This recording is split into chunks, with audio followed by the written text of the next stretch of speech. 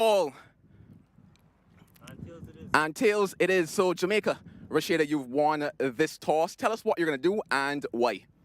Well, we're going to have a bat first. I mean, the pitch is looking good. It's flat. It looks like a batting wicket. So we want to take first strike. Well, we know, first of all, let's take cricket aside. You had your birthday yesterday. How was that for you? Incredible. It was a beautiful day. Anything special that your teammates did for you? Yes, they gave me a surprise party. It was really nice. Well, let's talk now back to the cricket side of things. Defending champions, how much pressure does that put on you in this one?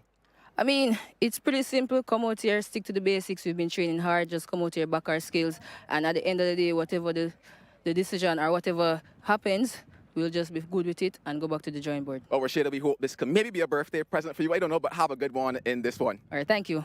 Going to invite Karishma into the conversation now. Karishma, having a bowl first, how do you feel about that one? Yeah, we were looking to have a bat as well. You know, the pitch looks really flat and good for batting. But, you know, in cricket, there's three aspects of the game. We have to do both. So, yeah, we're just looking to restrict them early. Yeah, just very quickly, obviously, just the one win last year. What are you looking to work on in this season? Yeah, obviously, you know, we have a lot new faces on the team. We're going to try our best to play our best cricket and rectify the things that we've done wrong last year. Thanks a lot, Karishma. Well, news out here from the middle. Jamaica, they've won it, and they'll be having a bat first. Thank you, Joel. Well, Trinidad and Tobago up with the ball first. Now, they didn't have a great tournament last year, Manali. Might bowling first play into their strengths? Well, listen, whatever it is that you're going to choose to do first or get given to, you have to execute well. You heard from the captain, she would have also liked to have a bat first. It is tough conditions here because the pitch isn't going to offer much. And this crosswind, it's going from east to west here, is pretty strong. Your bowlers are really going to have to control their line, watch the swing. And then also from the fielding perspective, when the batters are hitting the ball and they're hitting into the air, it can be hard to judge the ball sometimes because it'll just hold up in the strong wind. I think it's going to take some good execution. Oh, yeah, fair enough. Cuddy, Jamaica, they did the first job, right? Won the toss, and the birthday girl decided to have a bat first. Yeah, not surprised at that. The strength is in the batting. They've got a lot of experienced player. Obviously, Stefan Taylor coming back from injury is going to be a key factor to them. But Rashad also a leader from in front. I think the key part for this, though, is they want to set the tone as defending champions to try to get a decent score on the board and then try to build scoreboard pressure. As Moali said, with the wind factor, they're experienced players and they will want to know not to take on the off-spinners hitting into the wind. So that will be a key factor as well. They're missing Shinel Henry, who we saw in the IPL, but they've got a good team on show. All right, let's have a look then now at Trinidad and Tobago as a team. We had a look at both the teams there. TNT. Well, for me, the big topic of discussion here is going to be bringing Anisa Mohammed back in the squad. She's a former player with the Cricket West Indies, holds some incredible records, and she's coming in as a veteran. Of course, their skipper, Karishma Ramharak, a lot of experience under that belt. She's just had some recent tours with the West Indies as well. Yes, it's a young team. Yes, they've got a little bit of experience here and there as well, and Brittany Cooper, Kirby Alexander as well. We'll just have to see how they end up executing and how they balance this young side with some of the senior talent in there. Courtney, I saw you having a little chat with the Jamaican side beforehand. You can give us any thoughts from the inside? Yes, they've got some debutant in Mackenzie and Wilmot, Kate Wilmot, Kate's sister. And the experienced Stefan is back as well, so they're pretty good. They've got a nice balanced lineup. I think they're very confident. Shane Brooks, the coach, is happy with what he's got, and I think they're ready to go. Yeah, in terms of a West Indies perspective, I guess a man like Shane Dietz we should see around these parts. Yeah, he's around. I came on the flight with him, so he's excited. I think he might be at this game today, but he's going to be glued onto the streaming line to see the other games, which is very good. So I think it's good to have him around to see what's happening so he can look at the new talent coming up, and everybody has a chance. Manali, it's a bit cheeky, but as you've just come to the Caribbean, I'm going to pick on you. You want to guess a winner? Ooh, you have definitely put me on the spot, but I'm going to have to say Jamaica today. They just have a lot of experience on that side. All right, ladies and gentlemen, we're here at Warner Park for the start of the CG United Women's Super 50 Cup. First up, the defending champions Jamaica versus Trinidad and Tobago. Stay tuned, live action next.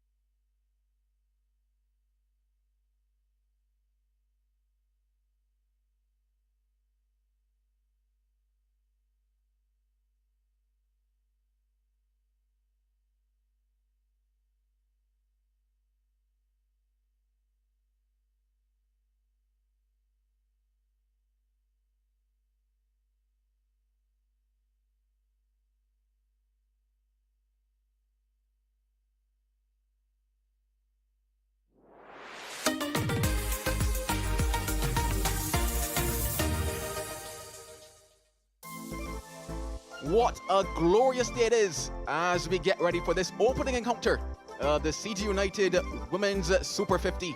Jamaica women taking on Trinidad and Tobago. We're right here in beautiful St. Kitts and Nevis for today's encounter, a venue that has hosted this tournament across several years and once again plays home to what is going to be the best of women's cricket in the Caribbean.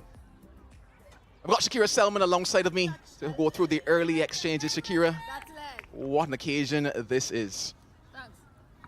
Yeah, certainly in the World Cup year as well, many of these players will be vying for a chance to make that World Cup squad. Rashada Williams captaining Jamaica for the first time outright at the start of a tournament. It's an opportunity for her in particular to try to break back into that West Indies team before they head off to qualifiers.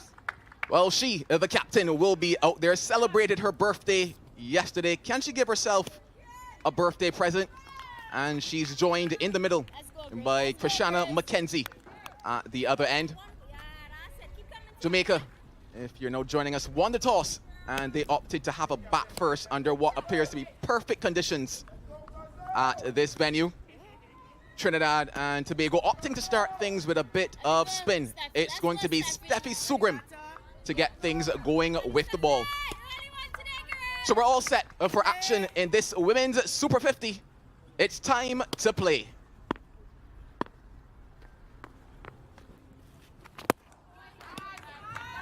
First runs of the tournament go to the skipper, Rashada. Left arm spin to get things going. Shakira, did you see this being the possible option? Yeah, no surprises there at all. Trinidad and Tobago relies very heavily on their spinners. There are a few medium pacers in this lineup, but they will be dependent on a Steffi Sugrim, on a Karishma Ramarat, and on an Anisa Mohammed, for certain. Anisa Mohammed, with all her experience, missed last year's tournament, but she's opted to return to help this Trinidad and Tobago side and lend all her experience. It will be a challenge, though, for Steffi Sugrim with a left-handed batter in Krishana McKenzie. Well, let's see how she goes to the left-handed batter now.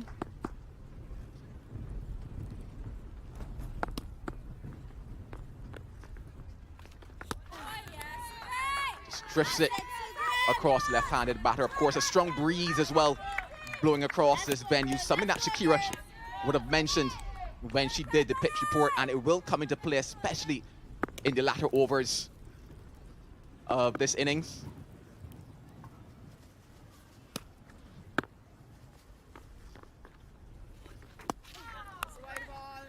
This time pushing it a touch too wide and signaled wide now by the umpire.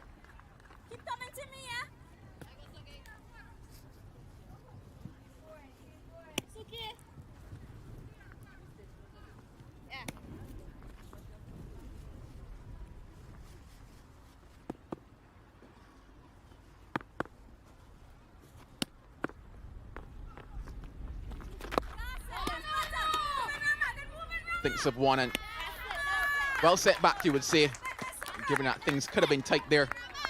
Of course, looking to set a platform here, this Jamaica side as defending champions. A very confident decision in batting first by the captain.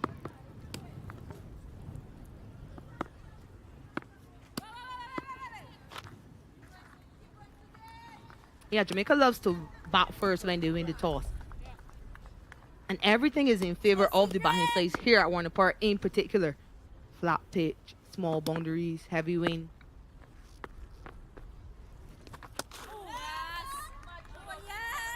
So I'm not all too surprised that Rashada Williams opted to bat first.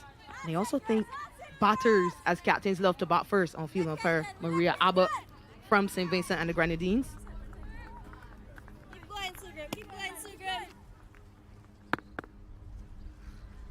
And she's joined at the other end by Javed Prasad.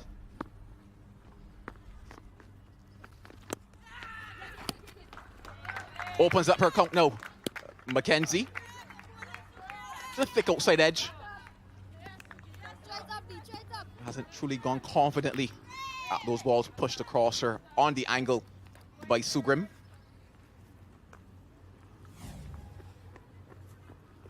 Yeah, it is a new ball. You do expect it to just slide on with the angle. It's not going to turn too much. It's a good option from Trinidad and Tobago, getting her to bowl from this pavilion end as well.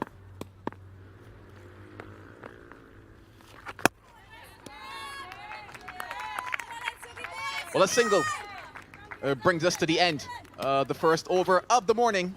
Jamaica 4 without loss.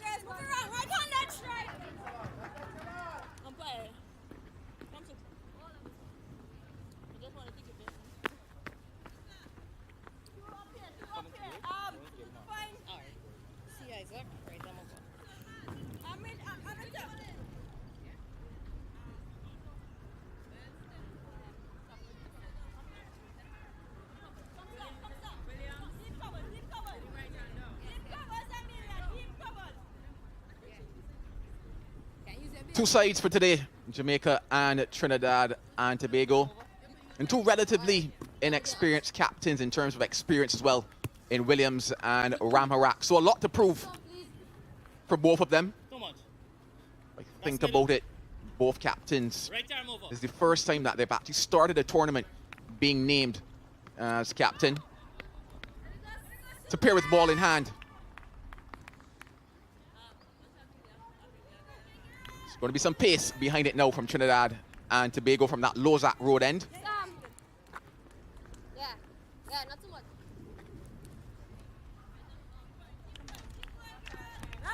Yeah, Kanisha Isaac did a solitary international game for West Indies against Pakistan in Antigua back in 2021. Bit of a slingy bowler. Will be looking to outswing the ball from the right-handed Rashida Williams. It's a heavily packed offside field. Slip on gully waiting. A loud appeal. A bit of a miss, you would say, on that one. Umpire says not out. And just exactly as you mentioned, Shakira, that bit of outswing. Yeah, with this action, you do expect the ball to swing away. It's a lovely length to start with, though, drawing Rashida Williams onto the front foot. A confident start by Isaac. Drags it down. Also rather wide as well, and signal now by the umpire. But yeah, you mentioned length, Shakira, and if she can be consistent on that length very early to the right-handed batters especially, could be in with some business. Could look at the possibility of also getting a second slip into play as well. In hunt of early wickets, this Trinidad and Tobago side.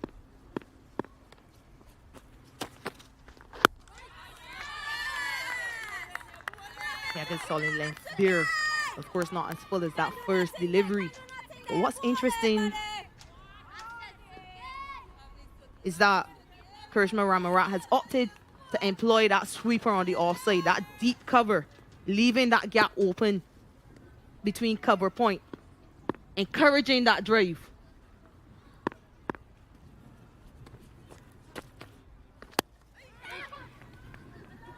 Work for third man to do. They won't get around. That's the first boundary of the day.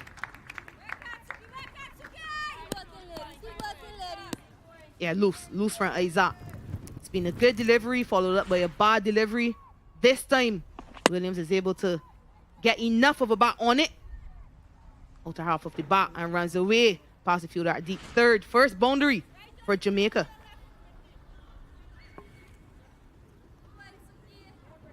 Just asking third man to get a bit wider there on the boundary now.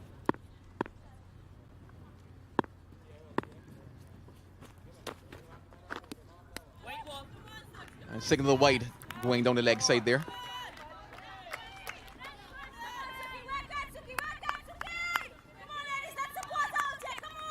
Yeah, this could be the problem for Kanisha Aizan. It has been a problem across her career. And I think it has been a problem for many bowlers with this slingy action. If you do not get that release point accurate, you could then spray the ball down the leg side, spray it too wide outside off stump. Yeah, just there. That's what she's looking for, consistently. Obviously, yourself being a right-handed bowler and something I guess we can talk about as she goes through her opening exchanges, but what are you really looking for her outside that consistency factor? What else are you looking for from her at the start of things here? Yeah, the most obvious thing with a new ball is you're looking to see if she can get any seam movement or any swing. We've seen that. Finds that gap, but protection out on the cover boundary. Just one.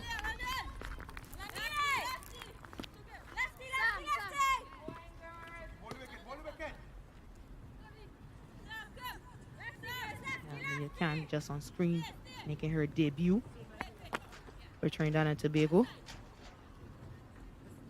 But yeah, you're also looking for consistency in terms of lengths. In this power play phase, you want to control the innings. Yes, of course, Trinidad and Tobago lost the toss and they were asked to bowl first. But I'm sure Karishma Ratmarat will be asking her opening bowlers to just control this power play phase and not let the Jamaica batters get away. They set the tone for the rest of the innings. So just as these two batters are looking for partnerships, the Trinidad and Tobago bowlers will be looking to bowl in partnerships as well. Steffi Sugren had a pretty steady opening over. They'll be asking Isaac to support her from the next end.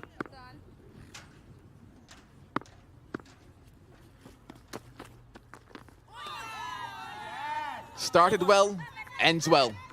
11 without loss.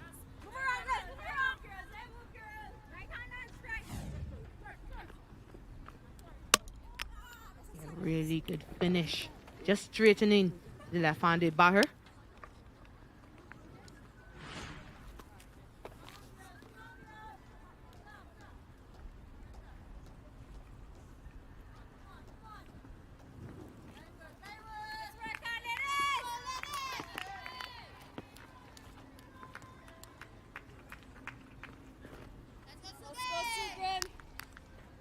But that last ball was something that Shakira Selman is hoping for a little more often in terms of that type of area.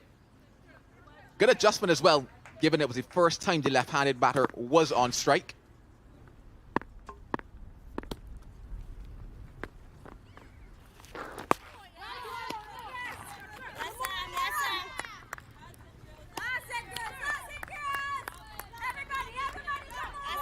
Be quite interesting as well to see whether or not Williams at any stage opts to take on the bowlers in this power play phase. Of course, the first 10 constitute the power play, whereby only 2 can be outside of that 25-yard circle. A lot of incentives as well on offer, Shakira, when we think about the points that go into this CG United Women's Super 50, and something that we'll talk about over the course of this match and the tournament.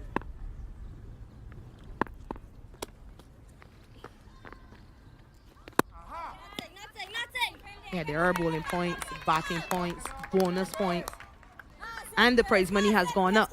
So many incentives for all of these teams. And on top of that, I'm sure every individual is trying to break into that West Indies team.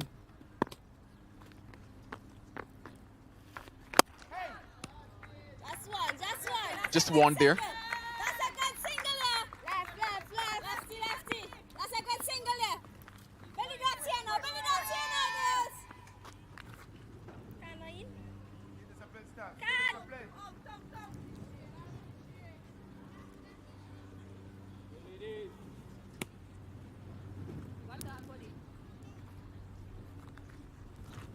Let's go, girls. Millie, Suki, start this way. Yeah. You can come in a bit.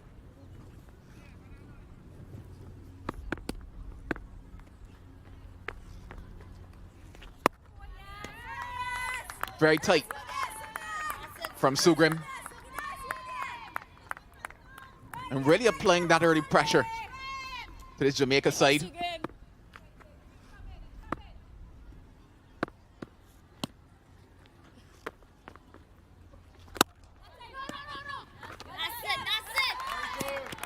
Giving a bit more air on that occasion.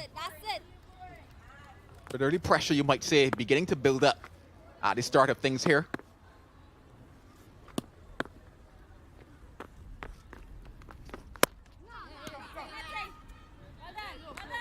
A dot ball to close, 12 without loss. Me. Thank you.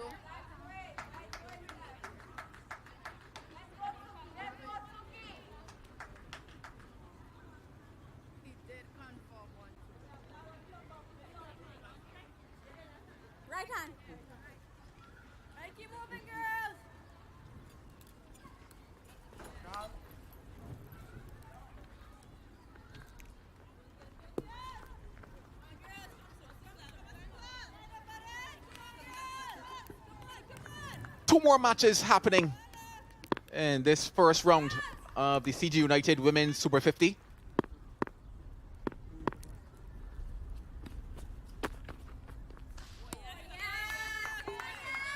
So of course we're here at Warner Park at Connery. Barbados women are taking on Guyana women. And Windward Islands, they're taking on the Leeward Islands at St. Paul's.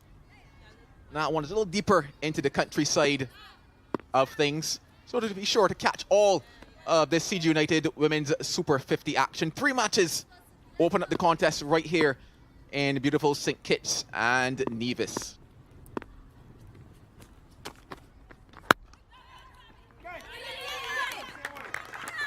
A bit of a misfeel allows them to get through for that single. But a confident looking stroke though from Williams. Oh, quite harsh in my opinion, Joel. Thought it was a really good effort by young Samara Ramnath, West Indies under 19 captain at that last under 19 World Cup. Yeah, she was just moved a bit squarer, then had to run to her right. Saved 3 runs. I apologize, Shakira, a little harsh on that one.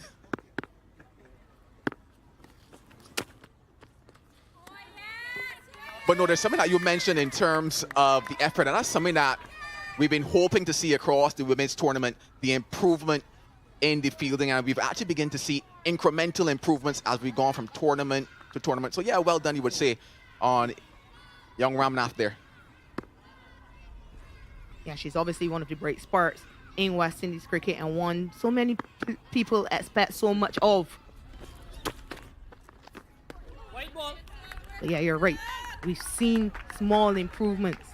And you expect those improvements with more investment from Cricket West Indies. Of course, now there are players who are contracted, both academy contracted players and franchise contracted players in the women's game for the first time. So much money and so much investment has gone into the women's game. And over time, you do expect to continue to see improvements across teams, and eventually across that in that West Indies team. Yeah, of course, all of this is with a bigger purpose in mind and a bigger goal when we think about the fact that a World Cup qualifier is coming up. We're definitely scouting for who are the talents that can force their way into the side, because naturally you're going to say, okay, we have maybe about 7 or 8 names that we know go down onto that paper for the West Indies women, but who are those additional 5, 6 names that are showing the signs that they belong in that World Cup qualifying setup? Kanisha is just opting to change the angle after 2 wides, coming around the wicket now. Oh, that's lovely. It's beaten everyone. Yeah, and it will run away into the boundary. Signal of buys coming from the umpire, but just changing that angle and that ball coming back in on the angle as well. And you would say not the best of work though behind the stumps on that occasion from Chanel So. Yeah, she will be disappointed with that effort. Chanel So, one of those players coming out of the our girl on the 19 World Cup. Yeah, head coach Marissa Aguilera, who kept so many years for West Indies, will be disappointed with that effort as well. Yeah, she is one being earmarked for the future Chanel. I think back to 2 years ago, actually, when I saw her at this venue, and she got some runs with the bat in that opening encounter. And she's been giving a lot more responsibility with the gloves over the years, Chanel. Yeah, in fact, the first game was against Barbados.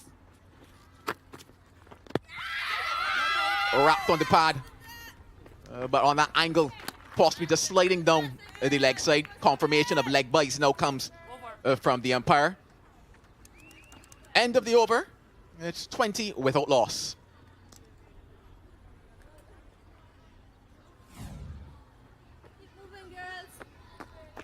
Yeah, you're right, Joel. Starts on leg stump, and it's going even further down with that angle and the swing.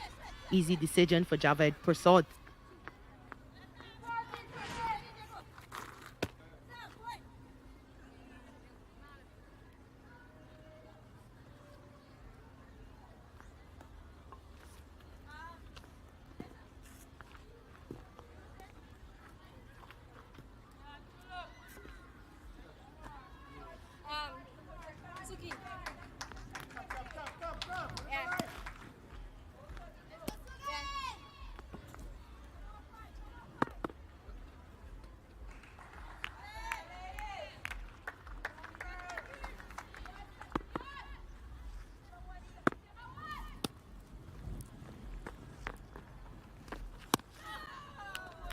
You mentioned that game, Shakira, 2 years ago, which happened to be against Barbados. And if I am not mistaken, you were in the sunshine in that particular encounter, now opting to find yourself in the shade of things up here in the commentary box.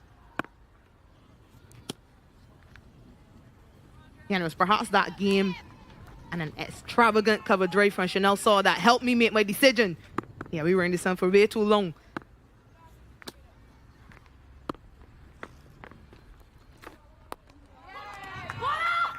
Good work being done in the field, keeps it to 1. Question for you though, Shakira, since we've mentioned the transition from in the sunshine to here in the commentary box, what has that transition been like for you? How much have you enjoyed that transition? I'd be lying if I told you I don't miss playing. I do miss playing, but I don't miss the sun. So I'll take the AC out here, and I'll just give my opinion and hopefully still help these girls out here. But yeah, it was an opportunity to give the younger girls a chance to perform, a chance to get into that West Indies team. And I felt like I had done my part already, and there was more to be done off the field. It hasn't been an easy transition, but I'm blessed to be given this opportunity to share my comments, and also to be given the opportunity by Barbados Cricket Association back home to help develop women's cricket in that island.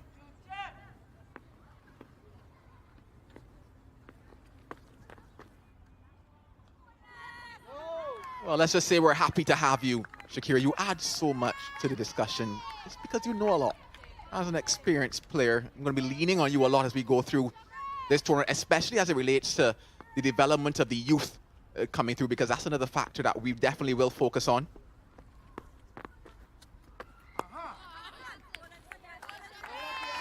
And I had no choice but to know a lot. Not very fast. Didn't really contribute much with the bat. Yeah, I really had to become a student of the game.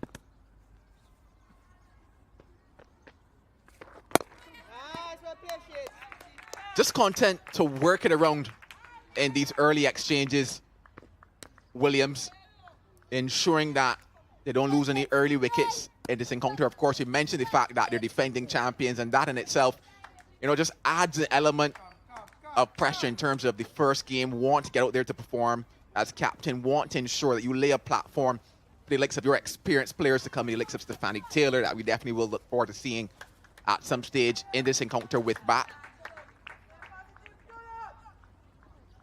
Just like change in the field, obviously because of it being a left-handed batter on strike now.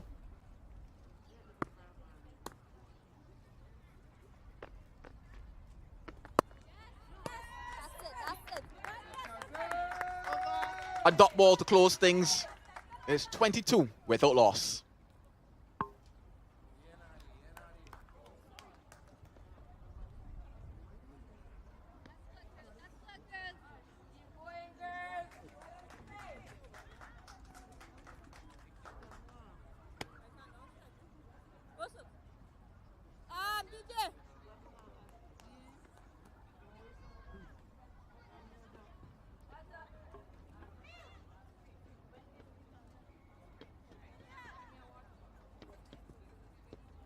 This is where we are, beautiful St. Kitts, and oh, this is where I wish I was taking in this. Oh, that looks for a perfect shot.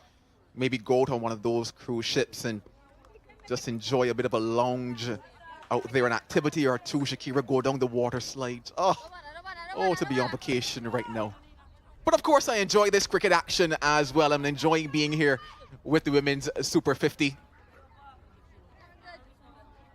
The captain now picks up the attack, Karishma Ramharak.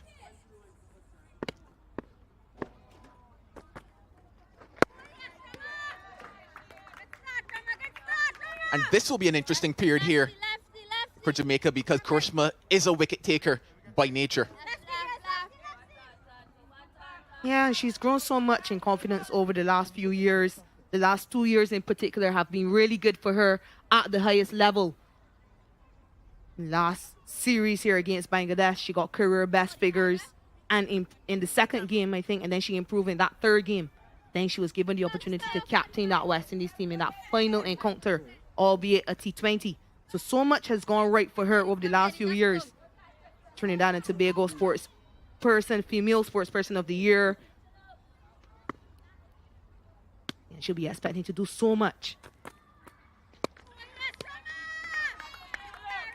Yeah, no surprises that she's opted to bowl from the Lozat Road end as well. And she will be asking the right-handed Rashida Williams to hit into the wing. Of course, a different challenge against the left-handed Christiana McKenzie. McKenzie on debut at senior level. She'll have to be careful just closing that back face too early. Anissa Mohammed is waiting in slip. Just in case Anissa Mohammed gets one to, Karishma Ramarat gets one to turn. Well, that's that breeze factor that you were talking about, Shakira. There's a very strong breeze blowing from off the leg of the left-handed batter.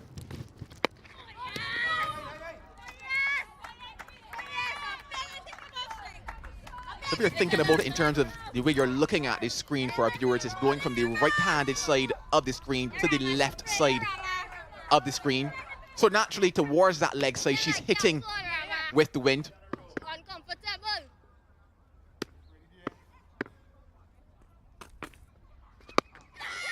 Goes aerial, goes up.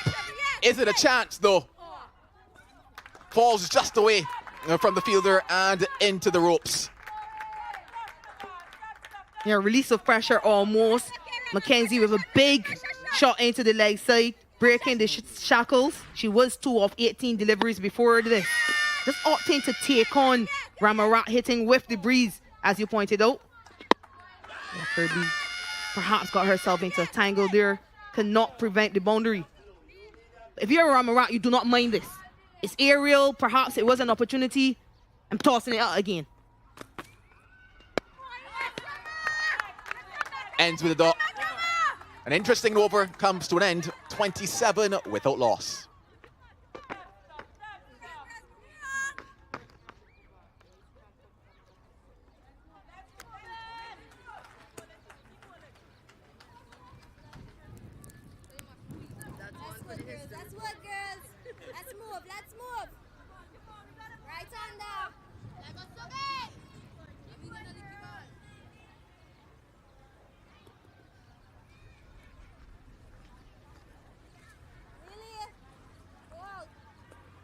An absolute tropical paradise is where we are for this CG United Women's Super 50. At some stage, looking forward to exploring this island. Continues to be tight, continues to be economical. Sugrim. Oh, Shakira, how much have you explored St. Kitts? Have you ever been able to get across to Nevis? Have you done like an island tour, Shakira?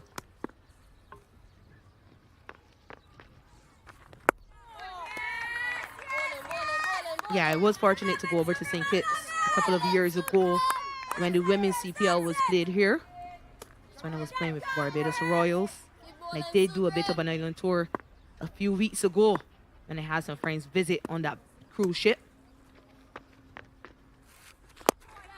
That is an absolute beaut, St. Kitts and Nevis. Yeah, one of my favorite islands in the Caribbean. Oh, the youth of this cricket right here walking across the venue to take in this action. Oh, Shakira, I'm going to say they're maybe 7, 8, 9 at most. Do you remember when you were 7, 8, or 9, Shakira? What were you doing? Were you thinking about being a cricketer?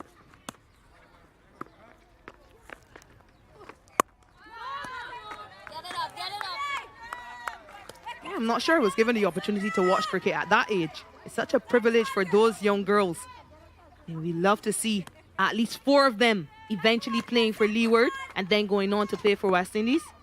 Yeah, but I did play a bit of cricket when I was around 10 in primary school. Well, looking to go expansive again, Mackenzie, showing the intent that we were hoping to see in this power play phase. Obviously, Sugrim has been bowling for quite some time. Into her 4th over now.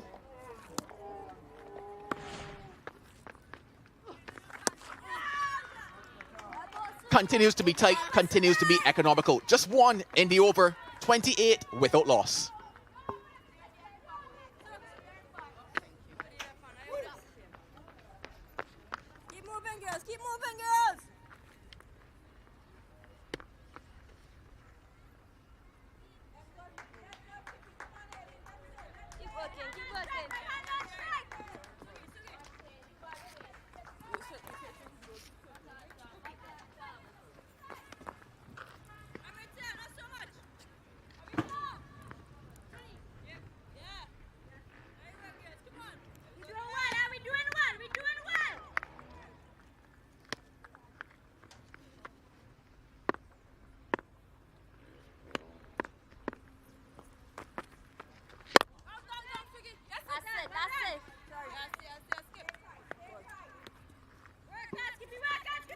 Karishma Ramarak, Let's go, let's go. captaining the side, Trinidad and Tobago, for the second time, and had the privilege of captaining the West Indies side a few weeks back here.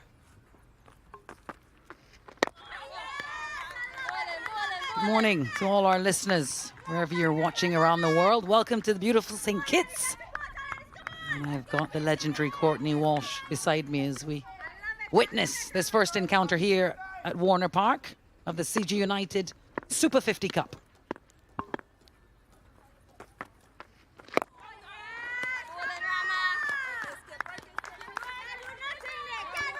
Nice to have you, but of course, even better to have Courtney Walsh with me. Cuddy, what do you think? A decent start for Jamaica with the bat? Yes, not a bad start. A one toss unbatted. So it's important not to lose early wicket, especially in the power play. And with it being the first game, both teams trying to feel their way around. A good surface, as we know here at Warner Park. Wind factor comes into play. So Jamaica would want to have a nice, solid start.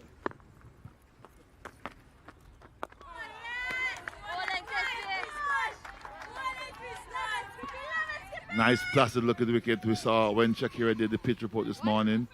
We expect it to be a run scoring wicket. Jamaica winning the toss, trying to nullify the spin against Trinidad. Looks very good, that pitch. Yeah, it's a batter's paradise here. It's actually dubbed the Bull Ring, this Warner Park ground. 8 gone, 28 for none.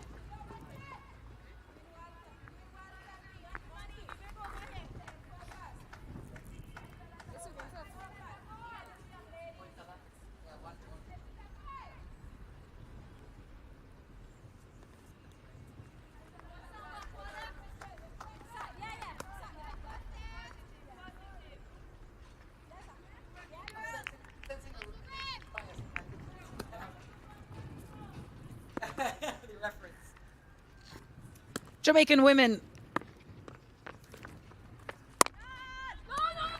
first up with the bat here, won the toss.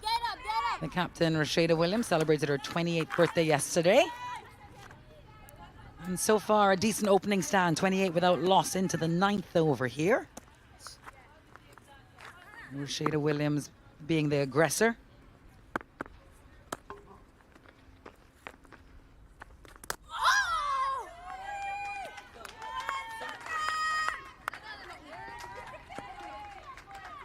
That Jamaica team that we just saw there, missing Chanel Henry and Natasha McLean. Chanel doing duties in the Women Premier League in India.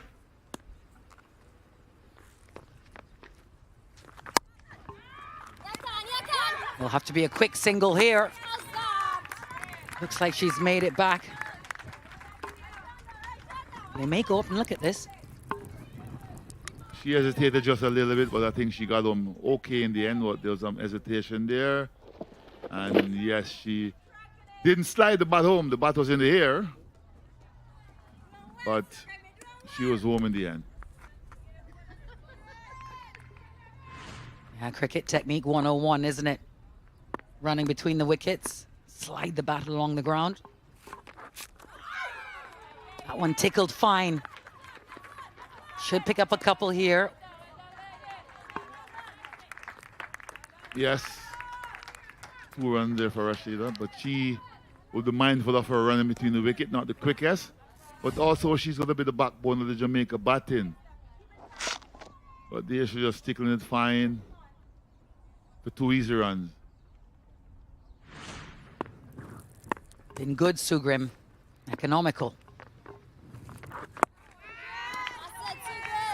You mentioned, Cuddy, the absence of Chanel Henry, who the players affectionately call Chin, who's at the Women's PL, the WPL in India right now, scored the fastest 50 in WPL history. Jamaica's loss is the World Games gain. Fantastic stuff. This is where she would have got her start, these kind of tournaments. 9 gone. Jamaica, 32 without loss.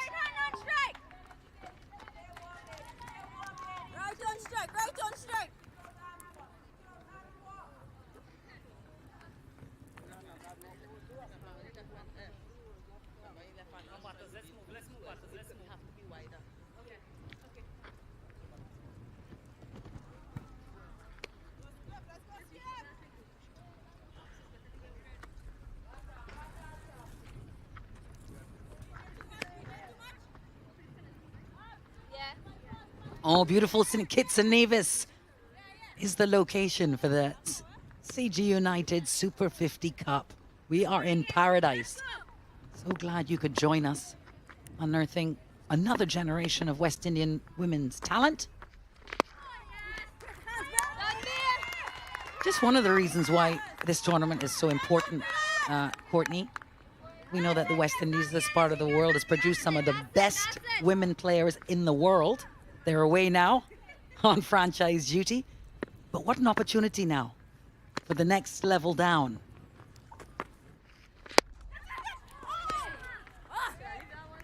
Single that for Rashad, but certainly it gives you an opportunity to sort of come try to represent your country is always a proud thing, and everyone who's playing regional should be looking to want to play for the West Indies as well. I would have played for the West Indies in the past, but then with WPL going on and so many franchise cricket around the world, if you do well, there's a chance to be exposed in franchise cricket and also to play for the West Indies. And when you get that opportunity, a la Chanel Henry, a dream debut to that tournament.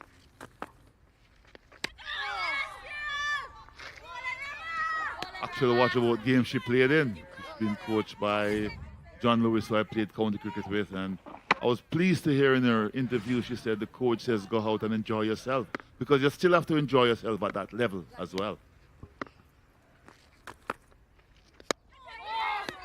Yeah, and I would argue, you know, that's a big part of West Indian culture, right? We're a jovial people. We love to celebrate. Trinidad and Tobago Carnival, taking place as we speak in the streets of Trinidad and Tobago, the world's greatest show, they call it. So we like to enjoy ourselves. We're a people of flair. Back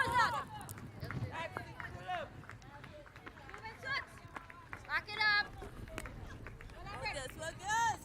Keep going, right hand, keep going.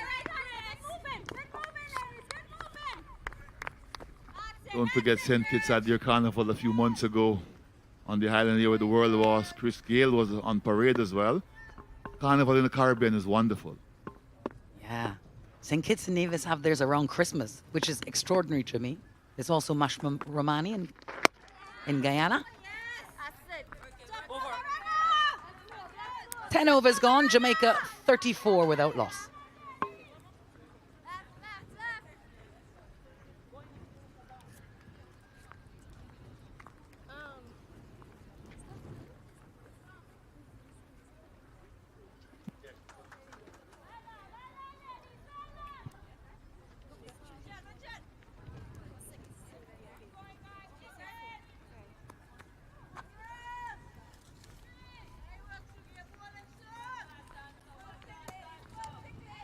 Lefty.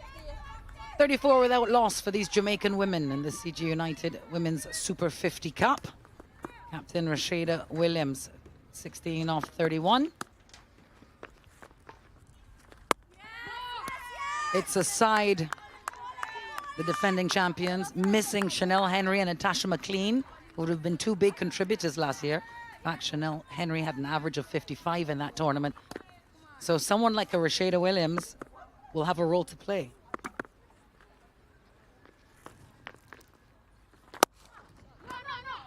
She certainly will have a role to play, and I think her role will be to bat as deep as she can into the innings. Stephanie Taylor, as we know, is not 100% fit. Shadi Nation, who was the top scorer last year, they'll be expecting much from her. So Grimm is bowling pretty well for Trinidad and Tobago.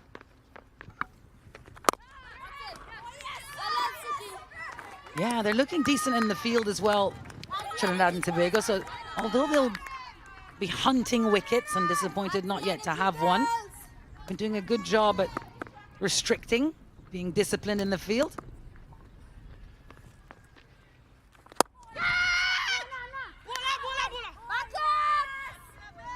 Touch and go there. So Grimm, as I said, she's settled in and she has bowled an excellent line and length, good control. You could tell she's trying to run the ball across the left-hander, and she's doing very good at that.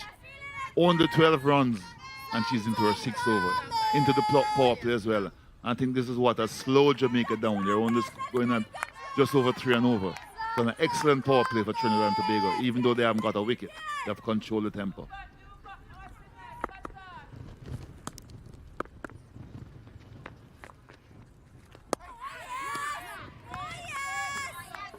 And because Trinidad has controlled the power play so well, Alexis, they're still keeping the close fielders in. They've got a slip in, and they've got fielders saving those singles.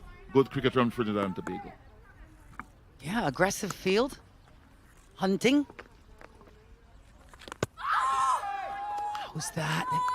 Been a few near misses.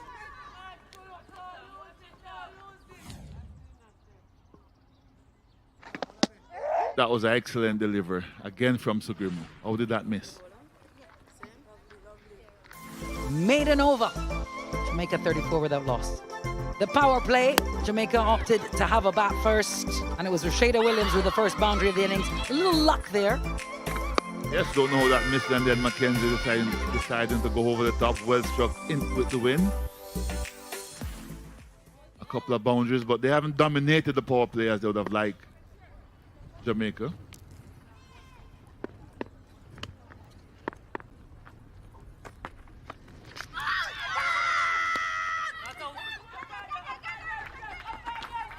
Quite vocal, Trinidad and Tobago in the field. But a couple of runs towards the Jamaican total nonetheless.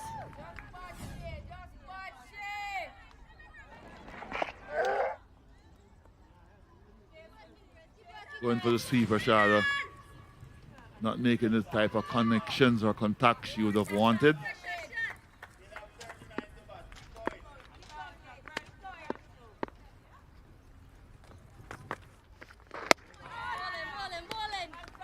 Captain Ramarak into her fourth over. Remember how well she did here when West Indies played against Bangladesh. She's continued in that vein so far.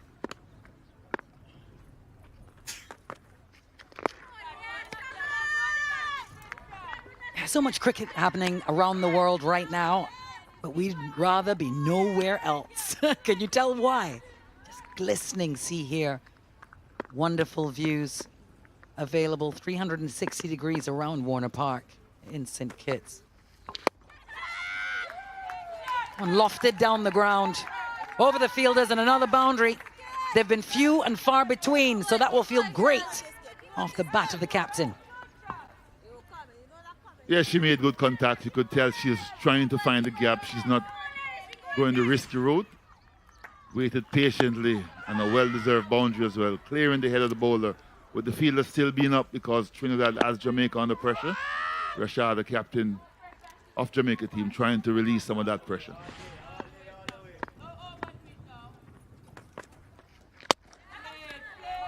That's a nice one. Full face of the bat down the ground for a single. So a productive over for Jamaica.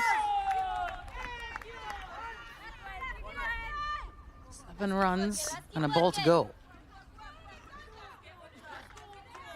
A good over from the Jamaica perspective.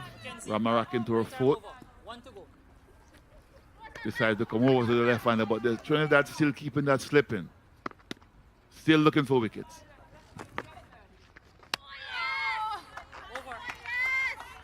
A dot to finish. So 12 gone now, Jamaica 41 for none.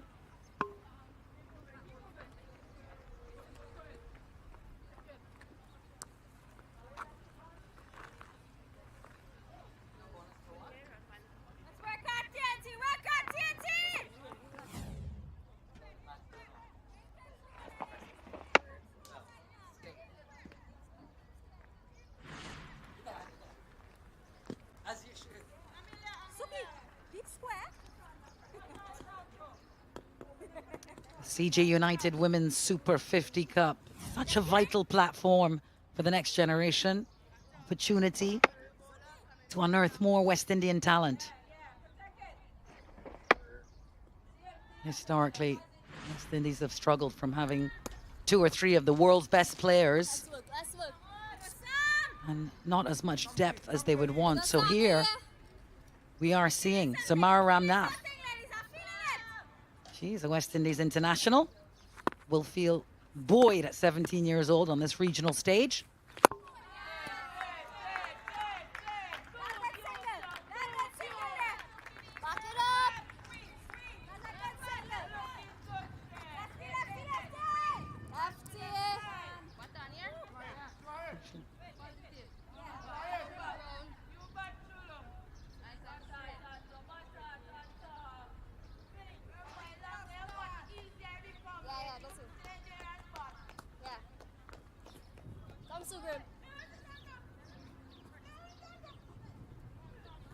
Correction, of course, I saw Samara Ramnath play the CPL. She plays for Trinidad and Tobago. Hasn't got an international cap yet. Maybe not far off.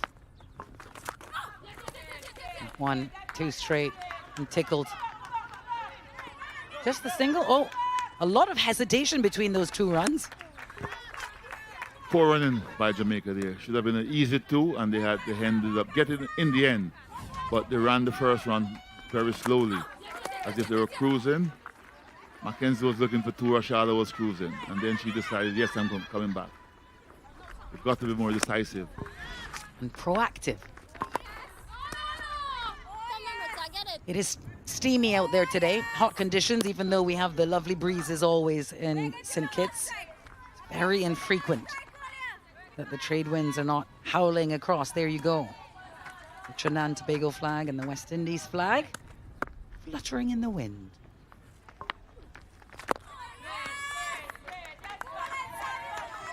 Jamaica hopped into bat first. Pretty heated out there. The wind is not as strong as it normally is, but still windy.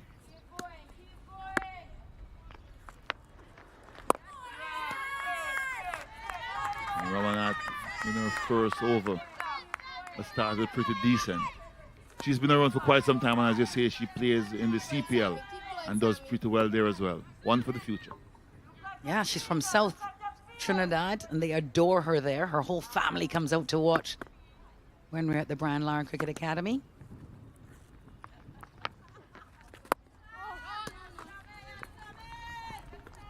.44 without loss.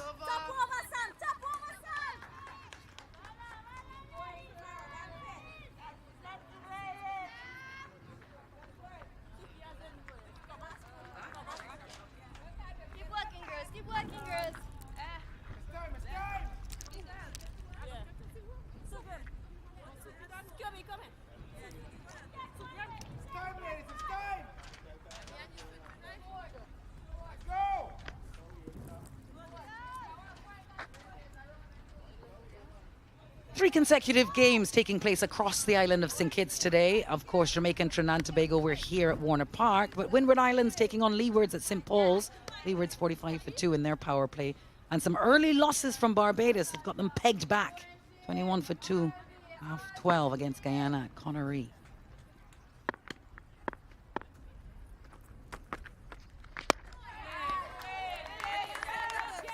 $30,000 US is the championship prize. It's a big deal. Runners up get 15,000 US. Jamaica will want to retain their title. And they know that it's a short, sharp tournament. Every team plays each other once, and then boom, the top 2 play the final. Now, of course, you receive points for winning, Courtney Walsh, but there's some other rather complicated rules as to the ways that you can earn bonus points in this competition. You able to shed any light on that? Well, if you get 100, and depends on where you're batting, your team is bonus points. 4 or 5 wicket all as well. So they all know what they've got to do, the players. You could actually not win many games and still get a lot of bonus points, depending on how the competition goes. But yeah, all to play for. The top 2 teams want to get into the finals.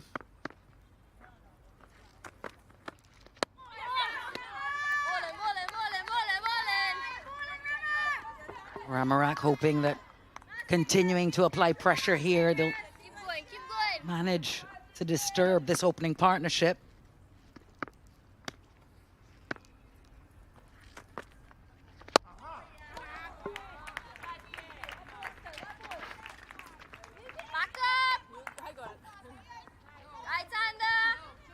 Ramarak, as you said, captain the team for the season.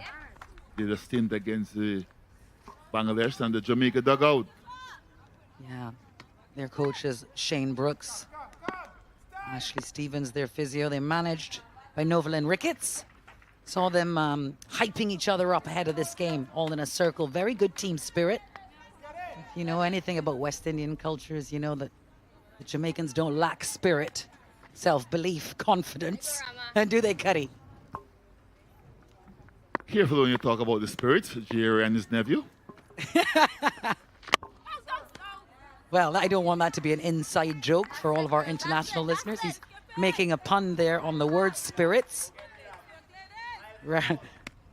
Referencing perhaps some of the indulgences that may take place during a Jamaica carnival. Really nice shot. Single to finish the over. 3 from it. Jamaica 47 for none. Let's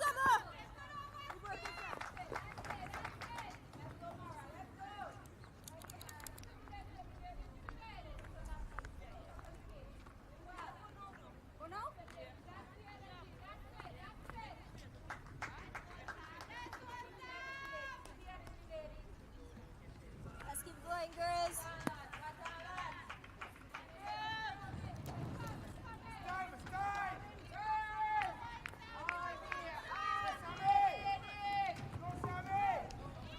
Sunny skies, but it's been Sugrim who's been the most economical for Trinidad and Tobago. No wickets yet. That wicket's column begging.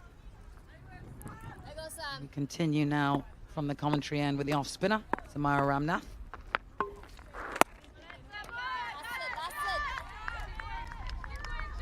Trinidad relying heavily on spin. That's it, So girls. Ramarat bowling now, Ramarat bowled as well. Sugrimu was excellent. The one seamer used so far was Isaac, Anisha. Jamaica probably waiting to see who the fifth bowler is. We know Anissa Mohammed is in the field, so I expect her to be one of the bowlers as well. There's Marissa Aguilera, bottom left. Coach of Trinidad and Tobago, head coach, Marissa. Yeah, former captain of Trinidad and Tobago, former West Indies women's captain. That's all right. Actually, Marissa Keep going, Sam. captained Keep West going, Indies Sam. from 2008 to 2019.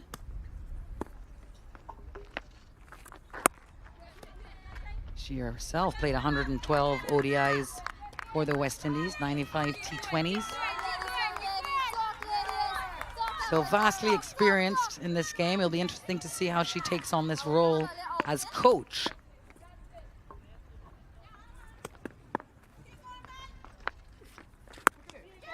Well, 3 dots created a bit of pressure, unfortunately picked out the fielder. Unfortunate for the Jamaican, just the single. Well, you can see the intention from Rashada there, hitting with the wind. Marisa clapping her team on, cheering her team on there, but Rashada deciding to go with the wind. Probably didn't hit it as cleanly as she wanted to, but that probably was very helpful for her as it didn't carry. Come on, girls. Come on, Coach girls. Marisa there, as we see on our screen, keeping the troops going.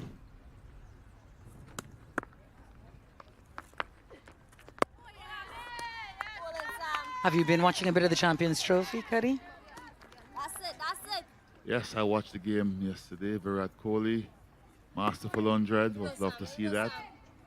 And I saw the game New Zealand as well. That catch from Glenn Phillips, fantastic. So I watch a bit of cricket. Outstanding man. We love him in this part of the world from the CPL. Well, after 15, Jamaica 48 for none.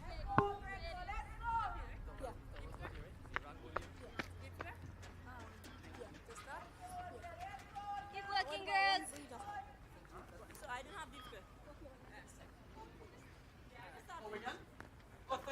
Yeah.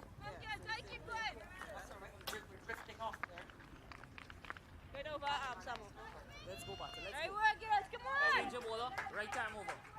Keep working, girls. Keep working. Keep working, girls. Come on, girls. Come on, girls.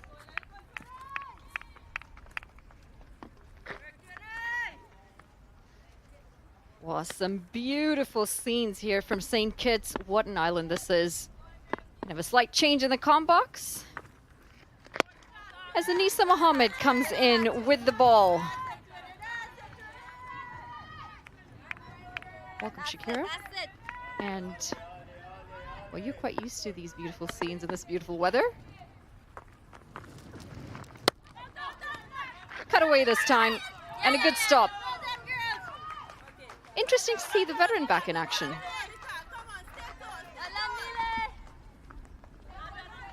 Yeah, really interesting decision by Anissa Mohammed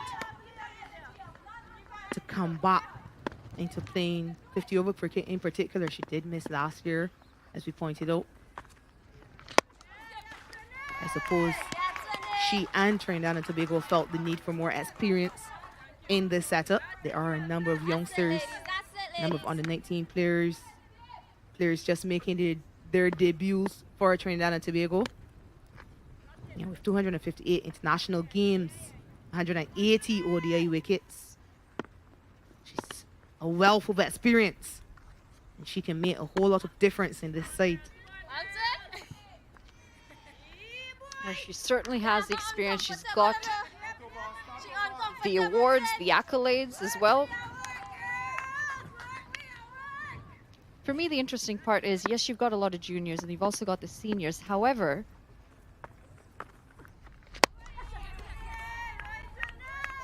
you can probably touch on this better than I can. There are a couple of players who played at the Under-19 World Cup. You would think you've just played at the Under-19 World Cup. You might be here featuring for your local side. They're not featured here. What are your thoughts on that? Yeah, and I'm glad you brought that up, because I'm particularly disappointed and a bit confused as to why Brianna Haricharan is not in this Trinidad and Tobago side.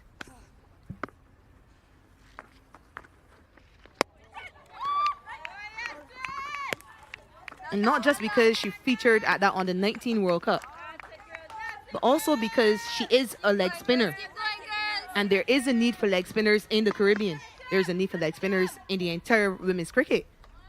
But we only have Afi Fletcher and Young Lakshman. Yes, a bit of fielding. Could be a chance for a run out. Oh, bad throw. In the end, she's able to make it safely. Rashida Williams.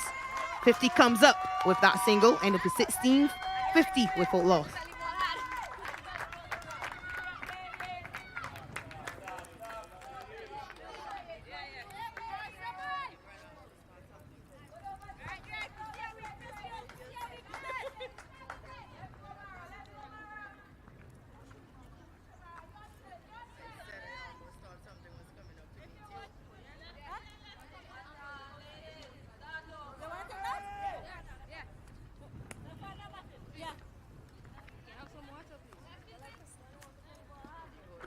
Well, they look very relaxed.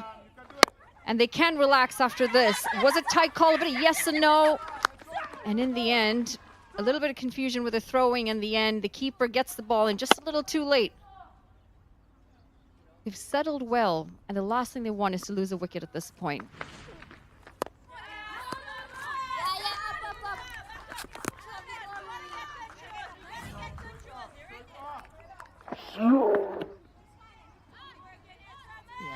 Lucky for Rashida Williams that throw from Leanne Kirby was not on target. As they always say, all's well that ends well. And a good solid platform being laid by these two batters.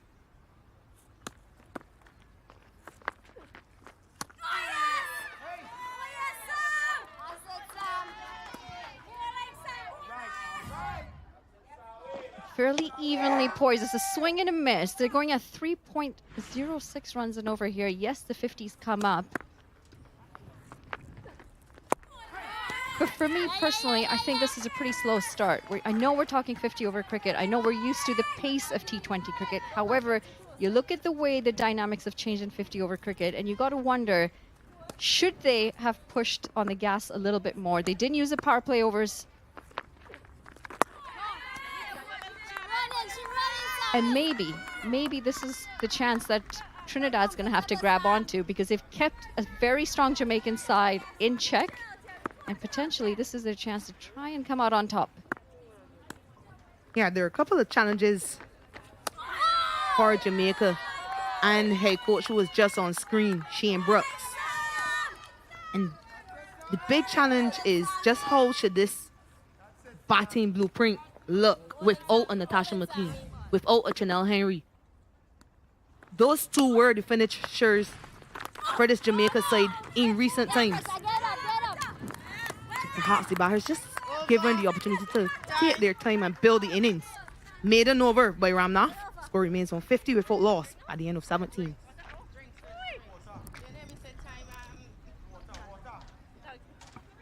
And after some time in the sun, it's time for a drinks break.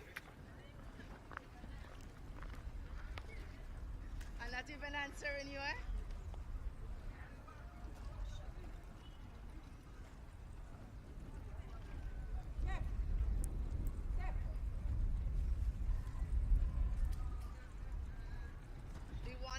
end got hit.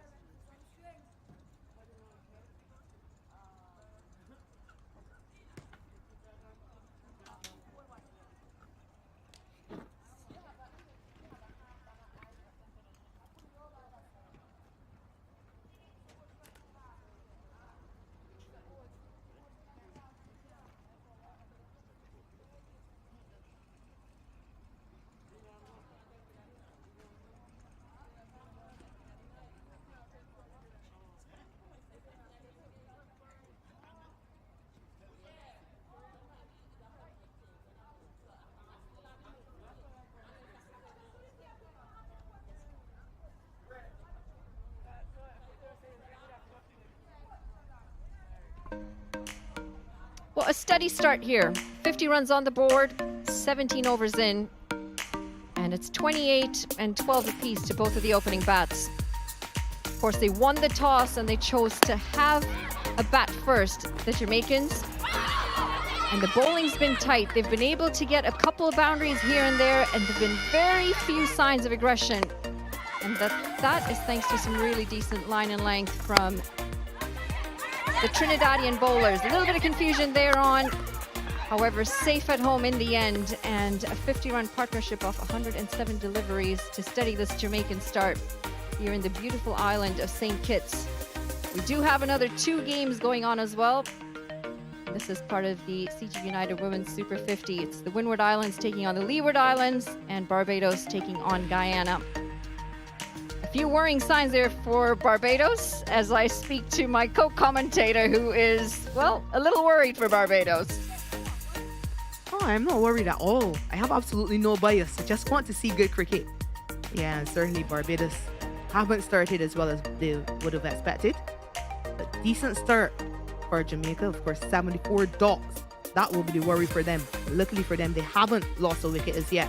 And they'll be hoping these two can carry on and really lay a strong platform for the others to come. When speaking of platform, Mackenzie on debut today, 12 of 54. She's got just the one boundary in the 54 deliveries and her 12 runs. It is a very slow start. Yes, there could be some nerves in there. She is debuting. Would you have gone with this opening pair, or would you have changed the 2 batters up at the top?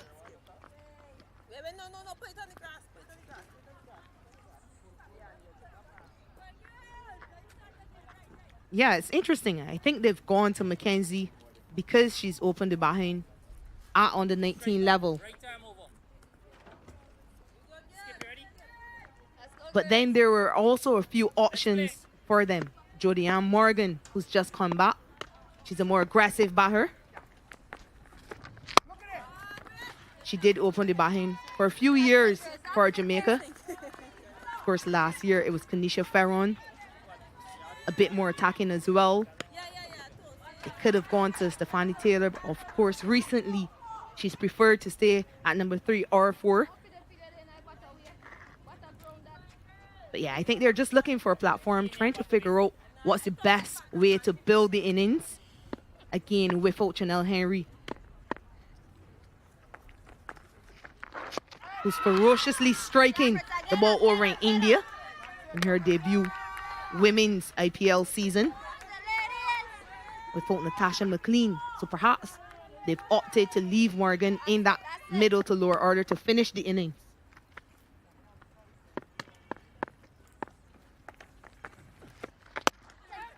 A lot of flight on offer from Anisa Mohammed.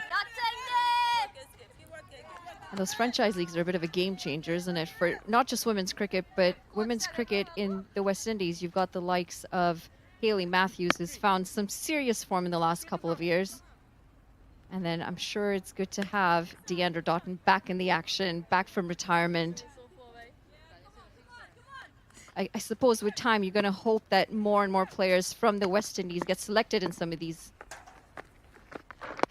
franchise tournaments, because the exposure at that level, the exposure to all the other athletes from all the countries is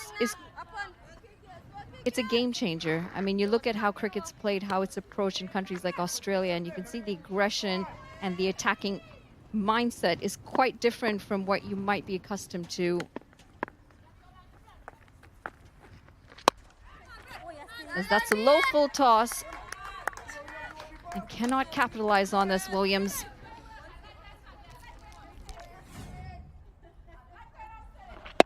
Yeah, should have done better, but a really well set field by Karishma Ramarat. Very short, mid-on. Just asking Rashida Williams to go across the line, and she's going to get the ball between that gap. Pushed into the leg side, and it's going to be a dot to finish the 18th. They stay at 50 for none.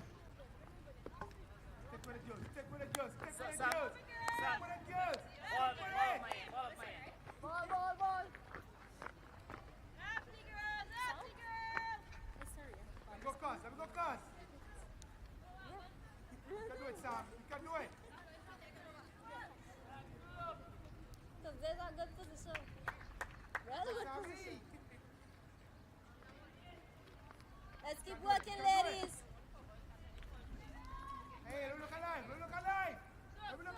Projected scores are slightly worrying at this point for the Jamaican women's side. If they continue at the current rate, which I would assume they won't, they will start to regress. They stay to 139, but they'll want to keep these wickets in hand and try and use them towards the end, because 4 to 6 runs and over, they could still end up well in the 200s. And Jamaica's got a history of getting some big totals on the board. Yeah, they scored over 200 last year against Barbados. They were more aggressive, but again, had a lot to do with the resources available to them. Different challenge for them. Without those players we mentioned, different challenge with this young under 19 batter at the top. Different challenge for Williams, who's trying to get back into that West Indies side, in and out of the side in the last few years. Given an opportunity against India. Didn't perform in the 2 games she played. And then she was out of the side again, missed that Bangladesh series.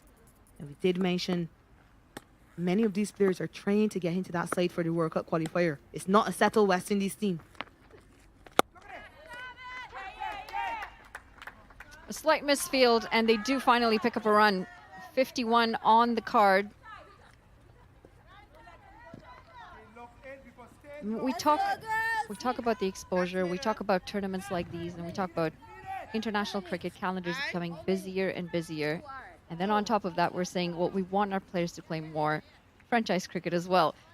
It's really hard to fit all that in, but the reality is the women's game is now becoming more and more professional, and it's part and parcel of becoming a professional athlete, I suppose, managing that sort of workload. As that is stopped well.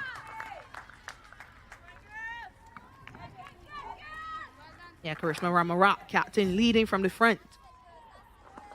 Really nice diving save to her left. Weaker side. Saves a single.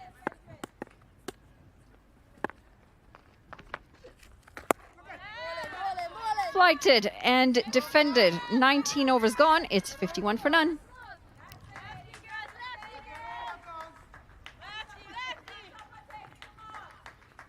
Keep moving.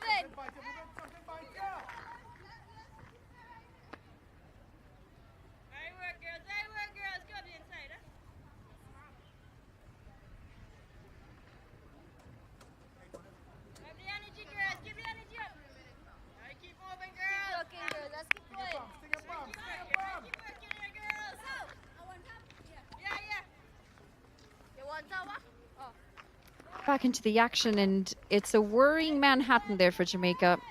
A couple of spikes, just the one getting them 8 runs and over. However, the last few overs, there have been plenty of maidens. And the runs have been far and few as this is played into the leg side. They should get a couple here.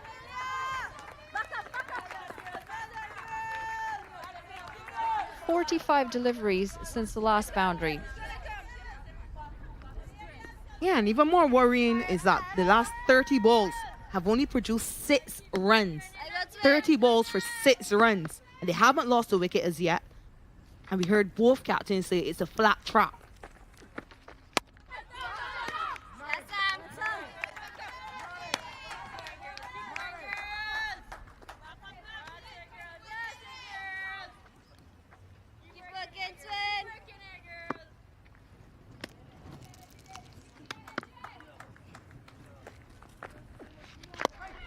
Well, this is lofted, trying to go over the bowler.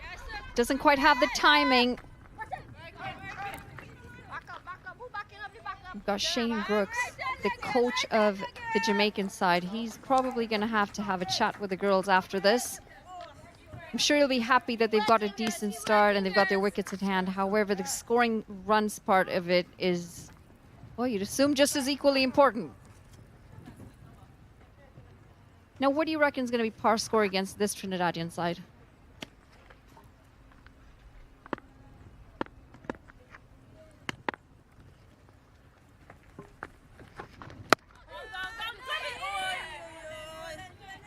Now, there are a couple of things to consider when you think about par score.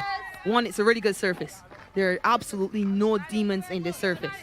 Trinidad has done really well to contain this Jamaican side so far.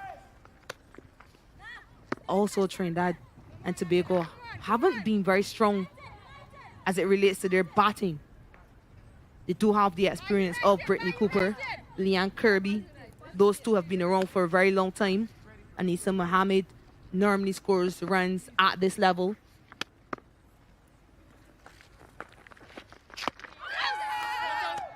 But you do think that Jamaica will need upward of 200 still. We've mentioned the importance of Chanel Henry with the bat, but she also opened the bowling for Jamaica in previous years, so they will miss her with the ball. It's a pretty inexperienced bowling attack. 220 gets you a batting point. Of course, they'll be looking for that. Think runnable. No, they need to up the ante. You have the experience of Stephanie Taylor to come.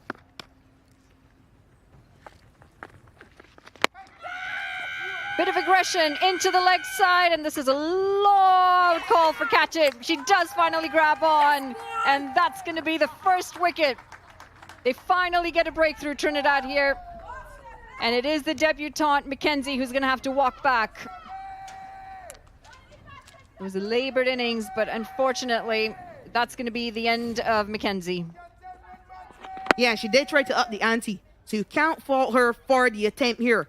They needed to push on with it, deciding to take on the experience. Anisa Mohammed hitting with the wing. Good grab in the end by Steffi Sugrim.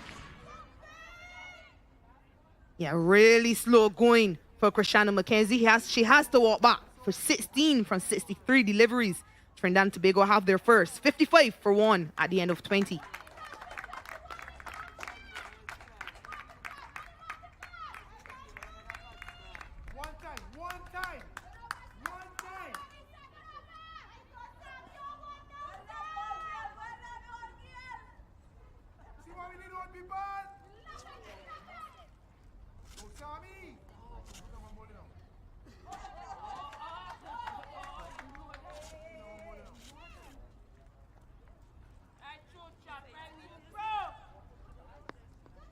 The first one finally falls, and it's going to be Cheating Nation who walks out to the middle.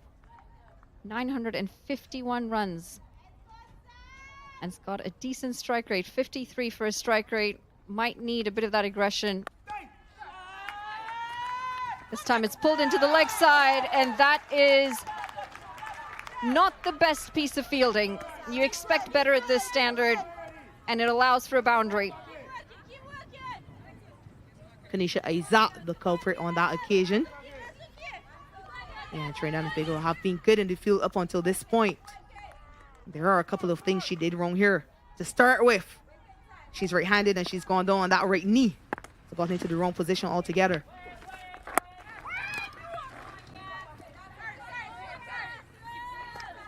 Well, welcome boundary nonetheless. When we're talking about aggression, I think the key point here for me, Jamaica is missing a big part. I mean, there was really no reason for Mackenzie to have gone for that lofted drive, get the miss hit, get the risk. When you put in all the hard yards, you face 60-odd deliveries, there are gaps in the field, and there's been very little effort to try and hit those gaps. This, just a poor piece of fielding. Didn't get behind the ball, and then the awkward bounce, taking it off into the boundary.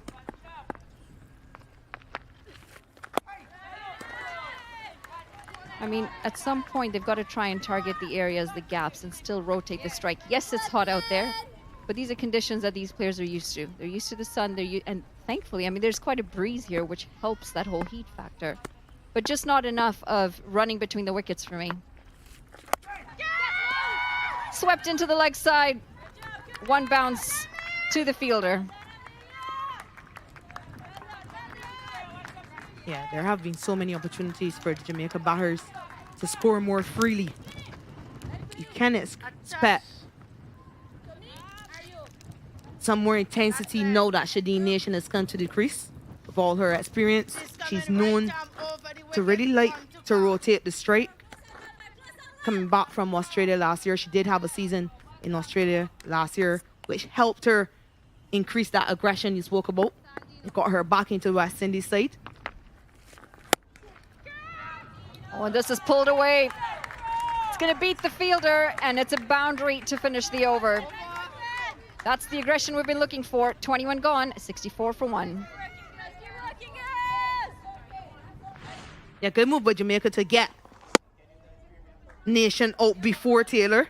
And this is exactly what we expected. This is what they expected. And what a way to get off the mark for Nation.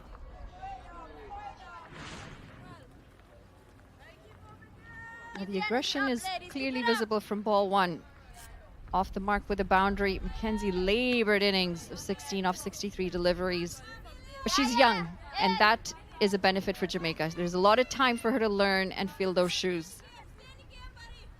And that's what we want to see. This sort of tournament is to bring the youth in, is to give them the exposure with a few seniors here and there to help guide them. But essentially, if you can get a good set of juniors here,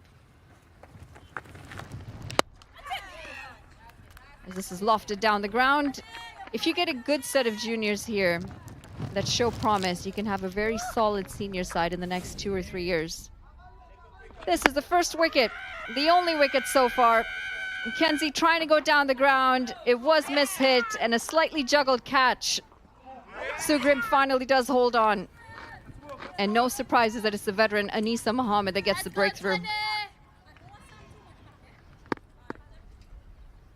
Yeah, and if we can continue to focus on that point you've been making about the opportunity for youth to be exposed.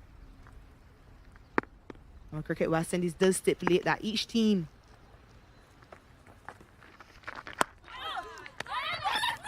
must have 2 players under the age of 21 in their squad. And it's in an attempt to widen that playing pool and also develop the younger players. There's always been a worry in the Caribbean that when the older players retire, there wasn't going to be anyone to turn to. Anisa Mohammed retired for international cricket last year. So too did Kaishona Knight and myself. So you lost 4 players at once. Luckily for West Indies, Deandra Dutton came back out of retirement. We've seen the difference she's made in that West Indies team since returning. Then what happens is Stephanie Taylor decides to retire. It's a real opportunity for these younger players to showcase their talent, to learn from all the experience around them. And they'll be leaning on Anisa Mohammed, Stephanie Taylor, Brittany Cooper, Shadeen Nation, just to name a few who are all taking part in this contest here. That's a peach of a delivery. And no surprise that there's a bit of disappointment in Anisa Mohammed's face. I don't know how that's missed the stumps. Oh man, you feel for bowlers. You produce something like this and you get absolutely nothing to show for it. But what a beautiful delivery. Bit of turn, heavily packed leg side field, so she started it straight enough.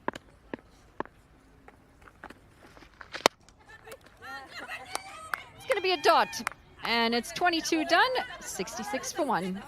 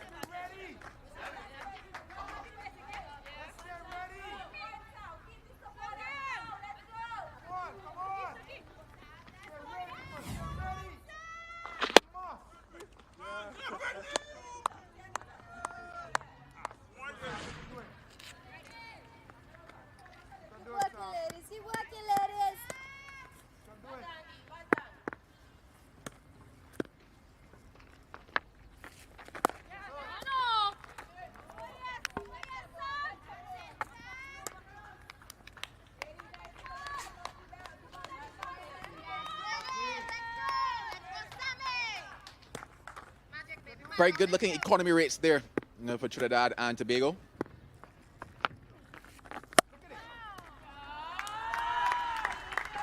Finds the gap and should find the boundary as well. Yep, hits that rope now.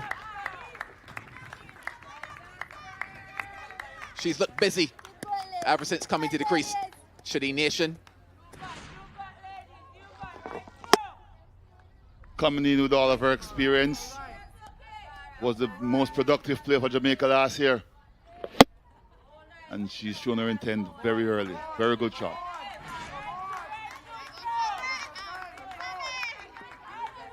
Yeah, just a bit of intent, a bit of impetus is what this innings needed on the back of what was a relatively steady opening partnership, but didn't necessarily get that score ticking over.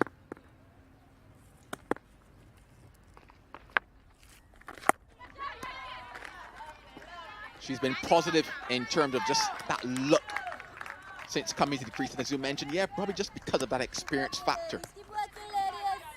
Yeah, she knows what her game is about. She knows her role. She's been around quite some time. One of the most senior players around, a former captain of the Jamaica team as well. So with all her experience, and then she'll make life a lot easier for the other batters around her.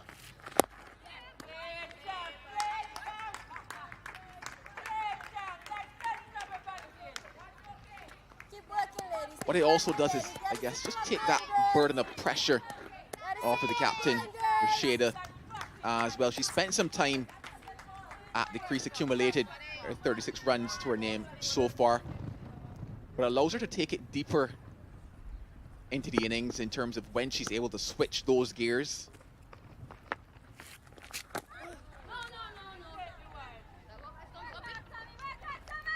Looking for the wide, and understandably so as well. I mean, in our limited overs cricket, it's naturally, if it's down the leg side, stretch those arms out up. Unless it touched the batter, you get a bit of view there down the leg side. You expected a wide for that, but wasn't to be given.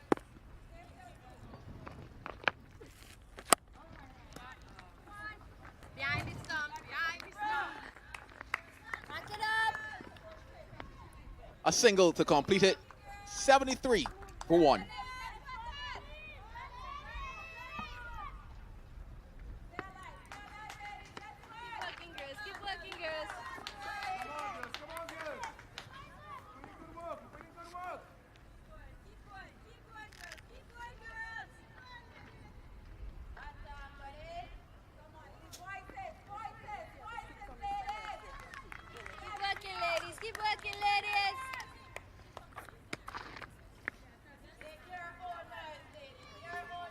A day off from school to take in this women's Super 50 action.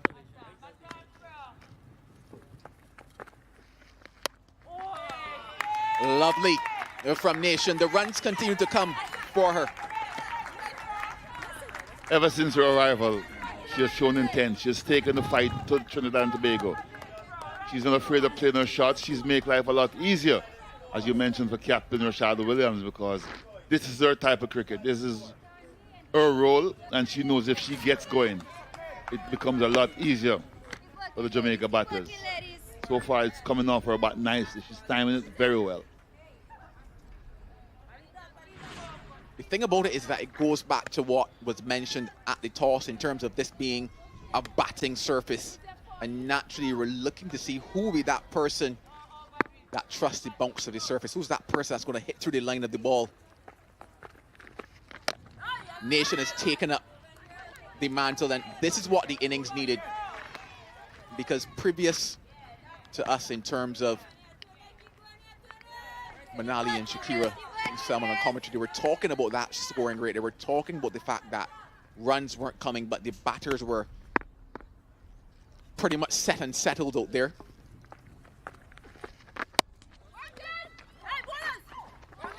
When you take into account that, misfield and over throw there, so Jamaica has gotten 2 free runs. Home. Umpire might go upstairs. She's done that. So while she's doing that, I think in the case of Mackenzie, because a debutant, you can give her a little bit of easier ride, but at the same time, she has to find a way of rotating the strike to get in singles. 16 in 63 is quite a lot. But she will learn from that experience. She spent some time in the middle, and you want her to improve on that going forward. Well, she had an opportunity. Let's hope she gets more out there. Well, on first look, we thought that she was home quite safely, and this will confirm just that. Of course, I'm not the umpire, so I won't call it, but my eyes are telling me that maybe the umpire might agree with me, because she's not only looking home, but she looks as if she's maybe sitting on the couch as well, sipping on a glass of cold lemonade. No big screen, no big screen. And confirmation coming in terms of the fact that she's home safely. So we continue unscathed.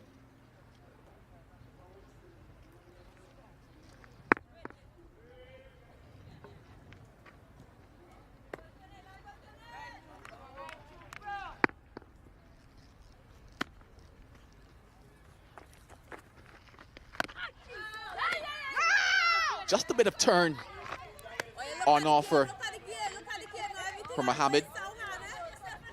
You just see it when Nation attempting to force and create some space in at offside. Will probably make Mohammed smile ever so slightly, because force the wrong shot and it could be problems. 6 runs in the over so far, and just 1 ball to come. They're out on the grass bank enjoying the action right here at Warner Park.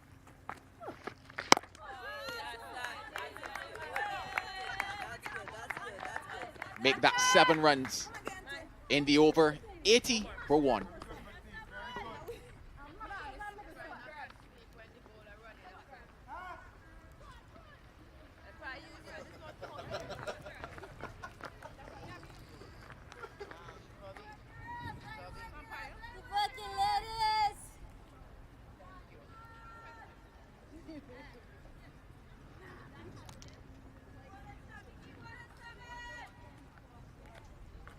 Position, Javid. Position. Mr. Walsh, sir, have you ever had a chance to find yourself on a cruise ship and just enjoy life? Let's go, ladies. Yes, I did. I was with illustrious company, Shaka Hislop, Robbie Hurl, and a couple of NFL winners. Sweep shot there by Nation. Thinking about 2, she says no. And she's holding onto that hamstring just a little bit, which would be a cause for concern. Did she feel something? Not a good sign for Shady Nation and the Jamaica setup. Could be cramp in the seat. We'll wait to find out. Yeah, definitely not a good look. What was good was the intention in terms of looking for 2. You saw that intensity, something that was missing in the running. You see her pushing there. And just here now is where you get it. So hopefully it's nothing too serious for her. Protection deep mid wicket. So just the one. So definitely something that we'll monitor in terms of, does she pull up again? Is she able to get through those ones and twos? Because the intensity in the running was something that was missing a bit in the opening partnership as well. Something that could have helped them to tip the score over. Still early in the innings for Nation and Jamaica. Because the one thing we always have to go back to is just how long a 50-over encounter truly is. Because I guess we've become so accustomed to the T20 format and saying, oh, it feels like a long work day. But yeah, a lot of cricket still left to be played.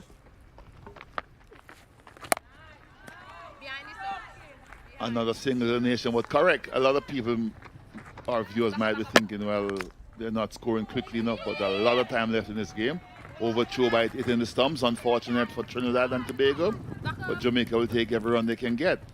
But in terms of the intensity with the running between the wicket, these two are senior campaigners, they understand each other, and they will seek out any opportunity, as we can see here. The alertness is hit the stumps, let's look for it, it's misfield, we'll take another single. Excellent cricket from Jamaica. I think the previous batters were doing a lot more ball watching than trying to run the first one quicker. Since the arrival of Nation, that has changed.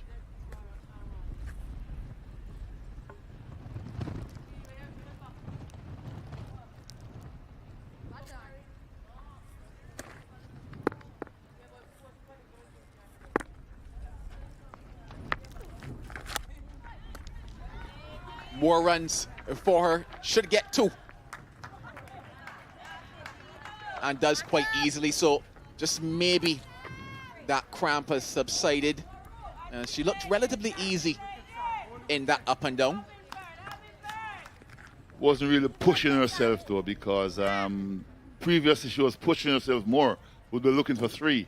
She's down a little bit now, holding onto the leg again, so I don't think it's completely gone, but she's trying to be safe. You can see there she's not pushing the way she normally pushes.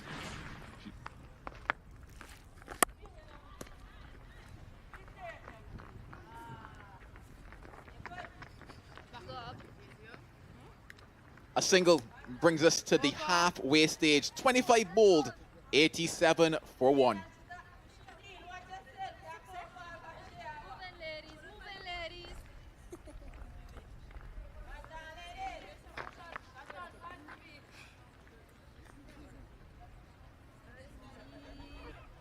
Good Nation.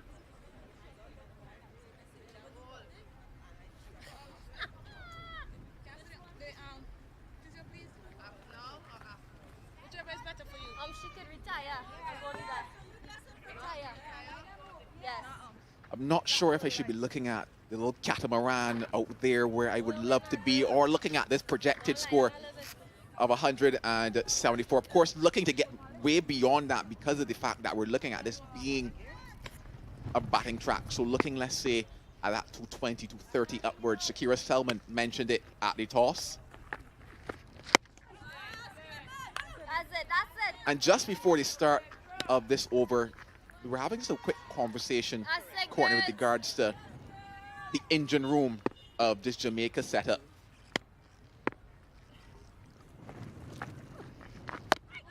Missing a bit of that firepower when you think about the likes of McLean and Chanel Henry. So who now might be the ones who can fire in that middle phase for them, or is it a case of that 174 might actually be around the score that we think they probably might get to? Well, they have the experienced Stephanie Taylor, who is coming off an injury in the arch still, so you'll expect her to play a role going forward. But that extra firepower that McLean normally brings to the table, Chanel Henry, as we saw in WPL, that's missing, so someone else will have to step up. Well, that's the big question today. Who can step up for Jamaica? Not just today, but across this tournament. We're looking for the names that put themselves in the hat when we think about that West Indies women's setup, that qualifier. because that's an area as well that the West Indies women are identifying as something that can potentially be worked on as well. That middle phase of the innings when the field is spread, how can we continue to take over in that phase? Looking to take over is Williams. Thinking of two, just get the one. Good work being done out on the boundary. But interestingly enough, I think it's actually a conversation that stretches both the women's and the men's game when we think about the 50-over format of the game. How do we continue to get runs in the middle phase? How do we take over? Good push for one, but yeah, that work on the boundary kept them from getting that second.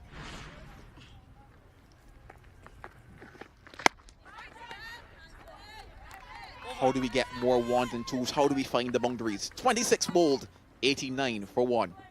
Keep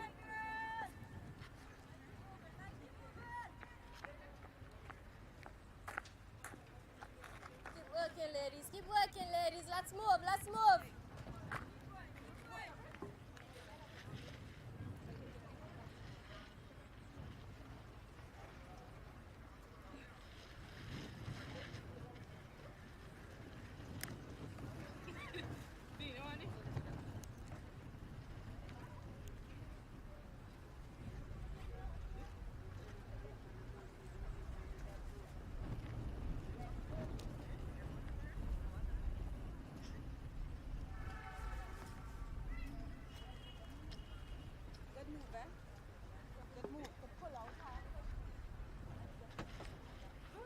Well, Nation now getting a bit of running repairs, you might say.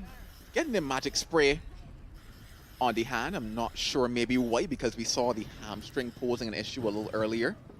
She has always have issues with her wrist when she played, so I think that is just precaution as well. The main concern for me would have been the leg, and that is look like so Grim there having a good stretch as well.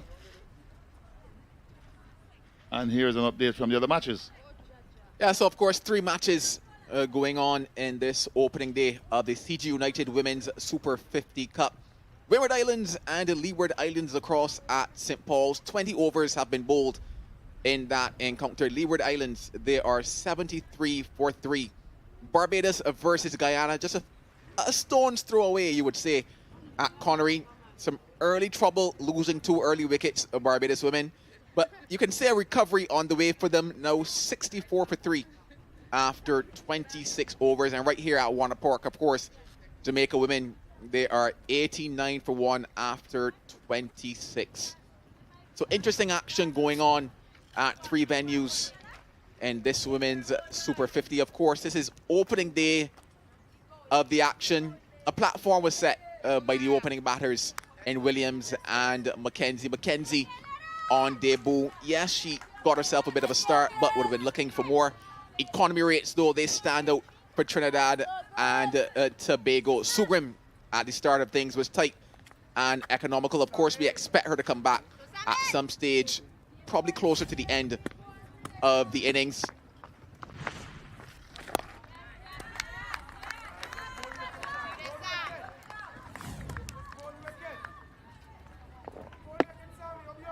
Just a bit of an injury from Nation. So she had the hamstring and now that hand, and you mentioned that she's had a problem or two with it.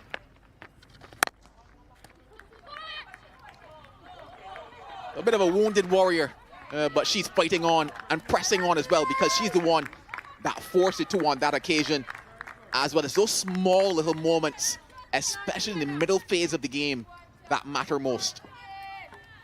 And that's her character. She has a never say die attitude, always thinking positive. And she, as experienced as she is, knows the role she has to play. And running between the wicket is one of her strengths.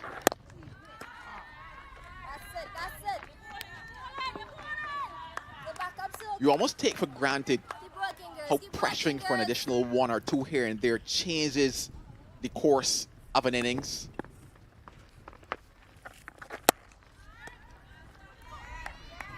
Bowlers having to adjust to a new batter 2 or 3 times within the over just because of that quick single.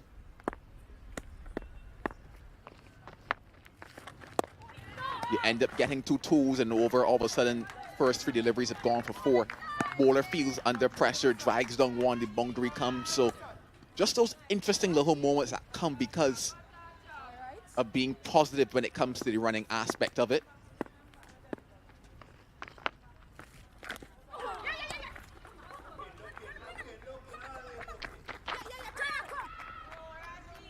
Now the outer edge produces 2. And for them, 27 gone, 93 for 1.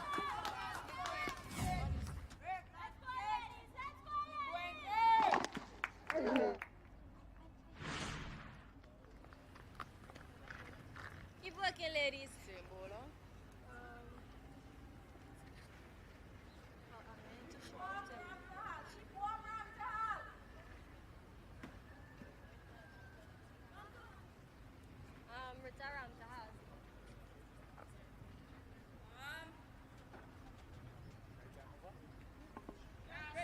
A conversation between captain and warrior, only because of the couple injuries she's had so far to the nation.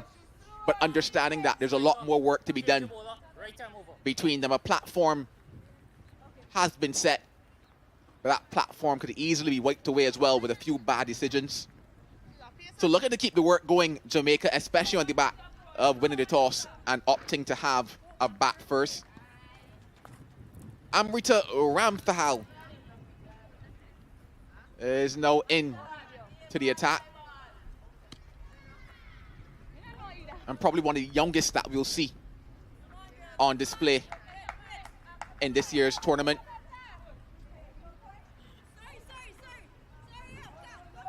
This came about after a long chat between Anissa and Captain Ramarat. So they probably was asking, and probably both decided that now is the best time to bring in the 15-year-old. So let's see how she goes. Wish her well. A good time to represent the country at this age. Future is bright for her.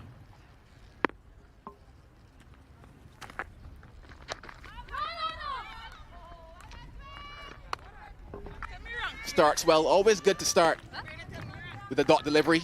And this moment, a moment that she will never forget. Oh, the smile on her face. Receives her first cap for Trinidad and Tobago women. Such a special moment for a player. What's next for her is the moment of her first wicket at this level. Can you remember your first wicket, Courtney? I'm so sorry for taking you back this far, but can you remember your first wicket? Luther Kelly at Sabina Park against the Leeward Islands. Made my debut against Sir Viv and company. Missed out against the guy in the team. Played against him in the ODI, but first class wicket was that.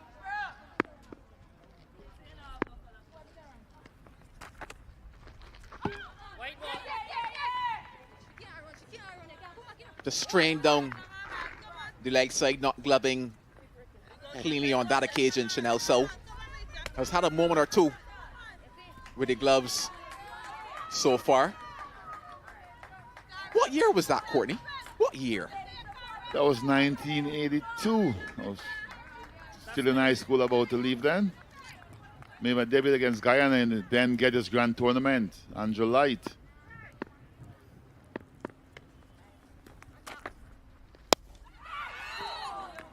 Almost that first moment for her. Probably just short. But her eyes would have lit up on that occasion.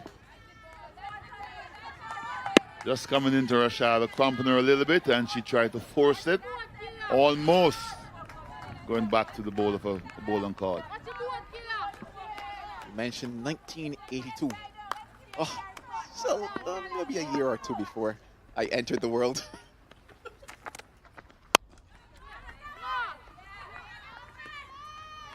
Those were good days, good years. I remember playing against Barbados at Kensington Oval the same year, a packed crowd. Sir Viv turned up at Sabina Park, a packed crowd. And then when we went to Trinidad, Larry Gomez and Bernard Julian, another packed crowd.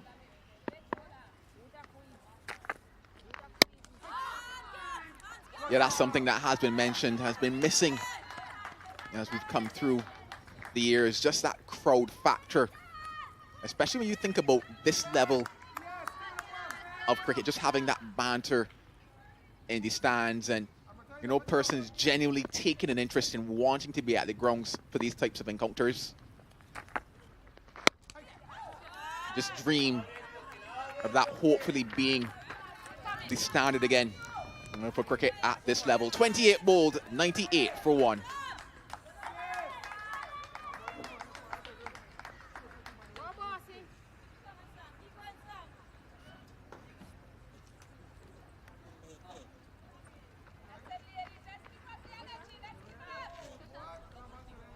Skipper, you're 5 minutes up.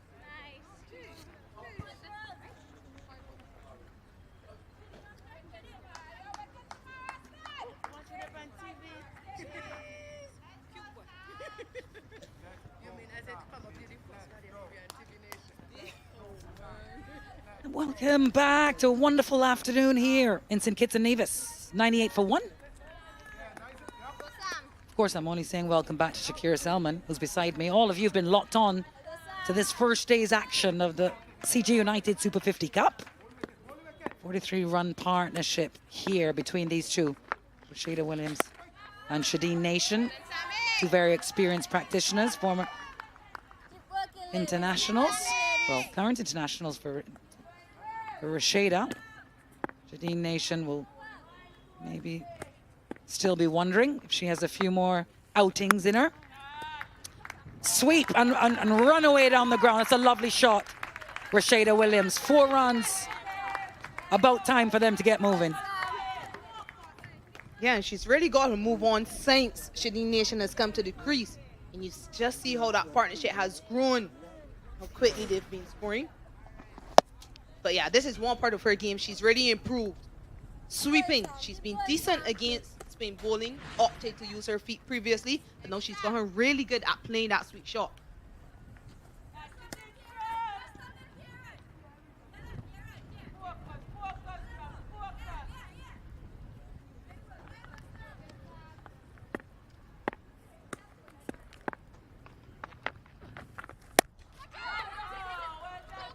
Yeah, time to get moving. And another misfield. They can pick up 2 here. Shadeen Nation almost guilty there, not staying focused on the action. So 2 runs, and quite right for this Jamaican side to start become a bit more aggressive and clinical. It's been a slow start. Sloppy by Janaba Joseph.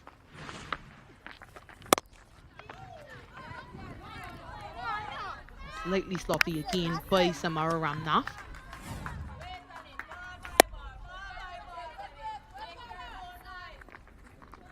Yeah, but there's what you were talking about a few balls ago.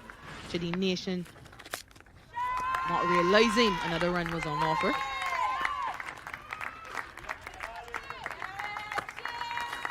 All right, 50 up there for the captain, Rashida Williams. Turned 28 years old yesterday, was celebrated and feted by her friends and her community, and again here today on this opening day of the CG United Super 50 Cup.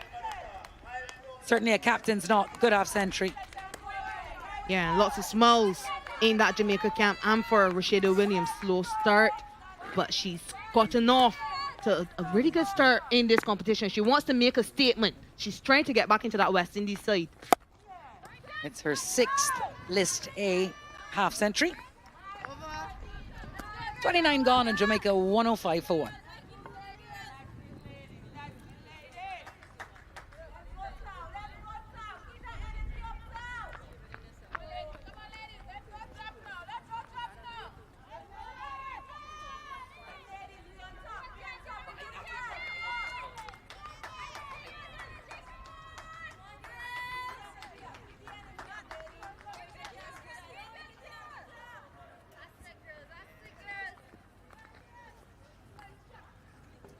Well, a couple more big buildings now starting to be formed by this Jamaican side.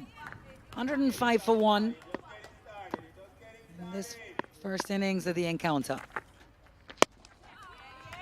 15-year-old Ram Tahal getting her chance here on the regional stage. Now the average first inning score in the 5 matches at Warner Park last season was 235. Highest was 293. That was by Jamaica against Barbados. Stefani Taylor scored a 99 and Chanel Henry a 93. So far, not much slower going here. Well, this one lofted, maybe a little chance. It should run away and she'll get the boundary. Shadi Nation. Yeah, moves on to 30 of 30 deliveries. Nation striking at 100. Really increased the impetus since coming to the crease. Yeah, pretty safe shot with mid-off in the circle. Slightly misjudged by Steffi Sue Grimm at mid-off. But good batting. They have to decide to take the attack to at least 2 of these bowlers. I'm thinking the bowlers will have to be the medium pacers. And Rita Rantahal, one of those West Indies under 19 players, just returning from Malaysia a couple of weeks ago. Yeah, no doubt Shadi Nation and company will be trying to get aggressive with the youngster. She's only 15 years old, but she too, like you rightly said, Shakira, will have an air of confidence about her.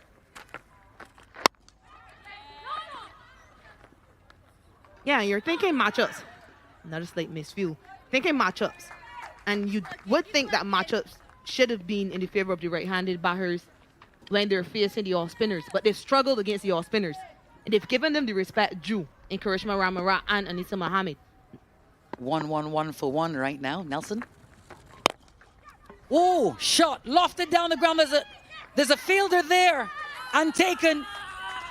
Kanisha Isaac takes the second wicket for Trinidad and Tobago, and just as they were getting a move on, and just as the captain accomplished her half century, she'll have to go. Yeah, we were just talking about matchups and it being in favor of these right-handed batters with the medium pacers coming in. Perhaps a little more pace on offer, but Ramtahal is not that fast. And it's a good length delivery. She's not able to get 100 and clear that fielder at long on. Back slightly turned in her hand. Perhaps she wanted to hit it a bit straighter. Yeah, but good start to the tournament has come to an end. Rashida Williams has to walk back for 51. 1-1-1 for 2.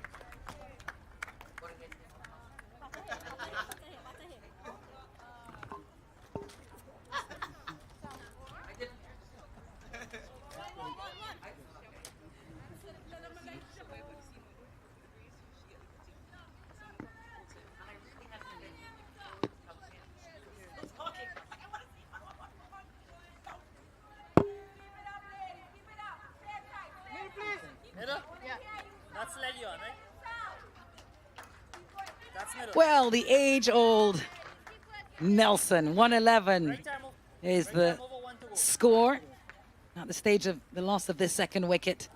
And Stefani Taylor, the great, in for Jamaica. Over 1,000 runs, 6 half centuries.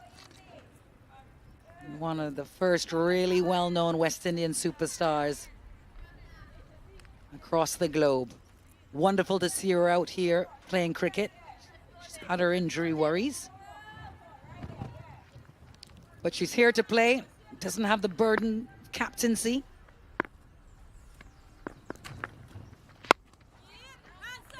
Oh, some nice form shown with the first stroke.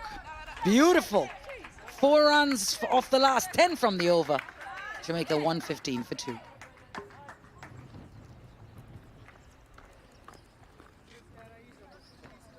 Yeah, legend of the game, Stefani Taylor. And it's a hallmark stroke to get off the mark with a boundary. Yeah, beautiful cover drive into the boundary.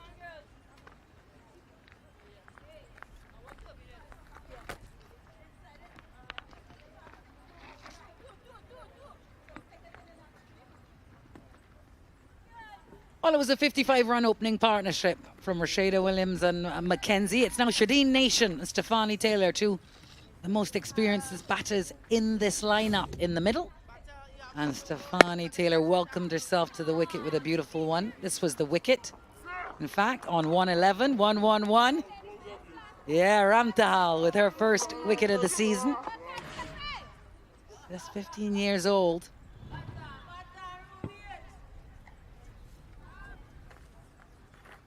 Steffi Sugrim with the ball now into her 7th.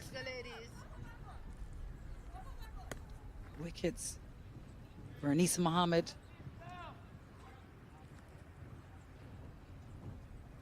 And Amrita Ramtal. Let's go, skipper, let's go.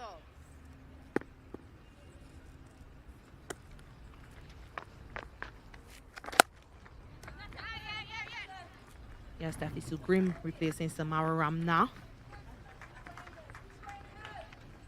Surprisingly, Ramnath taken out of the attack with just 1 over remaining. She bowled 9 overs on the trot. Good move by Ramarat. She's also thinking about matchups. Getting the left arm spinner to bowl at Stephanie Taylor. Sugrim is not a big spinner of the ball either. Just this left arm around angle. Taylor, who loves to drive the ball through the offside, they'll be hoping that she can just get through the gate, especially early on in this innings. She loves to drive the ball through the offside, and we like to watch it. That first shot, she's 4 runs off the 1 ball. That first shot, a beautiful cover drive. This will be the 2nd ball she faces here. Yeah, that's a line there. They'll be asking her to bowl as well. Taylor is the LBW candidate early. Well, they say form is temporary. Well, class, that's permanent.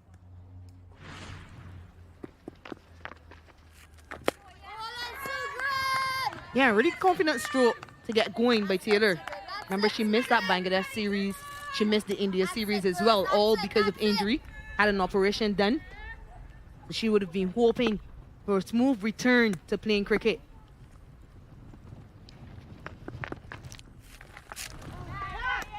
Yeah, it's a wonderful platform for this legend of the game to get back into form, get some time in the middle. That one's fine, and it will trickle all the way for another boundary.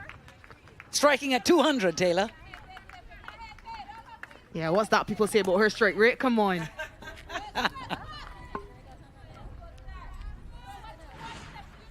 But yeah, helped on that occasion from Steffi Sugrim. Just a little bit too straight. Put her at deep backward square. Could not get her own in time. Ball gone way too fine for Isaac to stop that. 2 boundaries to get going. Yeah, Stephanie Taylor's strike rate in women's ODIs is actually 68.4. That was a big talking point at the height of her career. Felt she needed a little more pace in her innings. Let's go, let's go.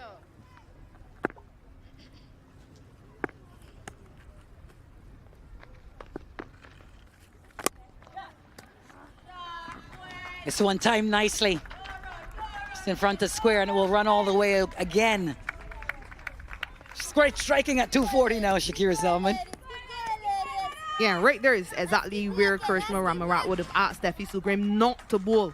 They've gambled and kept everyone up on the offside, even though Stephanie Taylor is really strong through that offside. What she's done, though, is she's overcompensated. Gone too straight. The ball before where she struck for a boundary. This time she's gone too wide and way too full. See how she follows up. Expensive over. That's better. And the dot to affirm it. 9 from the over, 31 gone. And Jamaica at 124 for 2. It's been hot and thirsty work out there, so time for drinks. Keep moving, keep moving. Remember, it's every hour, right? What time you have? I only get 12 o'clock. Remember, I ran an hour today. Let's keep working, let's keep working. When we took the last ring.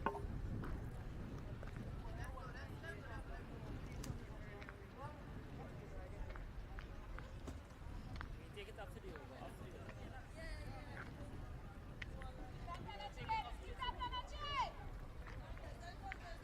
Let's keep working, girls. Let's keep working, girls. Alright, good. We got drinks. Arms. Remember, it's Steve you playing with. Oh, okay, okay. We take a drink. Remember, Steve.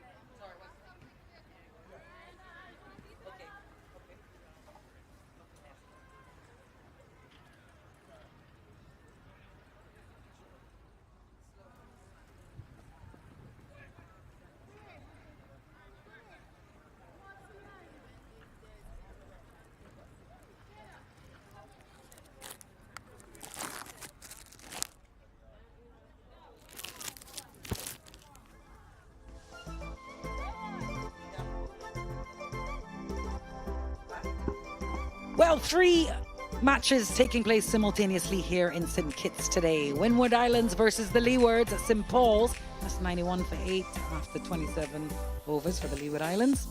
And Connery, Barbados taking on Guyana. Now, after a pretty horrendous start for Barbados, they've made some ground. They're at 91 for 3.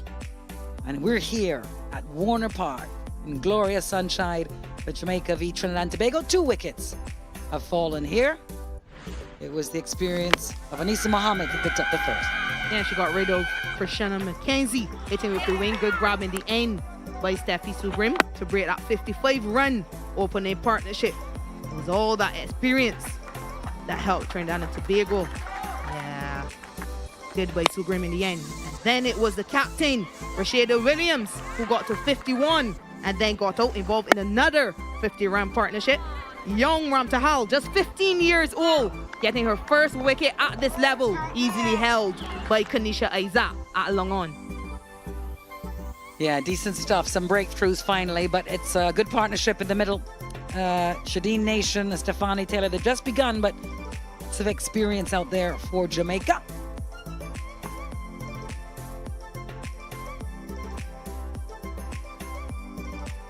Anissa Mohammed and Ramtahal, the youngster with the wickets, but good economical stuff from Steffi Sugrim and Karishma Ramarak, the captain.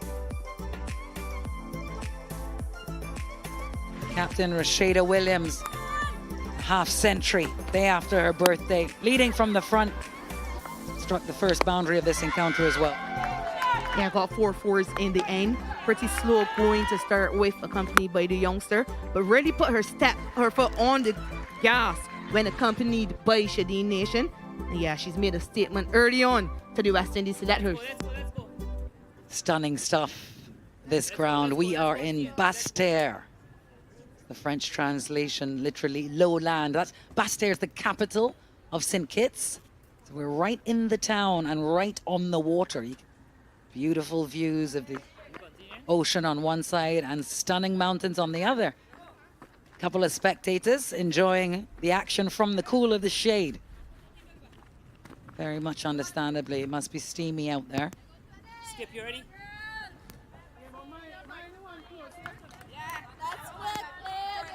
Well, a decent start from Jamaica, no doubt. But they'll be expecting a lot from Stefani Taylor and Shadeen Nation. This partnership, these 2 players, expected to make the bulk of the runs now as they look to head for home. All right, straight, go. Let's play. Anissa Mohammed into her 7th. She'll be bowling from the Lozak Road end.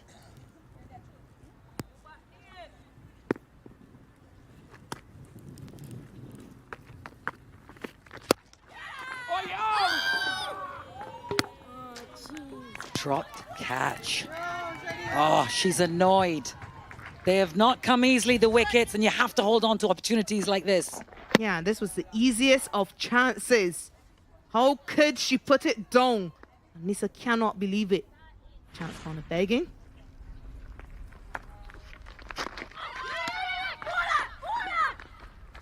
Well, I bet Karishma Ramarat can't believe it either.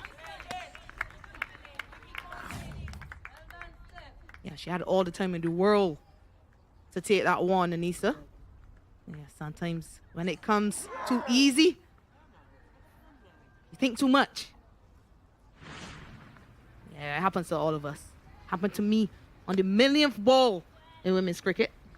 Bottom ball opportunity and they put it down. On the 1,000,000th ball? Okay, more on that in a minute, please. Are you kidding me?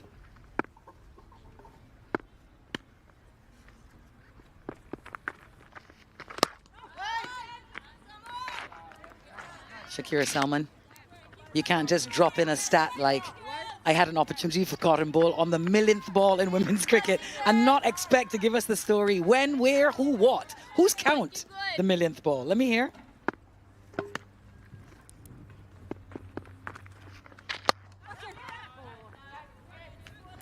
'18 World Cup, St. Lucia against Sri Lanka. Picture it. In my defense, I had no idea it was the 1,000,000th ball until we walked off the field and the ball was presented to me.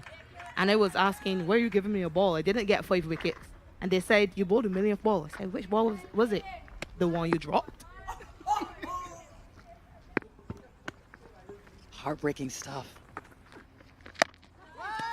That's fascinating. I'd like to know on whose count that was. I assume it would be a international presentation. It must have been an ICC thing. Yeah, certainly it was ICC. And for those of you who missed it, it's all over YouTube.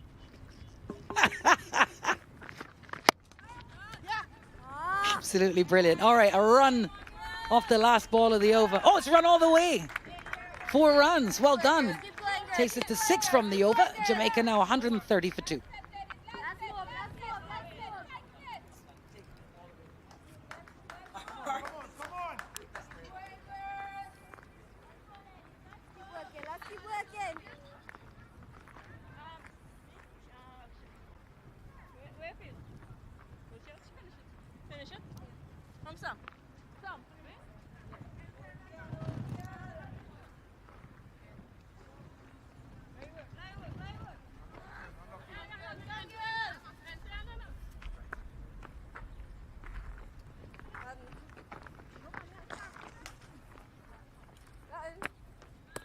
Well, some batting still to come. Jodie Ann Morgan there used to open the batting for Jamaica, so they might be expecting her to do a job at the bottom of the innings.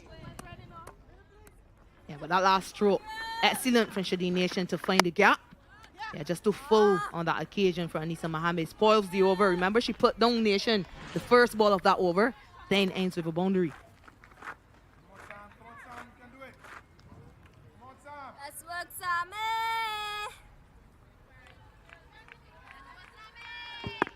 So back to Ramnath to finish her spell. Just the one over from Steffi. Sugrim.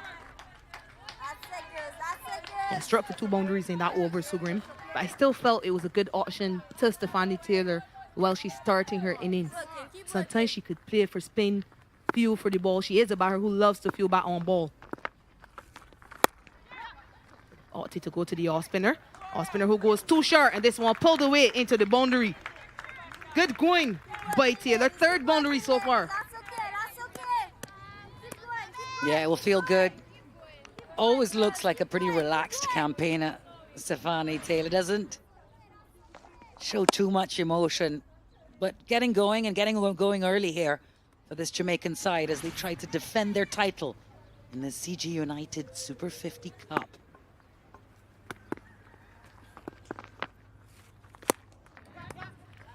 Shakira Salman, don't think you've gotten away, because I'm still on. You dropped a cotton ball bowled opportunity on the 1,000,000th ball in women's cricket. It's funny, you know, because you say, you know, sometimes it's the easy ones that you kind of overthink it. But if you didn't know it was the 1,000,000th ball, what's your excuse?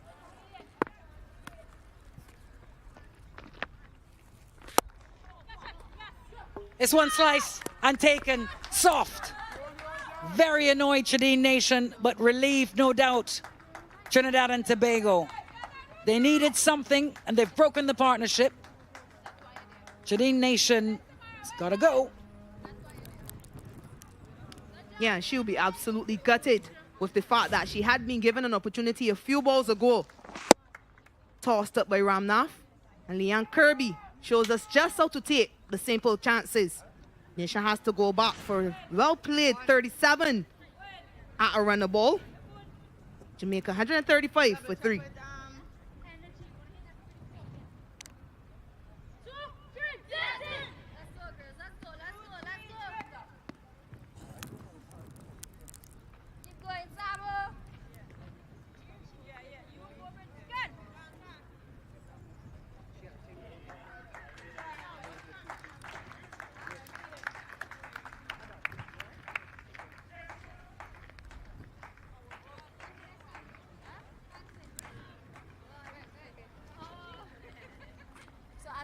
Well, Karishma Ramarak looking very clever now to bring Ramnath back.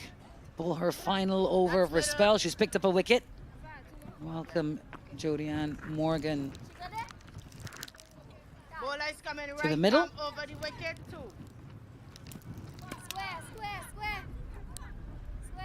Good batter. Previously opened for Jamaica, and it was around the West Indies setup.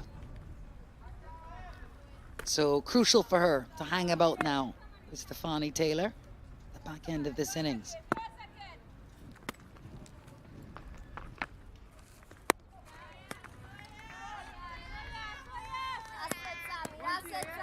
Yeah, she is going to be a sort of like for like replacement for Shadeen Nation, who was dismissed in this fashion. Yeah, couldn't get under it enough, didn't get the elevation to clear Kirby. She too likes to score quickly, Jodie Ann Morgan. The end of a successful over and a good spell for young Ramnath. She's both 10 overs, 1 for 44. Jamaica remain at 135 with 3. Let's keep going, let's keep going. Right, turn your ball. Turn your ball. Keep working, ladies.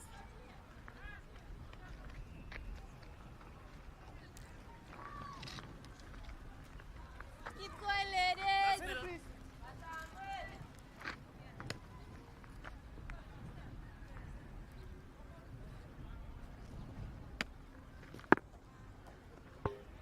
Yes, indeed. Stephanie Taylor, Jodie Ann Morgan in the middle. Anissa Mohammed from the Lozak Road end. They'll pick up a single. Good work by Janab, but Joseph on the boundary. Lost a shoe while trying to save the boundary. But yeah, she ties it up well. There has been a bit of concern about Stephanie Taylor's form of recent. Obviously, she is a legend of the game.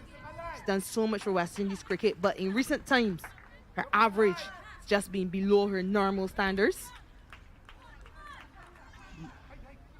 You know, when you experience injury and ongoing, you lose a bit of confidence in the body, don't you? You might lose a bit of confidence in your game, I imagine, as well.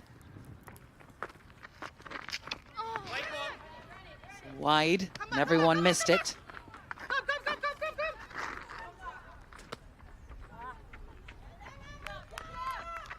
Couple of runs, one chased down by some of the youngsters.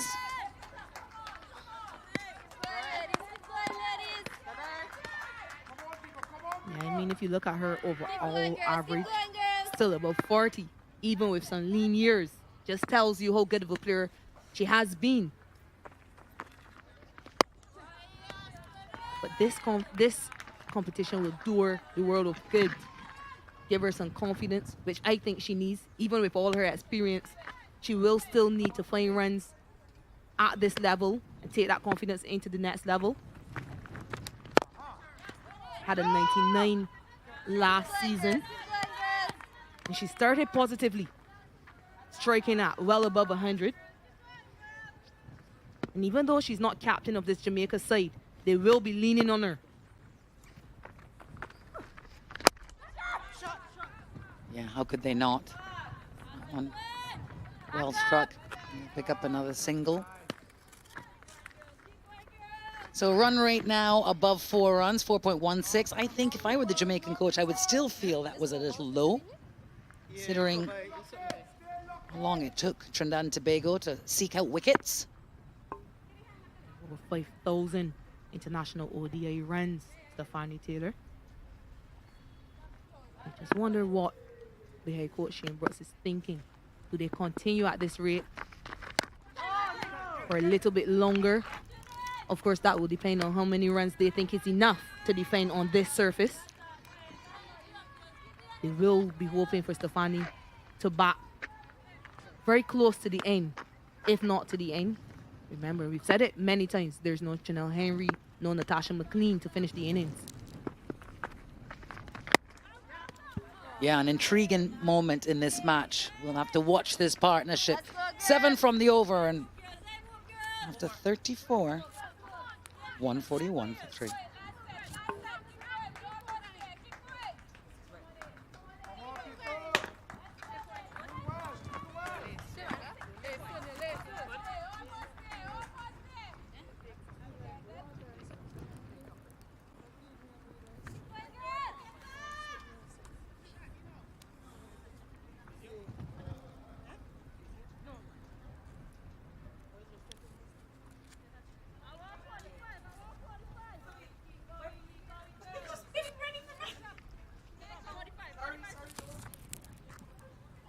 going, girls. Let's keep going, girls.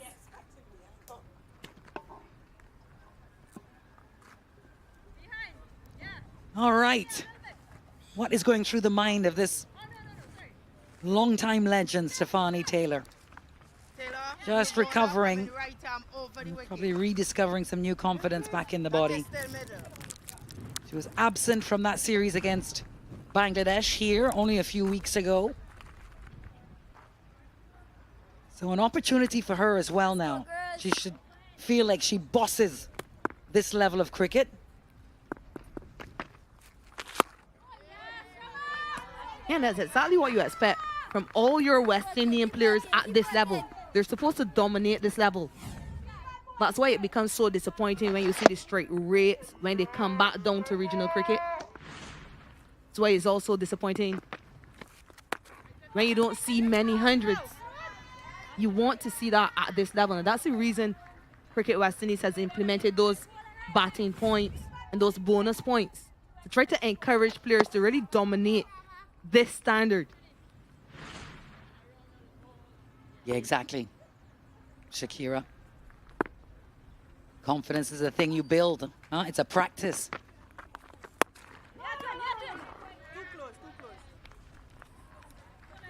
Keep working. And you got to get aggressive about how you set a score. You got to get aggressive about setting fields and taking wickets. Because if not at this level, you won't be ready, will you, when you come to the international one? Yeah, you have to be thinking long term. It has to mirror what you want to do at the next level. There's no way you can just flip the switch back slowly at this level and then expect to dominate better and more consistent bowling when you get into a West Indies side. Good over so far from Ramarak. That's 5 dots now.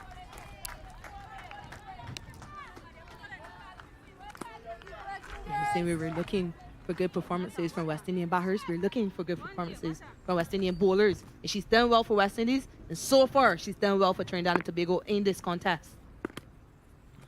She'll want a wicket, though.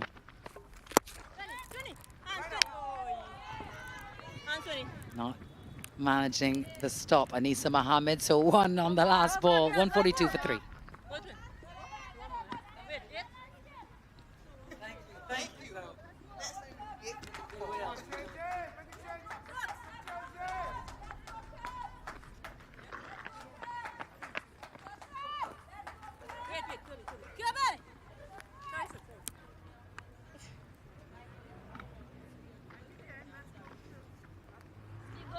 Let's go, ladies.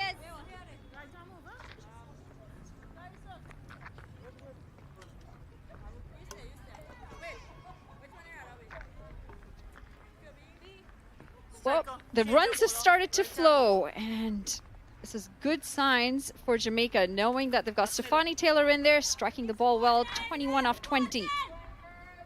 Got a few boundaries in there as well, 4 boundaries to her name. We've seen some decent partnerships in there.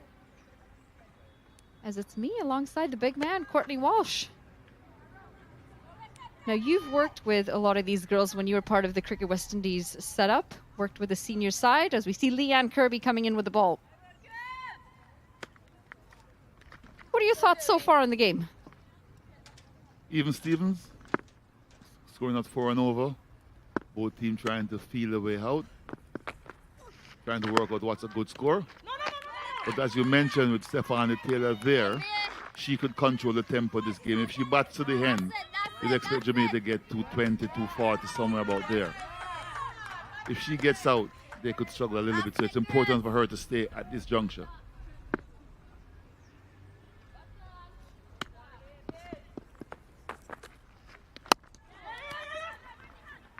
Does pierce the offside this time, and they do pick up a single. Now, you've played a few fairly diverse in your coaching background, work with men's teams, work with women's teams. What to you was the biggest change when you're working with the women's side in your coaching experience? Maybe one, the culture shock, and 2, the fitness level when I just started. I assumed that it was at a level that everybody was happy with, but We struggled a little bit in camps, and that was the biggest challenge, just sort of redo over all of that and get everybody up to speed again. When you bring up a really good point about the fitness, and I mean, you're a really hot region as well, constantly in the sun, playing all of your cricket outdoors. In a way, you're already ahead of some of us colder countries in that sense. This might have just been a half chance, the ball before. Popped up. And just past the hand.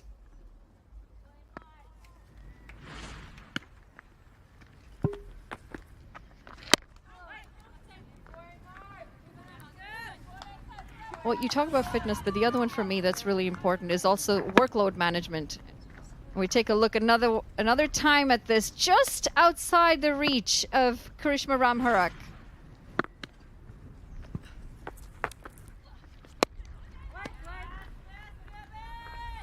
How important do you think it is to manage this workload? I mean, I've been here for 2 days. I've seen the coaching schedules of Trinidad, especially. A couple of hours in the gym yesterday morning, then outside for about 4 hours, followed by a lot of team meetings. The brain needs some time to turn off sometimes. I think tomorrow is switch off time for everybody. That's what I would do. Have a look at the beach if you want to. Go into the pool, it's your time. Wide signal by the umpire. So that will have to be reloaded again from Big Kirby.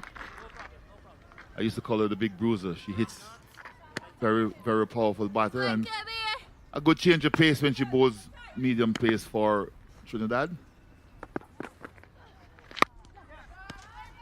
Driven through the offside. Should just be the single to end the over. 36 gone, 148 for 3.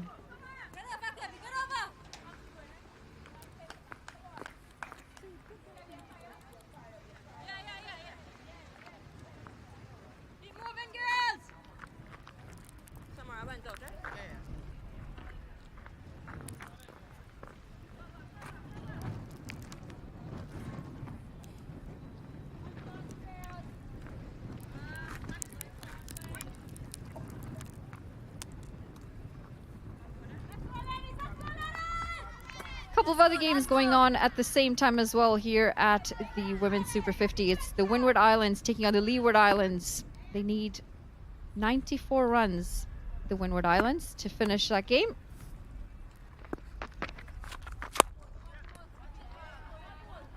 And a bit of a struggle with Barbados with the bat. That's it, ladies. Keep working. And Jamaica just Let's keep working, girls. inching closer to that 150 mark. The target they will be thinking about is at least 220. You see Barbados 4 wickets down, 40 overs gone. Not out. Not out, says the umpire. And that was a very optimistic shout as well. Probably to prevent the wide being called. You gotta love the keepers. I'm really surprised that she's gotten away with that, actually.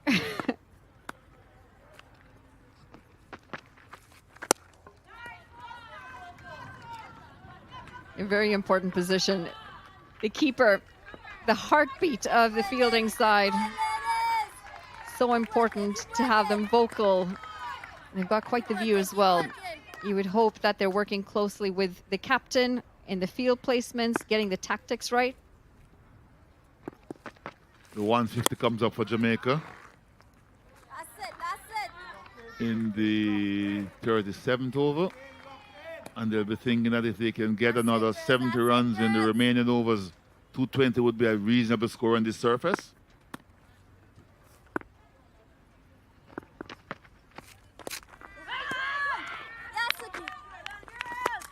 That's going to be a dot. Now, I've got to ask you this because we've seen a lot of the female players from the West Indies move to Canada. What is the liking to Canada up to the frigid north? Stefani Taylor's moved to Toronto. We've caught up a couple of times there. Deandra Doughton was out in the middle of nowhere in Alberta. I'm not surprised she's back. We will take the credit for that. I think we've shocked her enough in that frigid cold to get her back into cricket.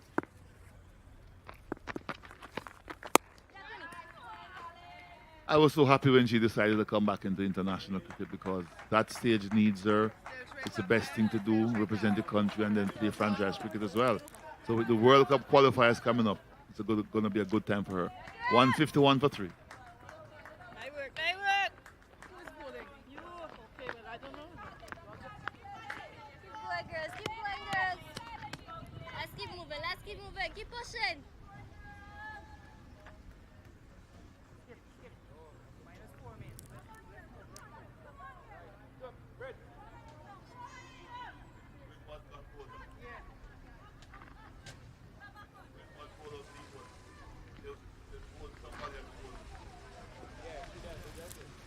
The Manhattan's starting to look better towards the back end of this innings, thanks to Stefani Taylor, who's come out in an aggressive fashion.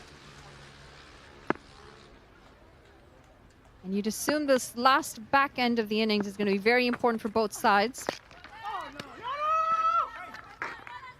Sent back Stefani Taylor, very loud on her call. Very loud and very decisive, and she's explaining to Morgan why she said no. No need to have any risky run-outs at this stage.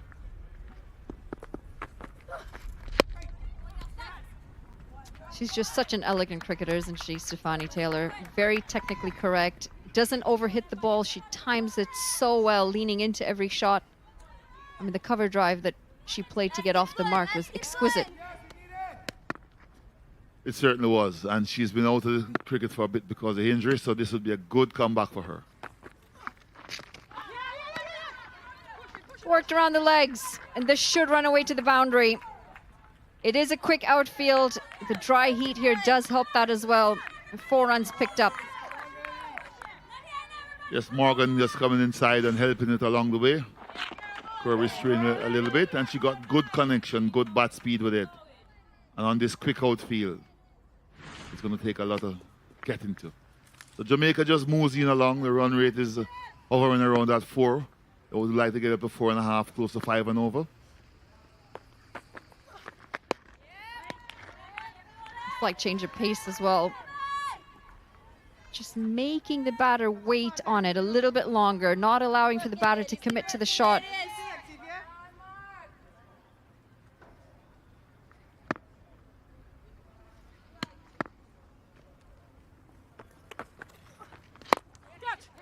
Tries to go down the ground.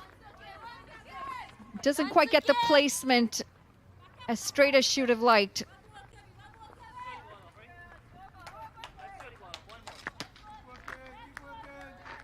It hit into the wind, so the power probably wasn't there with it as well. Just tugged it and dragged it a little bit. It in the inner part of the bat. Making her reach outside that off stump. It's going to be a dot though. 38 gone, 157 for 3. Come on, come on.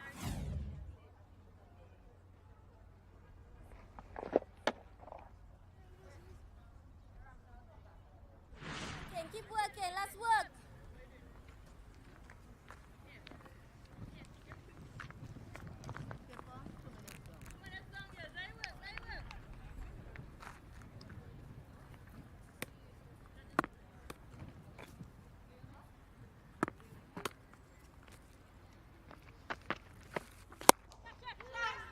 Up and over. And this is a shot of authority. Does pick up a boundary off the first delivery of this over, Morgan. And a little bit of pressure for Ramharak off the bat. That shot does put the pressure back onto Trinidad. Jamaica moves into the 160s. Morgan showing that she's not afraid to go over the top. Just freeing up her arm. Striking it pretty well. And that has pushed the fielder back as well. And that's what when you hit boundaries. You force the captain to make changes, and then the singles should be a lot easier.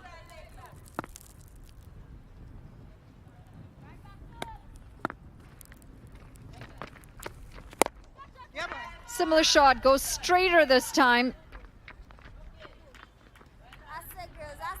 But good tactic here. Picks up the boundary, picks up a single the very next delivery. And she was in control because when she hit it, she says, yes, man, easy one. So she didn't try to go back over the top or take the field on.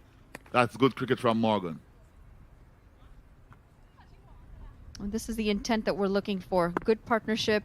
27 off 36 so far. Use of the feet. Calls for catch it. And it's nicely chipped for another single. That's pretty good bowling from Ramarak. I think she tempted Steph to try to go inside out. But the line and the length and a bit of turn she got, she wasn't able to sort of hope the face as much as she should have liked.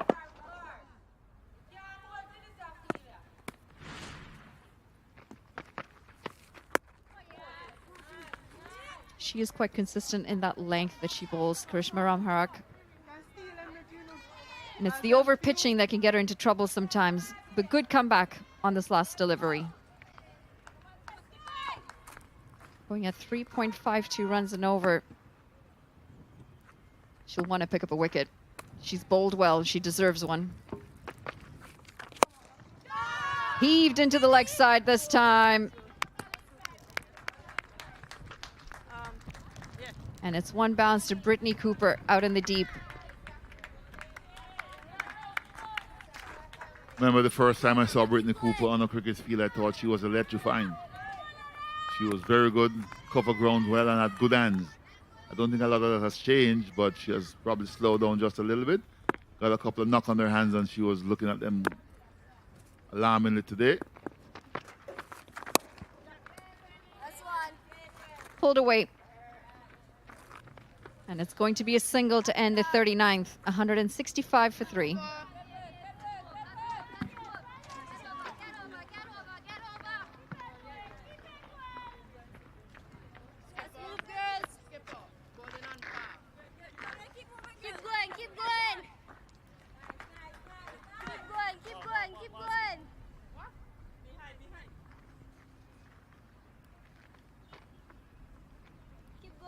Keep going, ladies. Come on, girls. Keep moving. Strike on, change the bowler. Well, the first time I played against Brittany, Trinidad and Cricket Canada had partnered up for a few years, and I think I was probably 19. And like you said, she was electrifying on the field, very quick, had some pace as well back in the day. And it's good to see that she's playing the senior role now.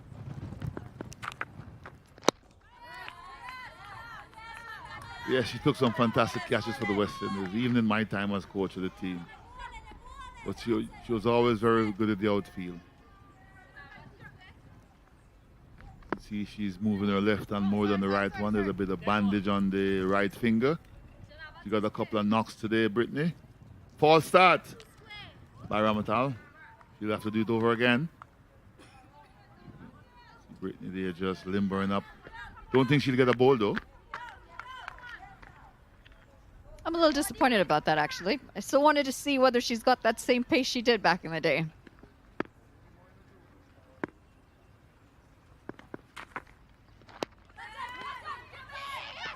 This could be tight. Throw goes to the wrong end. Bit of yes, no.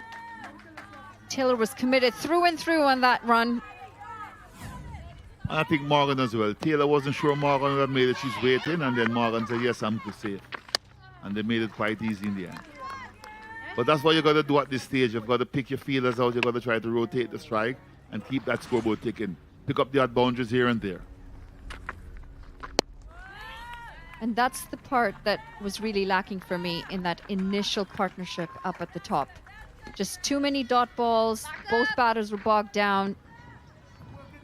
If you can't take advantage of the power play with just the two fielders, you don't have to go over the top, but you should still have the ability to work the gaps and pick up those singles, those doubles.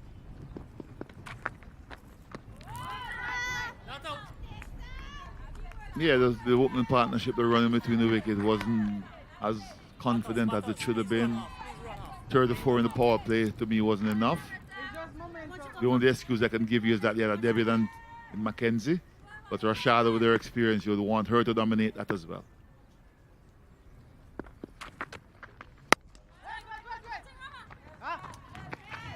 quite get it through the offside. Again, just sticking to that back of a length.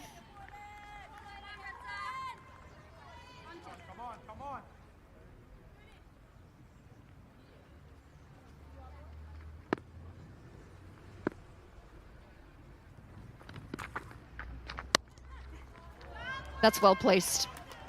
Nice and late.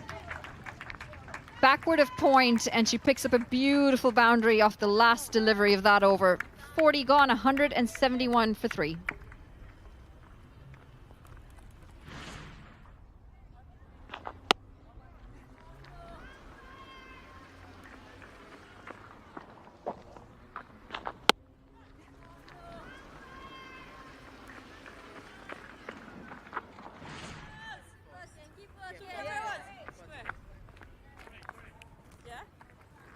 Skipper.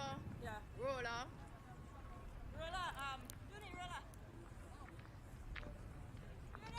Chickens. Are they on the menu today? I tell you what, they better stay away from the locals if they're in the mood to have some local chickens. But I don't think those are on the menu today. The Jamaica, as you can see, Williams, Mackenzie Nation, one's back in the pavilion, and Taylor and Morgan trying to put things together for the country.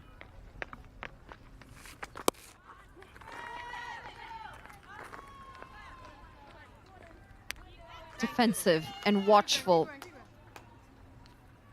But this is going to be the partnership, I think, that's going to define the last 10 or so overs.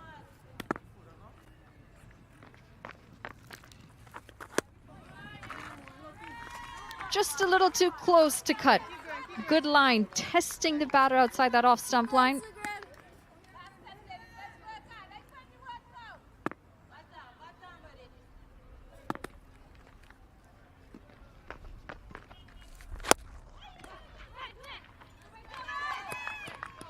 Turning out to be a very good start to the over. The dot ball's just starting to add a little bit of pressure. And you sense with the aggression that we have seen in the last couple of overs, maybe a release shot if she can get another dot ball or two in.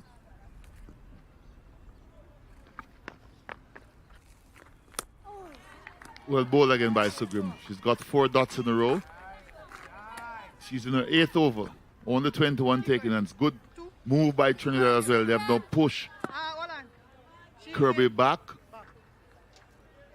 on the long on boundary, and have brought in the sweep on the offside, extra cover.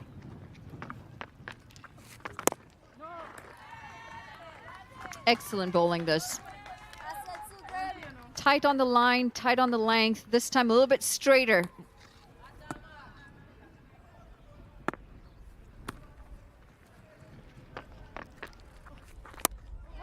And a little bit of flight just to try and entice the batter off the final delivery. Excellent maiden from Sagreem.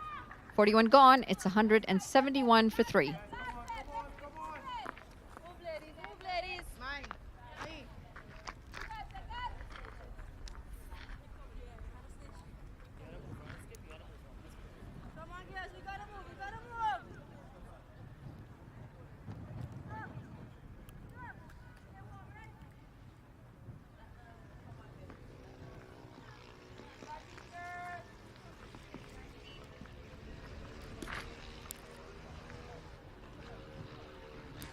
Well, that's the Trinidad bowling in this game so far.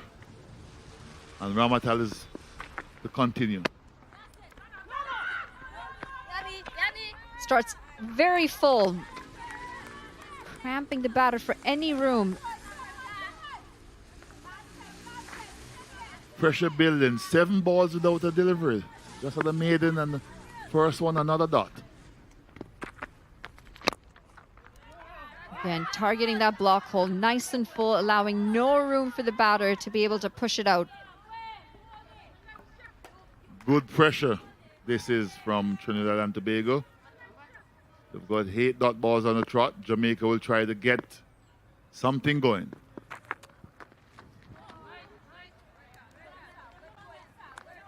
Thought that might have been a wide. It's not signal. Stefani's asking the question.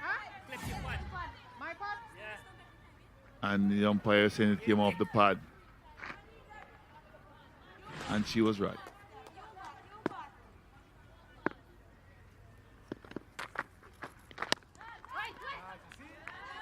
Just trying to guide it. Similar as a couple of overs ago, behind that backward point. She does play that shot very well, nice and late, Stefani Taylor. The second power play, really good one for Jamaica. Scored at 4.57 runs and over, just the 3 wickets. It does allow for an extra batting point as well. Excellent delivery. Back of a length, a little early on the shot, and almost chipped it into the covers. 11 dots in a row. The rate was at 4.2324. It's now coming back almost 4 and over.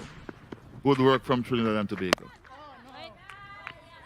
Back-to-back maidens. 171 for 3.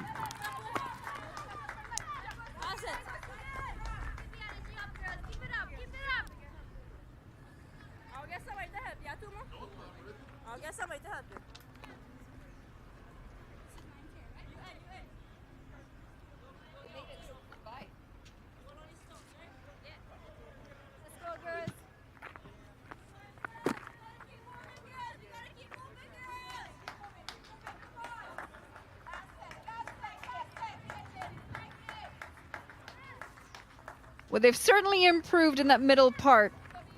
11 to 40, a decent run rate, 4.53, and they want to finish stronger than that, better than that. Just use the fact that they've held on to their wickets as long as they have. They've got a good partnership as well.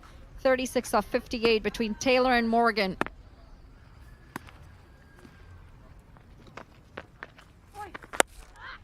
That's a loose delivery. Low full toss, and you'd expect Morgan should have been able to put that away. Just misses out.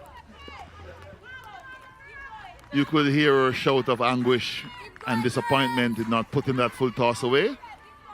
That should have been hitting the boundary ropes. Instead, just a single. But the first run in the last 13 deliveries for Jamaica.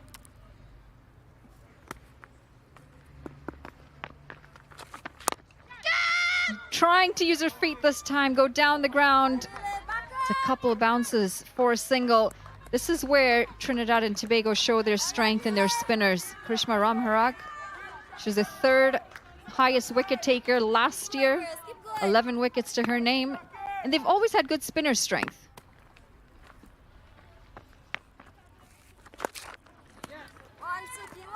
Heaved into the leg side this time. Yes, the strength of Trinidad team relies heavily on the spin in Sugrem, Ramarak, Adisa Mohammed, Ramal, just to name a few. And then the medium pace of Kirby and Isaac, they have used that with young Ramatal as well. So a nice balanced attack they've used in this game so far. Through the covers. This is more like it. A couple of maidens before this, and now they've just managed to work those gaps. You've got to give credit to the bowlers. Getting maidens in at this stage of the game, that to the caliber of Stefani Taylor Morgan, who's been set for 26 deliveries.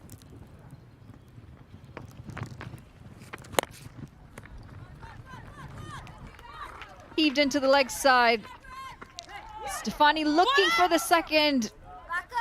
Just not enough communication out there. Morgan had turned her back. She wasn't aware of the second. Poor running between the wickets by the Jamaicans. There was also a misfield as well. That should have been 2. I think Morgan set herself up. That's going to be 1. Stephanie turned. Morgan wasn't interested. And when she was too late. Keep going, keep going. These are those 1% factors that we talk about. Being able to run between the wicket, look for that slide and turn. Short delivery, kept a little low as well as that sprayed into the offside. It's a single. 43 gone, 177 for 3.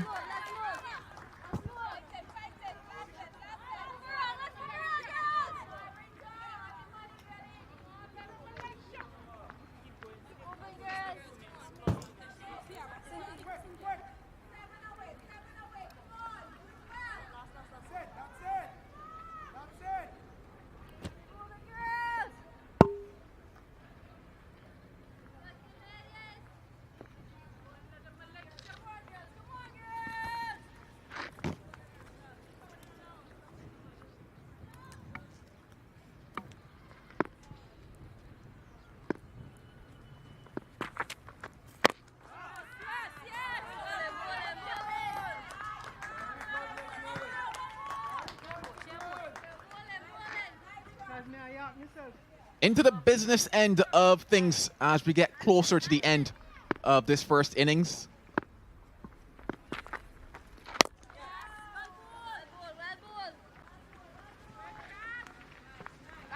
That stage of the innings when we're looking to things like that boundary count.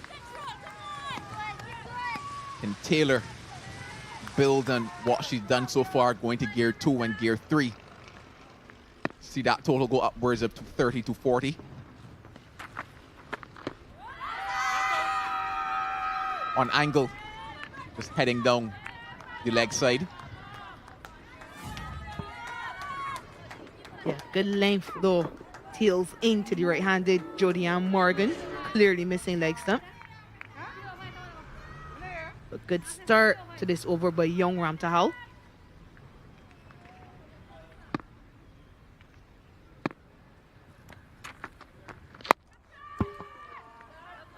Well, goes aerial, and that's what we're saying we expect to see a lot of in this back end of the innings. Especially given that only 3 wickets have been lost thus far by Jamaica. They've got batters left. They can afford to take risk.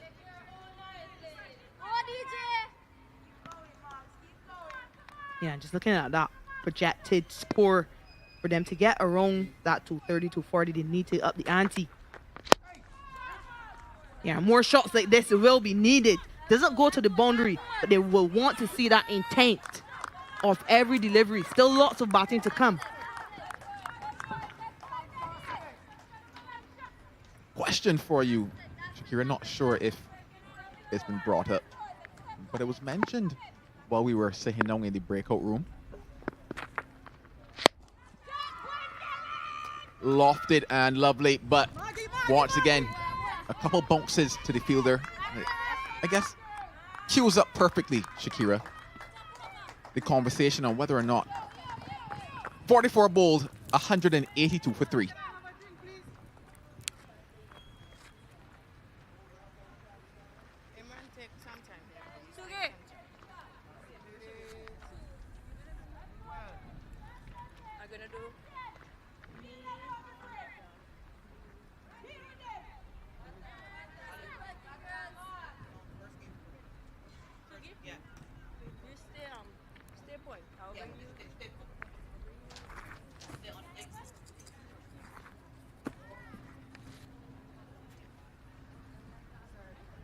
There's that question for you, Shakira. Would you have considered bringing the boundaries in a bit more for this regional women's Super 50? That's just a bit of a topic of discussion that we had while we were on a bit of a break from commentary. So just want to get your thoughts on it. How dare you ask a bowler that question? It's already hard enough for bowlers as is. I get the point you're trying to make though. But the boundaries here are pretty small. Did mention that in my pitch report. Straight boundaries are very small, very sharp. There is the advantage of hitting with the wind. Everything is already in favor of the batters. I know you're saying that because you want to see more boundaries scored. You want more entertainment. I mean, you're thinking entertainment and you're thinking about cricket. You're always thinking about more runs. But at the same time, we haven't seen a lot of intent from batters. So there's nothing to prove that the boundaries have just been too big. The mindset just hasn't been right.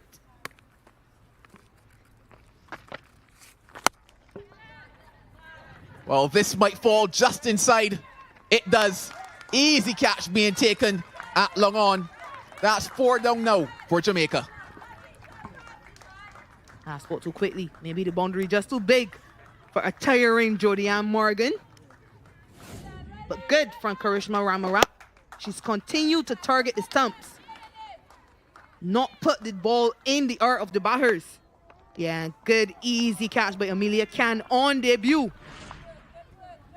Jodianne Morgan goes back for 22. Jamaica 183 for 4.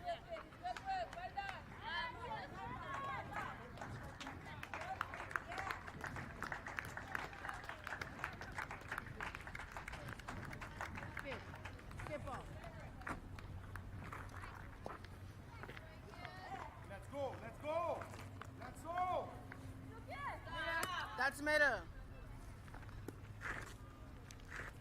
Bowler is coming right arm over the wicket, 4 to come.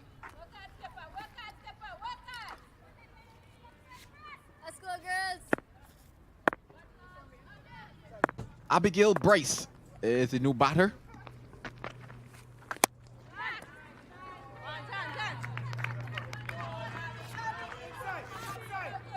And the under 19 player in this setup.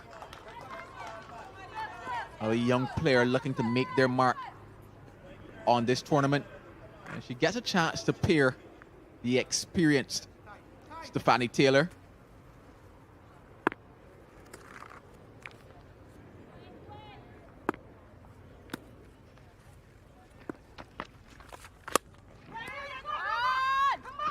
Use of the feet, and could maybe be thinking too, and get it very easily in the end as well.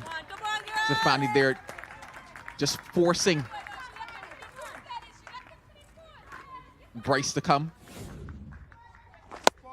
Tried to go aerial, tried to clear the boundary, which has been a topic of discussion just before that, and didn't get enough. Got a lot of air, but not a lot of distance on it.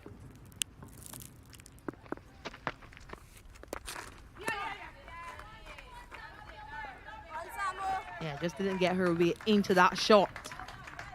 Jodianne Morgan. Lean back a little. Hence more elevation than distance. A timely wicket for Trinidad and Tobago. First one for Ramarat, who's been good. Yeah, Lena Scott next to come. Kate Wilmore after.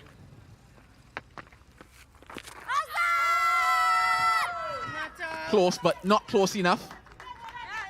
Over.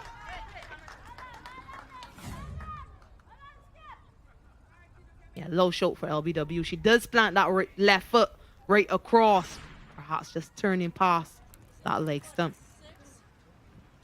45 bowled, 187 for 4.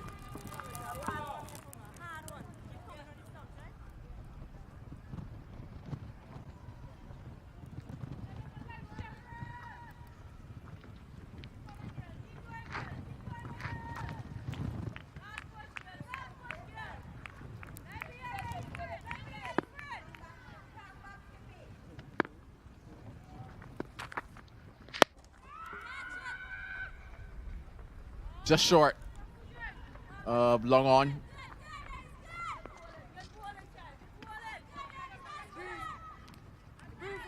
Yeah, credit must be given to Amrita Ramtahal here. It isn't an easy phase to bowling. She's bowling to the experienced Stephanie Taylor. But what she's done well is she's targeted the stumps and asked the right-handed batters to hit into the wing.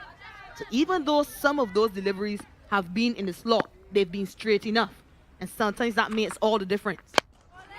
Again, struck down to long on. So she's really bowling to her field. Of course, she's not the fastest, so the batters have to create all the pace.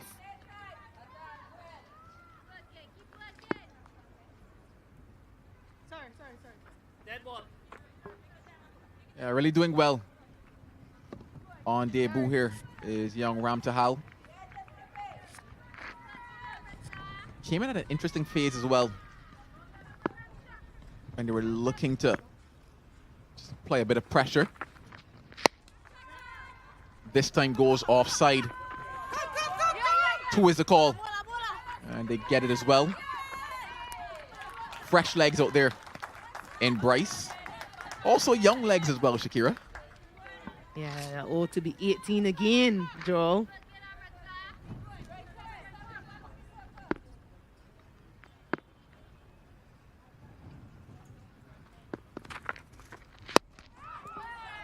Finds the gap. What a shot that is from Taylor.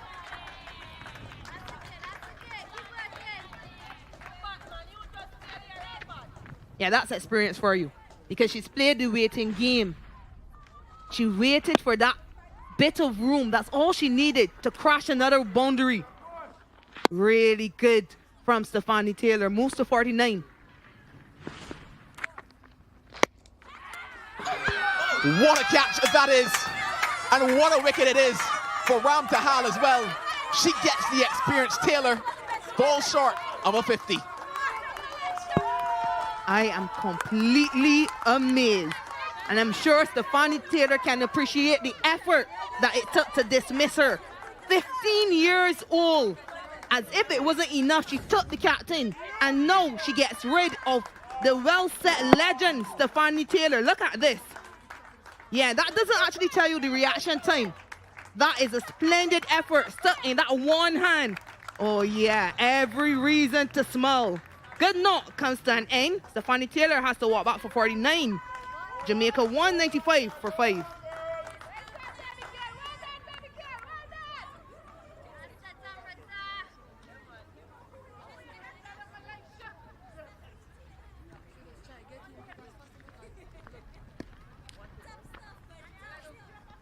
one you got right? That's middle. Thank you. Right arm over to you, Scott. One to go.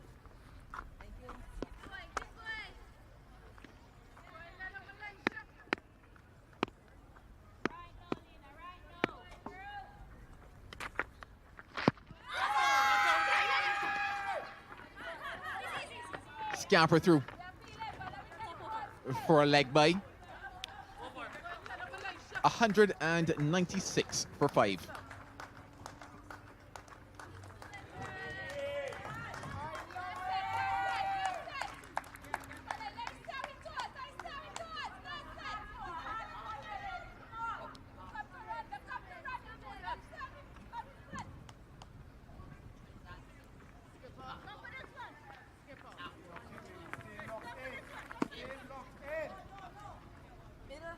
That's middle. Thank you.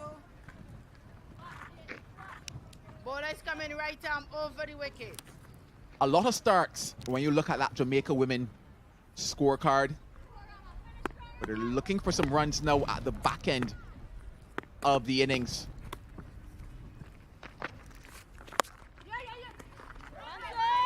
Looking for those boundaries, just get the one there. Good job, Suki. Good job. Captain to bowl her last over. But what a moment this was for the 15-year-old. Seconds, or rather less than a second, really and truly, to react.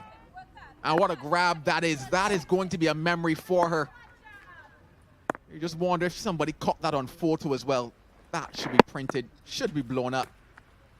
Hang it in the living room. Well swept. They're looking for boundaries, and that's one of them. Wow. I'm saying wow because it's so pleasing to see an under-19 player playing like that and play the field with such intelligence. That fielder at deep square was just brought into the circle. She saw that and she knew it was low risk. Really good for Abigail Bryce. Prompts to change now in the field. That shot also brings up the 200 for Jamaica women. But square leg now drops back onto the boundary. So a deep backward square leg and a deep mid wicket along on. With 3 fielders out on the leg side for Ram Harak.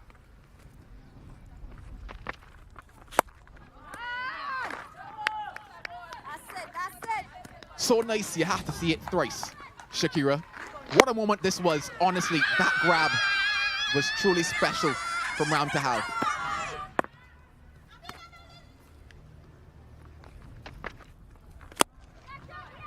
Straight as an arrow. But just one bounce in front of Kirby to get back for 2. Yeah, the running by Lena Scott coming back to the danger end.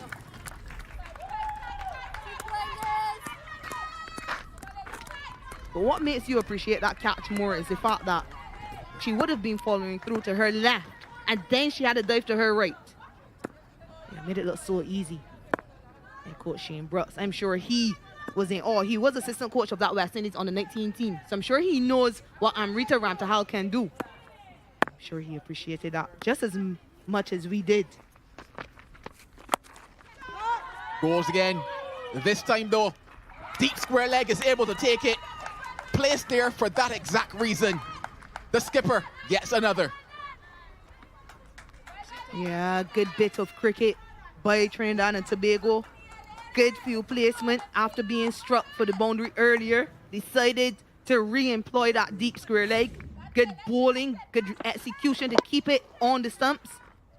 And then a very comfortable catch on the boundary, moving to her left by Kanisha Isaac. Yeah, another timely breakthrough for Trinidad and Tobago. Bryce goes back for 8. Jamaica 203 for 6. One, guys, one. Let's go, one. 1K, yeah? Let's keep going. Leg. That's leg. Leave it right there. That's leg. She's coming right arm over the wicket. 1. Okay.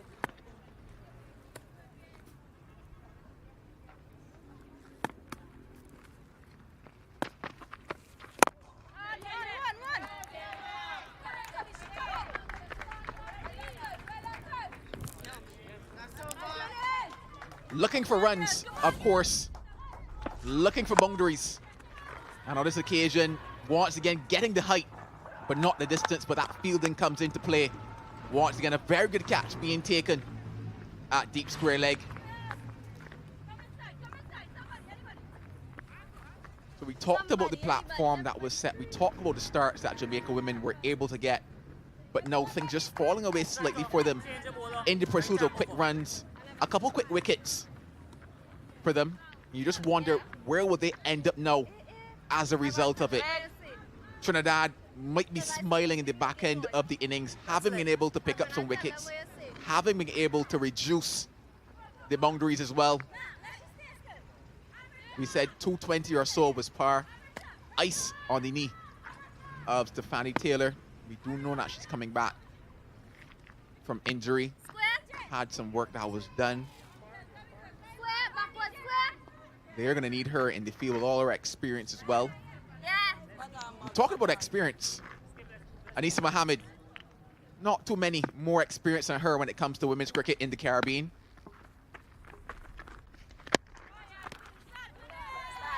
Yeah, good option to have the resources of Anisa Mohammed to close out the innings as well. 8 overs for 28 runs. Should have had 2 wickets. Well, the offside field is in the circle, and it means that going aerial produces a boundary. Yeah, that's exactly why we heard Anisa exclaim, "Oh no." She knew she got the line all wrong on this occasion. Everyone up on the offside besides long off. You cannot afford to give any batter, regardless of what number they're batting at, that room outside off stump. Meat and drink any day of the week. Yeah, needs to get much straighter here. Anisa Mohammed makes the adjustment.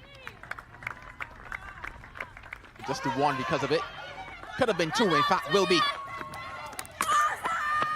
Close. Does the umpire up to come upstairs? Or did he get a good eye of it? Oh, you just wonder. Yeah, he needs backup. He's coming up here to us.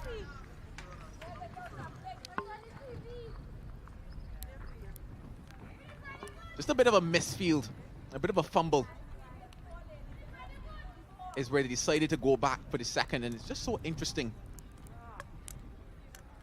because had they opted, Shakira, to run hard in terms of looking to force it instantly, would have been there, but hey, it's close, it's tight, sliding early. She's gotten over the front door, she's home.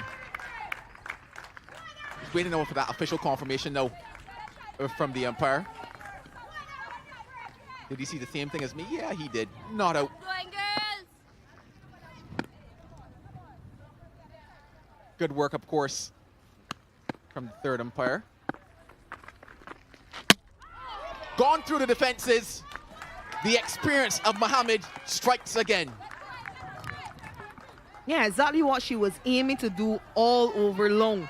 She just needed to bring the stumps in play. Give up that boundary earlier because she went too wide. This time into the pitch and at the stumps. Crashes into middle and off. Wason cannot make contact. It's a handy knock from Wason, constant end. She goes back for 7 from just 5 deliveries. She's done her job. But Trinidad and Tobago get another wicket, 210 for 7.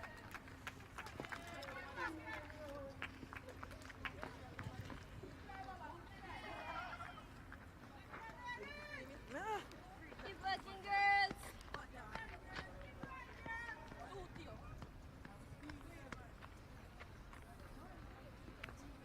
That's middle. Just a point for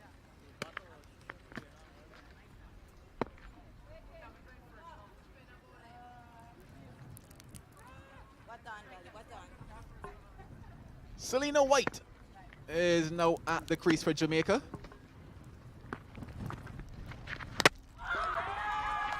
One ball is all it takes. Mohammed is now on a hat trick.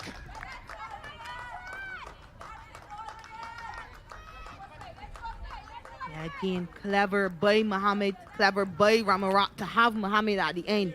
Can't emphasize how important this could be in the tournament as such. Going to the veteran for the 48th over. Yeah, she chops on. Selena White cannot make an impact. Pumped right up Mohammed. Yeah, she deserves that wicket. Gets her third. White goes back for a duck. 210 for 8. Let's go, girls.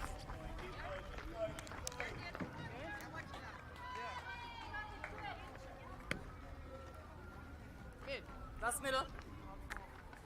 Right arm over. 1 to go. You bat. Remember you bat the content. You bat.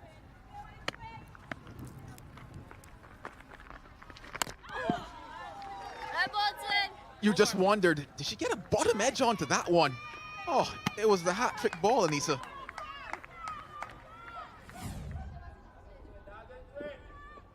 This would have been a moment. Oh, nothing on it. Near, but not near enough. 48 gone, 210 for 8.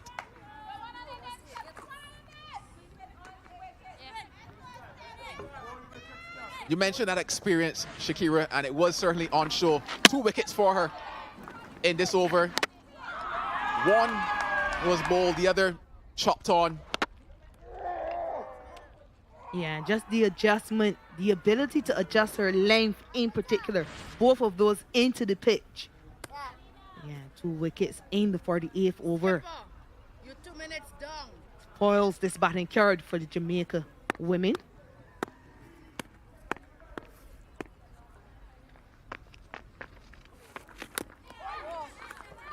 Sugrim is back for her final over.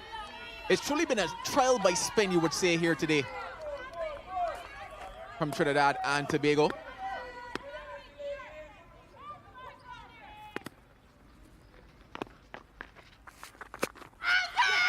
Allowed appeal.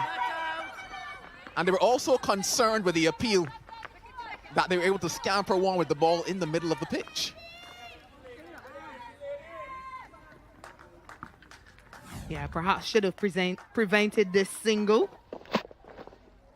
But she was too busy appealing. Clearly going down the leg side. You can see from where wicketkeeper Chanel saw his position. Brings Kate Wilmot on straight. Twin sister of Kate Wilmot, who played last season.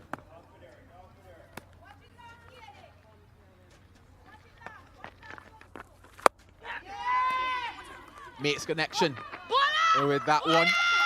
And pushing 2 could be close. Oh, home safely in the end.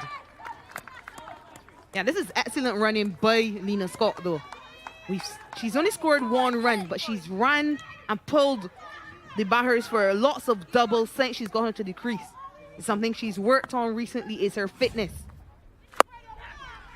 Last season, you saw how it helped her in the field on the boundary. Now it's on display with her running between the wickets.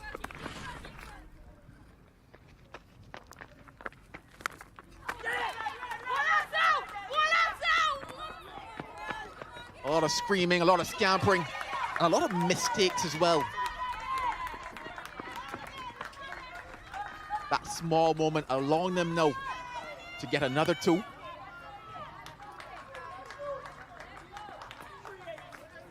just a few instances where Trinidad and Tobago have allowed things like this to happen. Slight lapse, you would say, in the field.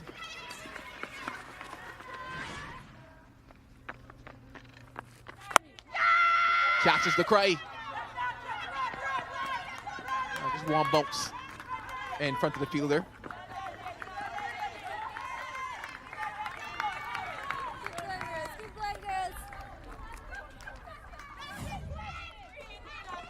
Just wonder if maybe a bit more intent could have been shown here.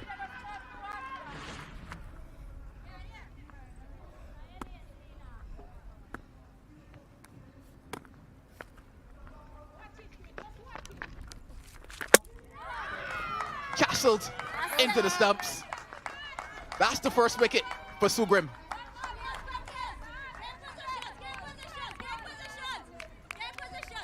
Yeah, Jamaica eventually bowled out for 217.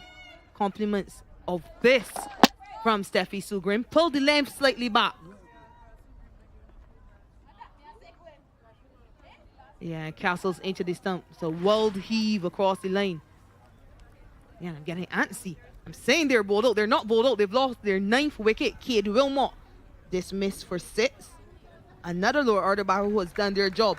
You want them to strike at above 100. Yeah, but 217 for 9. Let's keep going, girls. Let's keep going, girls.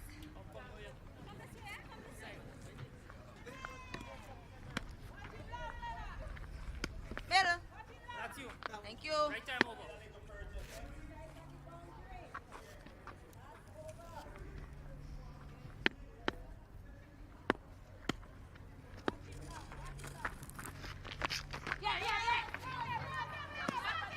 Off the mark immediately. Vanessa Watts. In fact, no, Scott. He's going to strike no. But that last wicket, the first of the innings for Sugrim, on target in terms of wicket to wicket. And that's a good way to end her spell.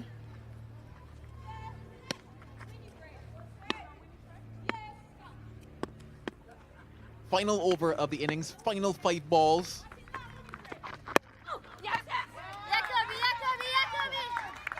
And Scott gets a single, which now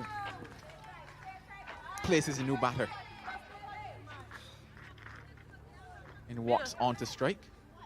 That's middle. Right time over. You just wonder what the coaching staff for Jamaica are thinking here. Winning the toss, batting first, currently 220 for 9.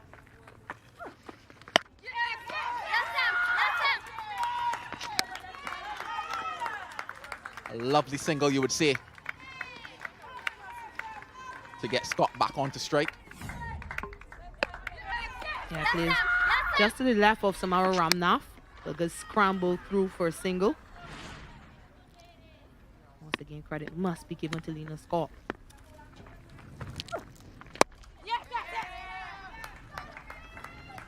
Yeah, you would say she's really playing her part here at the back end of the innings. And when you think about the additional 1s and 2s that she's been able to get because of the intent in the running, it could prove to be crucial. You look back at the end of this one. Yeah, good game awareness. They've lost 5 wickets in the last 25 balls, but 31 runs.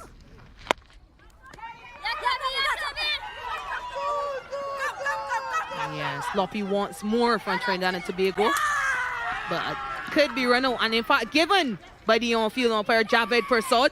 So good bit of cleaning up on the boundary. Innings complete. Jamaica dismissed for 222. In fact, 223 as 1 run was completed.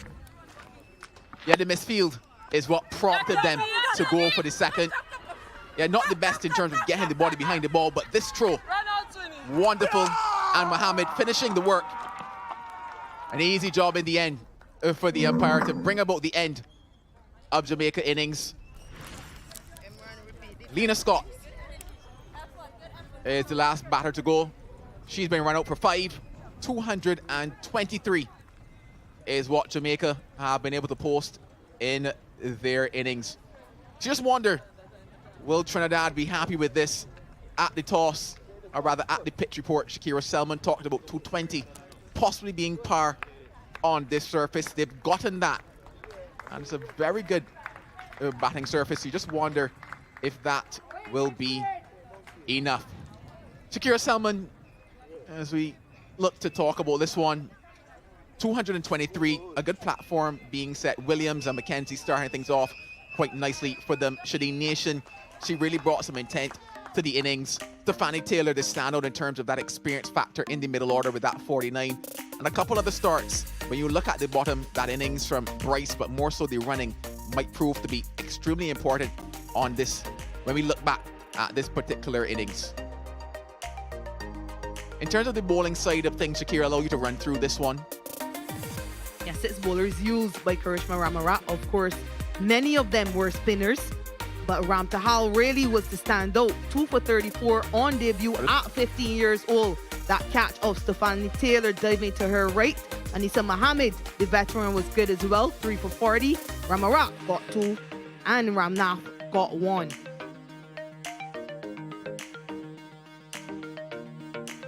A couple partnerships there for them. That top opening partnership, wonderful for Jamaica in terms of setting a platform for them between Williams and McKenzie. Another partnership form between Williams and Nation. And when you think about it, Taylor then after that, in terms of her experience, truly held the innings together. But I believe that Alex Jordan is downstairs. Let's head down to her. Let's see who she's got. I've got the youngster, 15-year-old Amrita Ramtahal, 2 for 34 off her 6, including a maiden. Well, let's start with the first question. Up to senior level, what a debut. How does it feel? It's a very exciting, happy feeling to be at the senior level. I mean, being the youngest in the team is a proud feeling. So, I mean, it's just to show my best. Quite extraordinary, because you picked up 2 very important wickets, that of the captain, Rashida Williams, and the great Stefani Taylor. Cotton ball, probably the moment of the match so far. Talk us through that wicket. Words can't express how happy I am.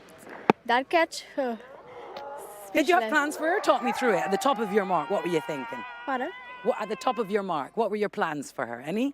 It just ball straight to the wicket, because I think they struggle with the pads into the ball into the pads, so just I plan to bowl into the pads. You held on to a low, really quick one. Could you quite believe it when it stayed in the hand?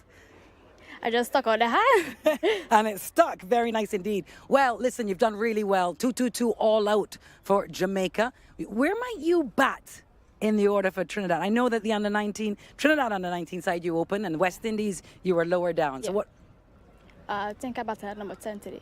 Number 10 today. You might be bumped up because of the performance. Yeah. Overall, can you assess conditions for us out there? How was it? I mean, it ball keeping a little slower, get a little bounce in between. So I think it worked out pretty well for our team. Amrita, it was quite a debut. You look like a seasoned performer. Did the World Cup, the Under-19 World Cup, add to your confidence, you think? For sure. Tell us how. I think because it boosts my confidence being at a World Cup for the first time as well. So I think I come up with a lot of confidence coming into this tournament. 2 for 34 off your 6 on debut. I think the captain will be very happy. Congratulations. Thank you. What a day it was for her. She just stuck out that hand and it stuck in. Well, that target for Trinidad and Tobago win, 224. We take a break and come back in about 20 minutes or so with the second innings.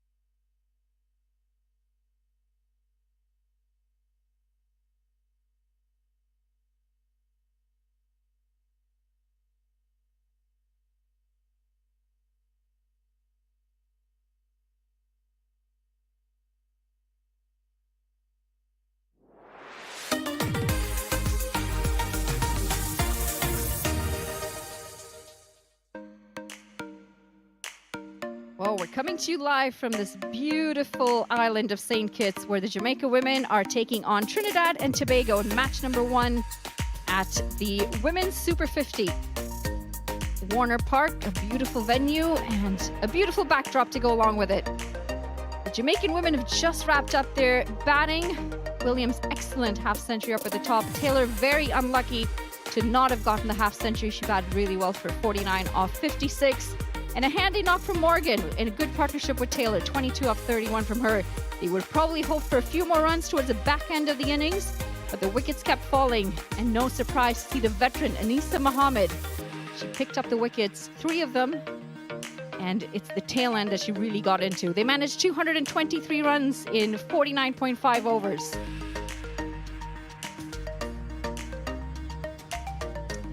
The bowling, very, very tidy from Trinidad and Tobago, as expected, as bowling is one of their strengths, especially in their spinners. Sugrim up at the top, picking up a wicket, along with Ram Harak, 2 wickets to the skipper. Ramnath, a wicket to herself, and Anisa Mohammed, the veteran, 3 wickets to her, 9.5 overs. She cleaned up the Jamaican batting lineup towards the end, and Ram Tahal, a well-deserved 2 wickets to her name. All in all, great economy rates, and they really held it together against the strong Jamaican side.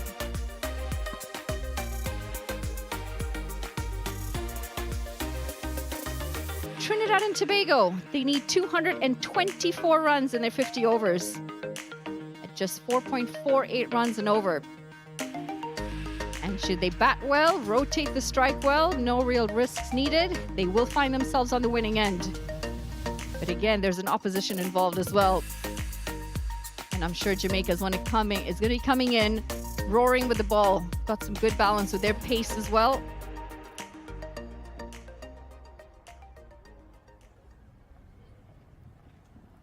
Match number 1, I'm alongside Shakira.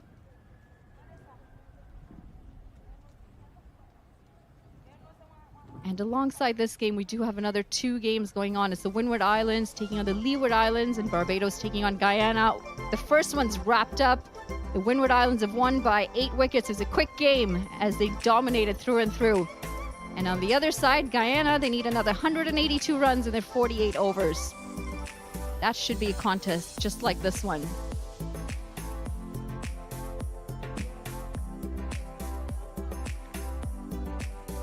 A game that's done and dusted. The Leeward Islands taking on the Windward Islands. Confirmation, 93 runs put on the board by the Leeward Islands.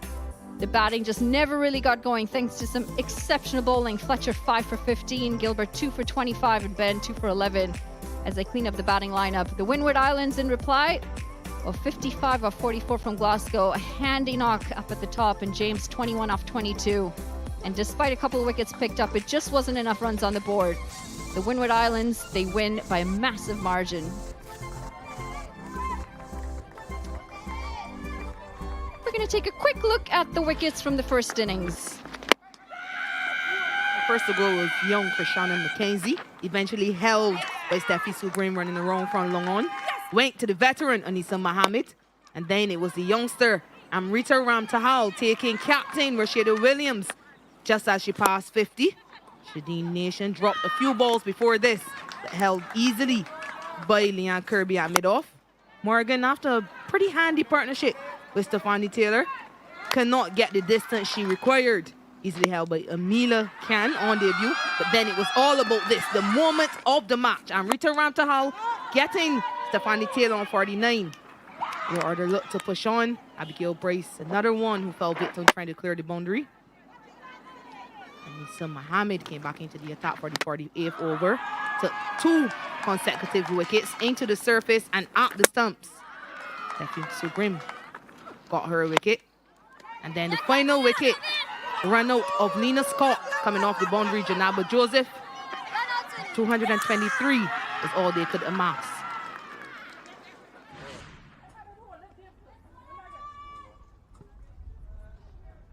A decent half century from Williams and a decent 49 from Taylor. 223, as you mentioned, Shakira. And it looks like we're almost set for the action as Trinidad and Tobago try and chase down the 224 in their allocated 50 overs.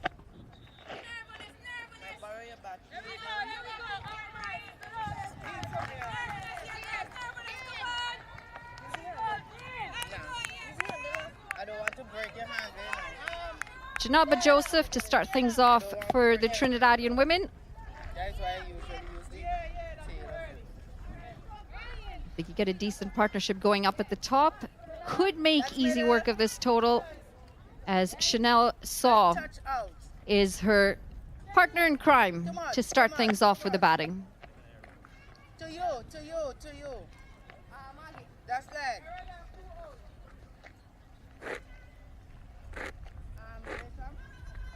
Nisha Ann Waysome to start things off with the ball for Jamaica. Bringing in a bit of pace to start things off. Now the breeze has just died down a little bit. Might make things a little bit easier to control the ball. However, that might make things a little bit easier for the batters as well. Maybe not as much swing out there to start things off. You're well aware with the conditions here. How do they tend to change as the day progresses? Normally the breeze persists throughout the day.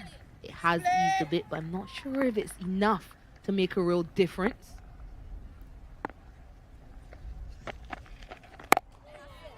Yeah, Wilson will be looking for some assistance though. She has been good for Jamaica in the last couple of years. She was invited to a West Indies camp just last year. They'll have big boots to fill without Chanel Henry, who would normally open the bowling alongside Waysome. Just one slip. And she finishes her action. She does get the ball to shape back in to the right-handers. As much as we will be looking at what Waysome can do, lots of people will be looking to see what these two youngsters in Janaba Joseph and Chanel Sow can do.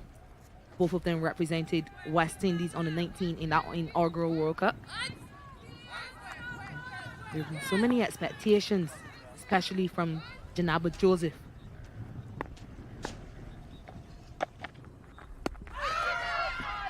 Trying to play cross the line, half a shout. Not quite in line of the stumps. But we're going to have to be a little bit careful here if you're a Trinidad fan. Height and possibly going down leg as well. She does have a pretty round arm action, allowing for that inward movement.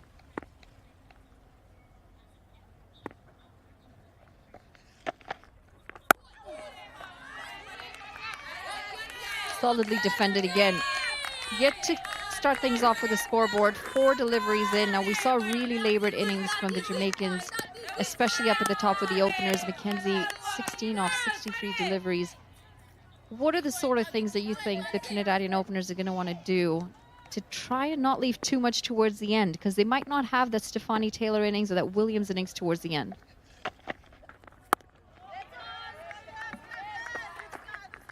They will need to rotate the straight a lot better than Jamaica did in that initial phase. Jamaica only got to 34 in that power play. So they'll be looking for more than that. I think if you look at the way the Jamaica innings went, you think if they had gotten off to a better start, they would have certainly passed 250 easily. So hopefully these young Trinidad and Tobago batters have learned from that. They'll want to rotate the straight and capitalize on bad deliveries. It's going to be Maiden to start things off. Extremely well bowled. Good start for Waysome. None for none after the first. Yeah.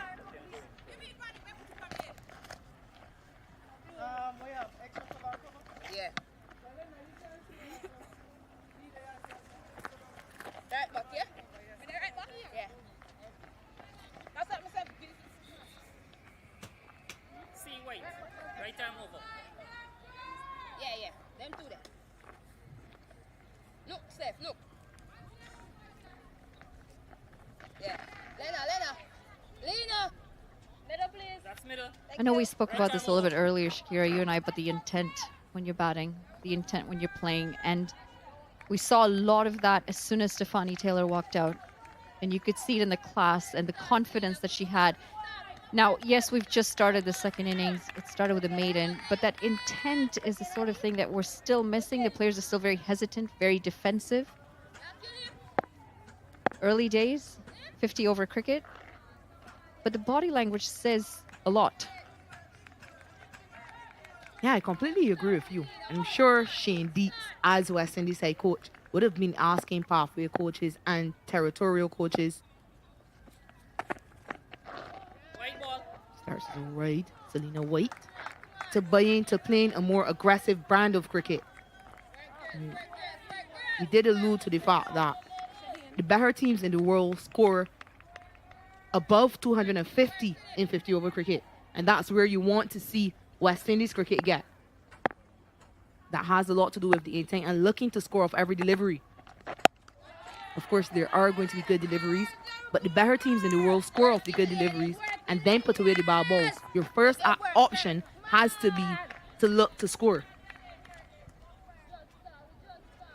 And that's what the whole defensive mindset and defensive body language comes in as well. We've seen almost everything dead batted. You know, there isn't even an attempt to push. Solid, just held down. Yet for another dot ball. 1 run on the board through the wide. However, you still have the ability to be able to push it into those gaps. Even just pushing it into the offside just shows that maybe you can try and get the ball off the square. And there are very small things you can do. Hey, Coach Marissa Aguilera.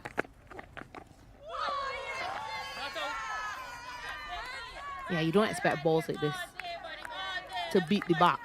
Yes, it was a little bit of shape, but it seemed to be a half volley. And again, it's because of that defensive mindset there. She's stuck on the crease. A tall player, but she doesn't really get a big straight out. It's really a ball you'll be hoping for in the power play when the field is up. Just 2 fielders allowed outside the circle. So many teams try to capitalize in this phase.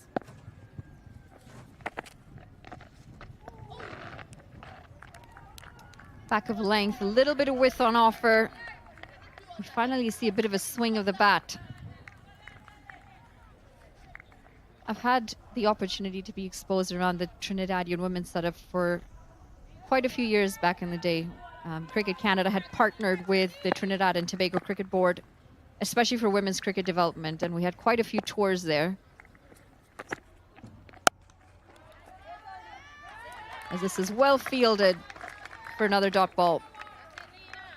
The thing that really got to me, you know, from back then is just the amount of energy, the fitness standards, the way they rotated the strike, the aggression.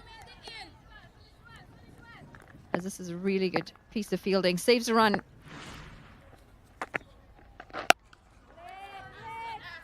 It's going to be a dot to end the second. 1 for none.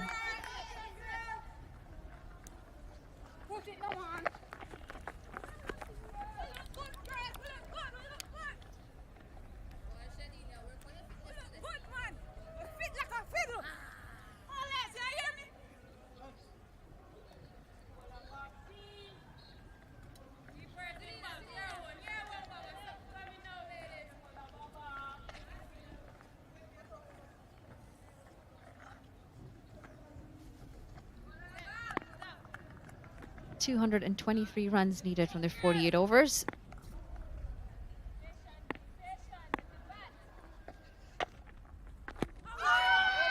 Just going across the line, going down leg stump. The thing that stood out, apart from, you know, the cricket aspect of it, was their program. They definitely had a very good functioning program. I'm assuming that is still the case because I see a lot of individuals who were involved in the management side of things, the organization side of things. They're still around. And they had a really good pool of players. A lot of juniors who were up and coming, and then they had players like Anissa Mohammed. Her sister played back in the day as well. Brittany Cooper is another one. So it's good to see that they've still got some of those seniors around. What I'm looking to see is where is that younger crop of players? Back in the day, they had plenty of young ones coming through the system. Maybe you could shed some light on that. Marissa recently retired from international cricket, taking on the coaching role of this side.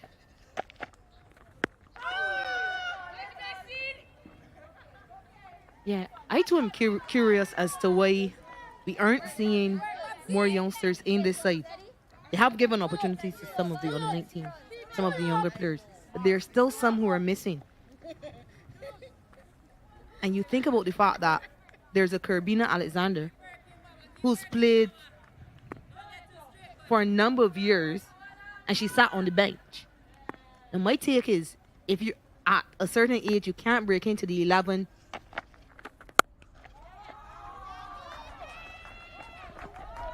That's a good looking stroke. And it does eventually make it to the boundary as well.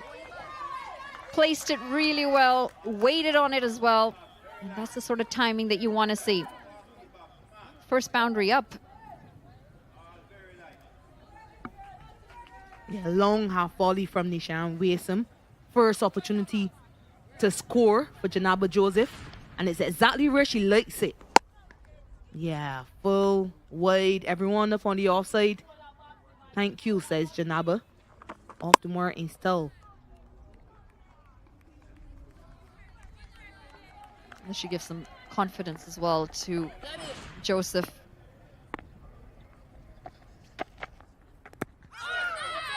She gets that ball to drift in very nicely, Wasom. We've seen multiple times now that that pad has been struck. Unfortunately, just doing a little bit too much, just passing that leg stump line. Yeah, one area of her game she has to work on, Janaba. Just look at how her head falls over while she attempts to play that shot. Quite good through the offside, but it's the straighter deliveries she struggles with.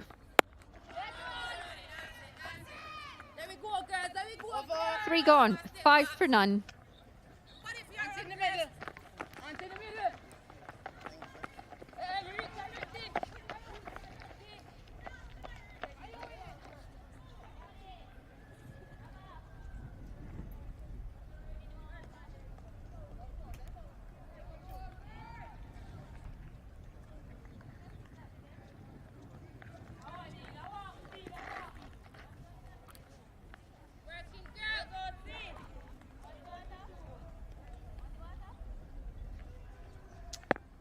So yet to get off the mark. She's faced the first over. And this might be tight. Does get across for a single. She's off the mark. Always a very good feeling as a batter. Keep working, girls! When you were talking about technique earlier, you were talking about how she's stronger on the offside, Joseph. And you look at the contrast with the lower batting lineup of Jamaica and how everyone wanted to swipe across the leg side, regardless of where the ball pitched. I feel they might have missed out on about 15, 20 runs towards the end there. Just trying to go across the line, losing consistent wickets.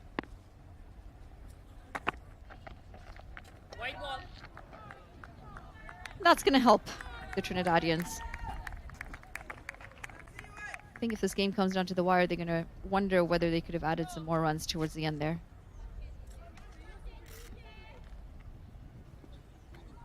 Yes, certainly. And they'll have to be disciplined with the ball.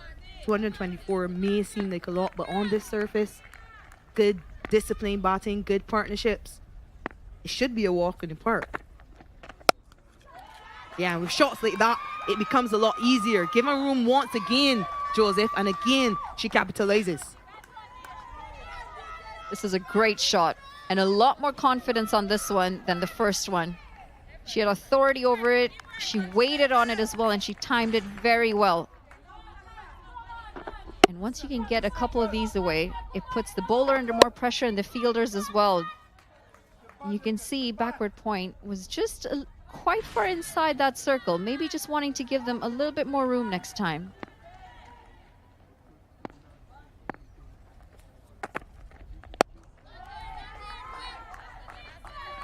Got into really good position this time. Straighter delivery, clear that front leg. Incredible how confidence works. Absolutely. Before those boundaries, she was struggling. Anything straight. No, she's got her head still. Driven it up to mid-on. Just to continue that conversation. And I'm not knocking Kerbina Alexander or anyone else who's older by any means. I believe in experience. Experience has a role to play in guiding the younger players. But my take on it is, if you have someone with so much experience and they cannot start the tournament, why not bring a Brianna Haricharan? Why not bring a Kanika Kassar?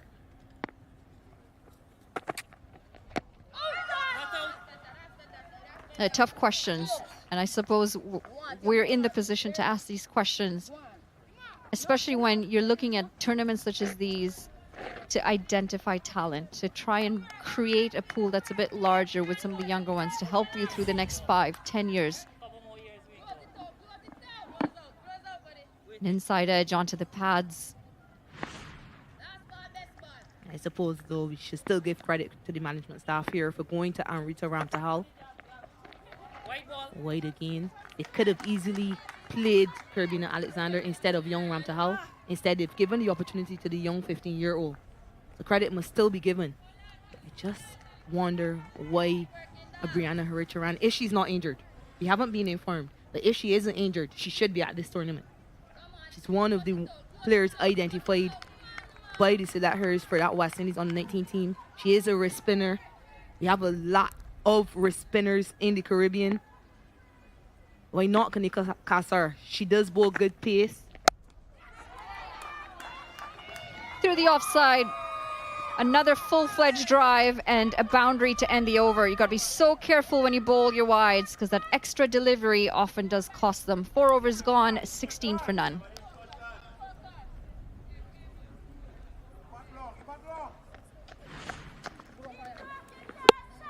Yeah, just the wide wants more. And again, everyone up on the offside, you just cannot bowl so wide to Joseph.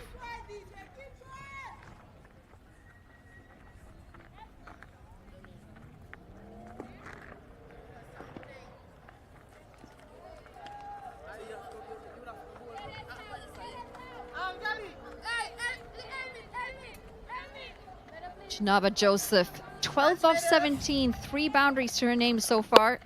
And she's shown a lot of confidence through that offside. Overpitched and plenty of width on offer this time. And very easy to free her arms. She does really well to place it. Mom, new bowler, right arm over the wicket. Yeah, she was a part of that West Indies setup against Bangladesh. Didn't get the chance to feature in the 50-over segment, but she did play a solitary T20. And she'll want to make sure that her name is in the mix when they're picking that side for that World Cup qualifiers.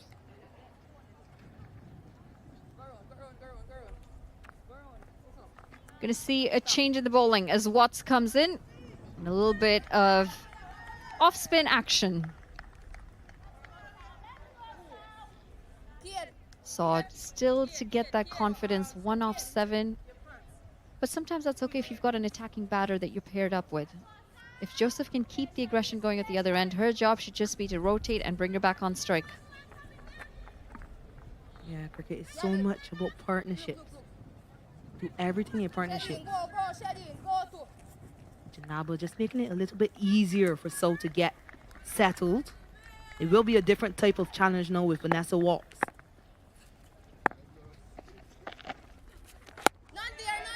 Slow through the air. And that could be tricky sometimes, especially if you don't quite have the strength off the bat and you're waiting on that pace. You surprised to see spinning so early? Work, girls, come on, girls. We just start. I'm not surprised at all. I'm saying that because very often they've opened the bowling with Vanessa Walks.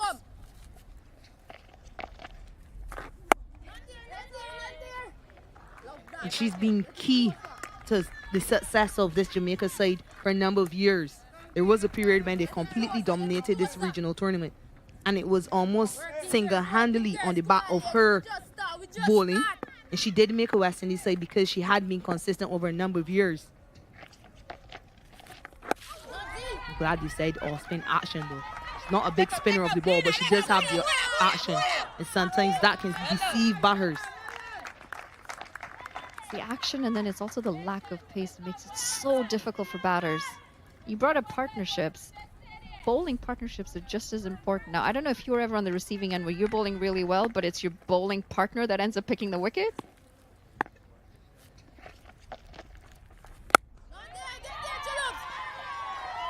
This is driven well. Pierces the gap, and a bit of footwork, a bit of soccer out there. And I must say, I'm a little bit disappointed with this running. They should have had one in there for the run, or for the throw, sorry.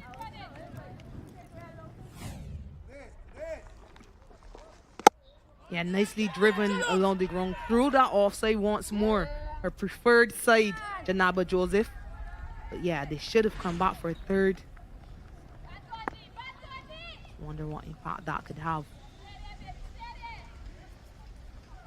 She looks good though.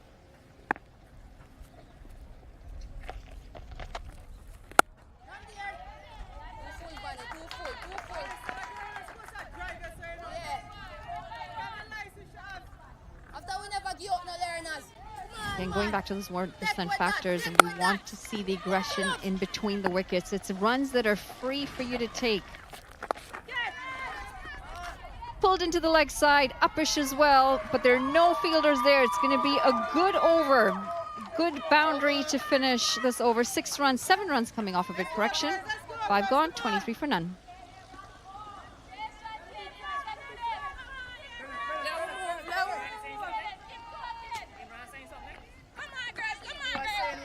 Continues to grow in confidence.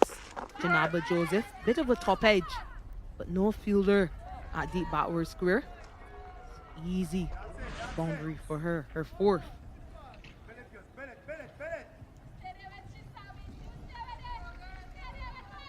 Striker, change your ball on, right arm over. Thank you. This is the sort of positive start that you want to see to an innings. 23 for none in their first 5 overs.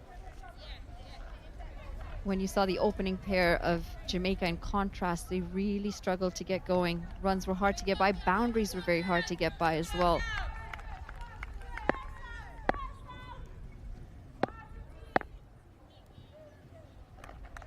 Not quite ready yet. You could just start to see all the sweat on Waysome as well. I mean, it might be windy conditions, but it is very hot in the sun.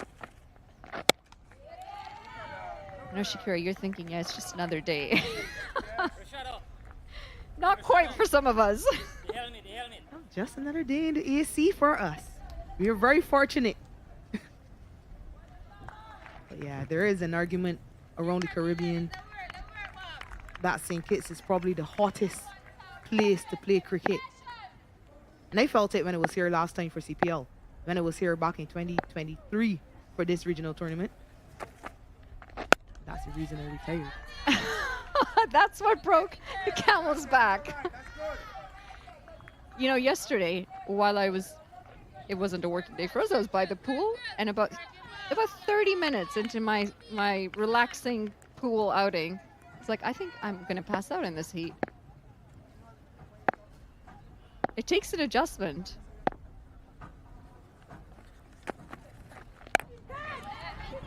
Looking for the full-fledged drive, manages just an edge. It is safe in the end. And Saw just hasn't looked quite as comfortable as Joseph. Yeah, perhaps not given the same freebies Joseph has been given. But she just hasn't gotten into some very good positions either. This one well pitched up. Yeah, and ball just swinging away slightly with the wind. She's trying to hit that one down to mid-off as opposed to through cover. Should be trying to hit that a lot squarer.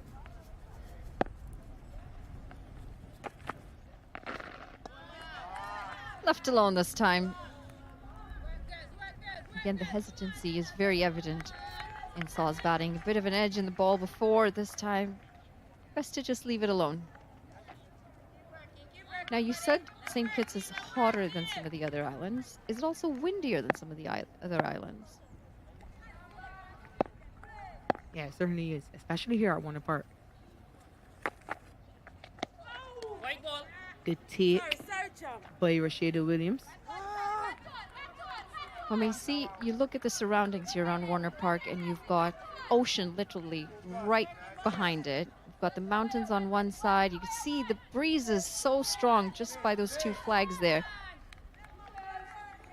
East to west, it's been steady since we got here this morning.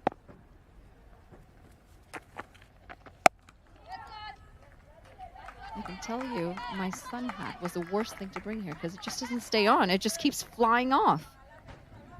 Need something with one of those strings under the chin, you know? And I think earlier we saw I think it was Krishana McKenzie having to chase after her hat as well. Yeah, quite windy there in bad steer.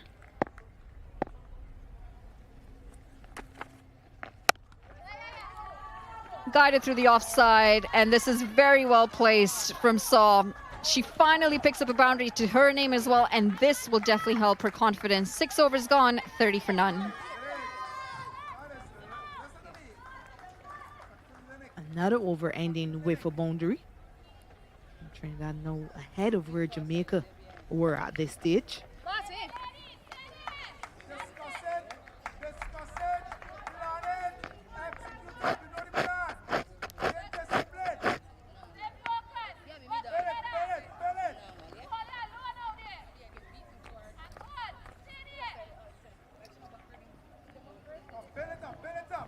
Here's another face that looks familiar. Kamara Ragoubert. As we take a look at the shot, last delivery of the over. A bit too much width on offer, and this is very well placed. It's a top-class shot. Butter, new bowler coming left arm over the wicket. So much had to do with her positioning at the point of contact. Got her weight into the ball, got behind it. You see so many players pulling away from the ball when it's wide. That should give her some confidence. So now it's time for the left arm seamer in Kate Wilmot. Many would have expected to see her sister Kate Wilmot in this team. Not cleared as fit. Right arm seamer, her sister. One of the 4 players who went to Australia to play club cricket. Another initiative by Cricket West Indies. And through assistant coach of that West Indies team, Damien Wright.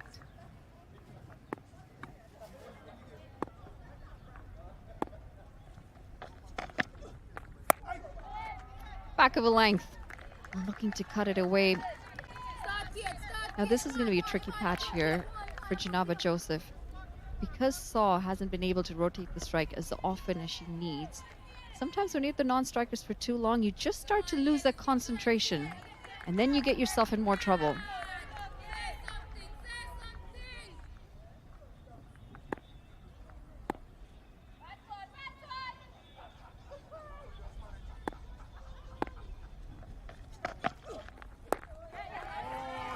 Short delivery, this time worked into the leg side. Hasn't quite found her length, Wilmot. 4th bowling change. And we've just finished 6 overs. What is happening here? And they're obviously looking for a wicket. They feel as though they need to get a wicket in this power play with this new ball. Make the most of it. Of 2 new balls, in fact. So Rashida Williams chopping and changing. She will have to be careful though. You want to give your bowlers a chance to get into a rhythm. It's very important that she does not run out of patience. So often, this could be an issue for captains when they have so many bowling options. I suppose in a way that's also a strength of women's cricket too, isn't it? We have a lot more all-rounders, a lot more versatility. As this is yet again another short delivery. Do you see in the women's game, especially in that batting lineup, a lot more batters. You might not want to call them specialist batters as we get towards the end, but they do have very good batting ability. And then everyone can certainly bowl off spin, even if they're not really a bowler.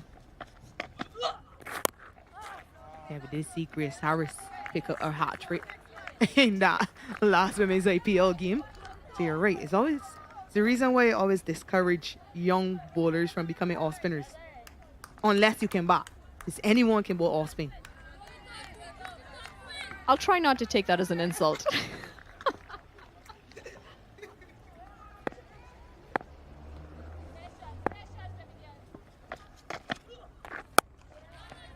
Punched off the back foot, and it is going to be a dot. 7 gone, 31 for none.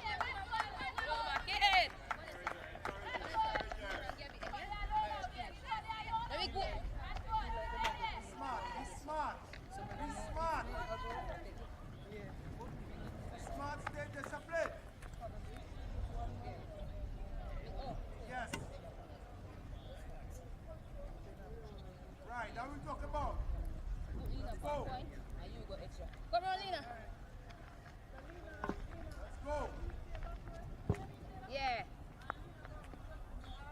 Right, this one. Just come. Take it next step. Take it next step. Right.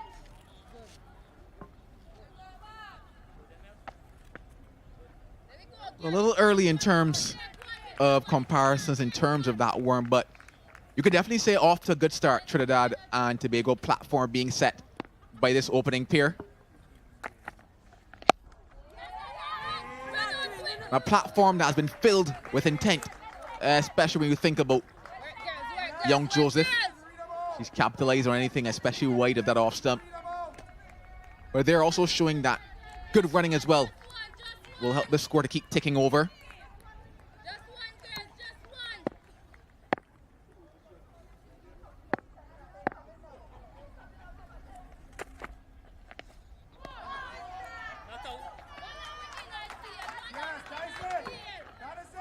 I have the pleasure of Courtney Walsh alongside of me. Courtney, I want to take I guess a bit of time to focus on young Janaba Joseph and what she's been able to do so far. That last delivery though from South, just looking to get it through the cover region, couldn't get it there.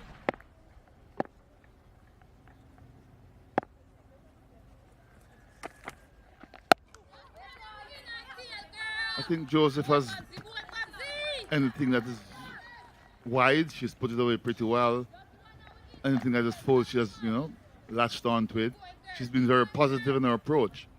And all the bad deliveries that she has gotten, she has put them away for a boundary.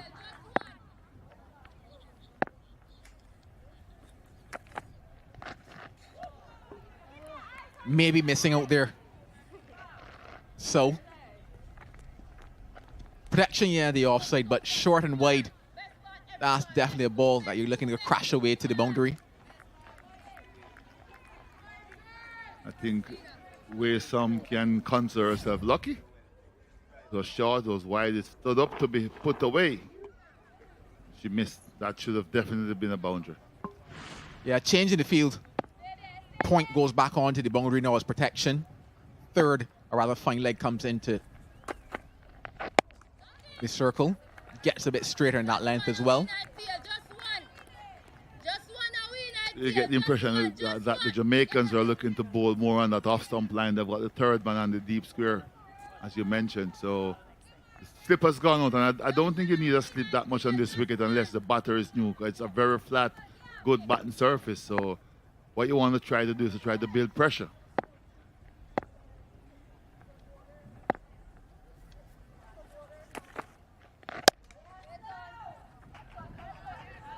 Well, dot balls will help to build pressure. 8 gone, 32 without loss.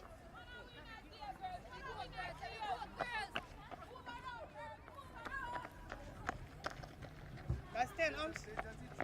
Umps, that's 10. 10 overs. Yeah. 8.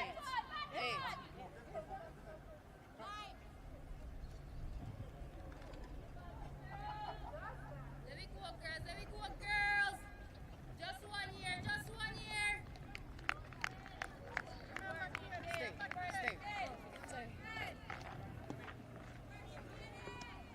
Slightly ahead at this stage, Trinidad and Tobago, but still a long way to go in terms of this innings.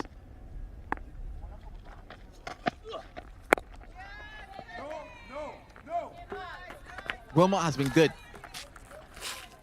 since being brought into the attack. Into her second now. And something that Courtney Walsh was mentioning just before we came on air is that he's been impressed with the lengths that she's bowled so far. And with her being left arm, it could be something different. So definitely someone to look out for. Bit of weight on that occasion. Straight to the fielder at backward point.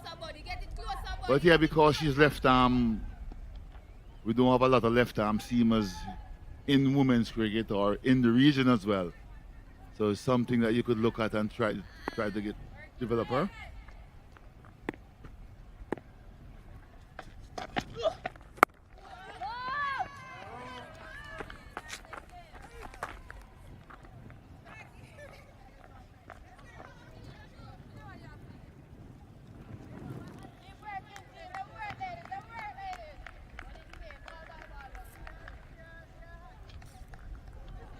Cade Wilmot and her sister Kate, who was probably injured, was in the West Indies lineup on the last tour. That should be 4. The runs are coming for Joseph. Wit again for Joseph, and she just on the back foot opened the face and had nice timing. Once the third man is up in the ring and you beat the fielder, it's going to be 4. Head over the ball, keeping it down, finding the gap. Good cricket shot.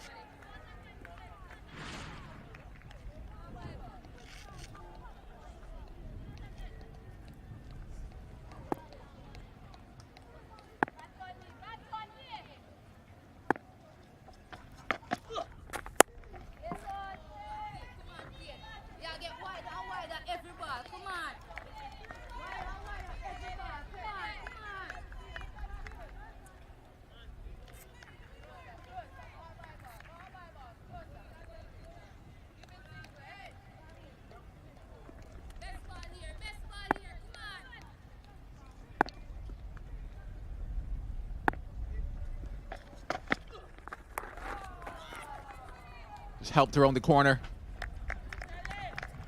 Brings us to the end of 9:37 without loss.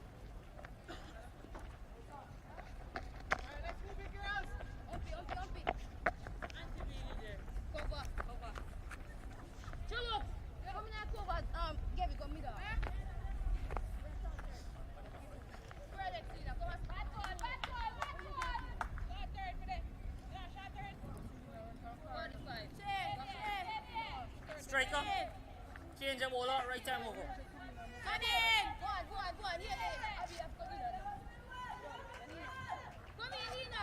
Oh, from that, you can see Joseph has been the aggressor, so to speak, in this partnership. South actually spent a bit of time off strike as well. That could be interesting to see when she gets back onto strike, how she continues about the innings.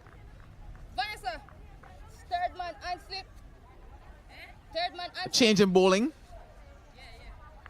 from that Lozak road end. It's going to be Watts, who's coming back into the attack. Just bowled the 1 over previously. Look. Lina. Probably more suited from this end. Follow suit, Tanto. Vanessa Watts, experienced campaigner. And Jamaica know that they'll need to try to get wickets.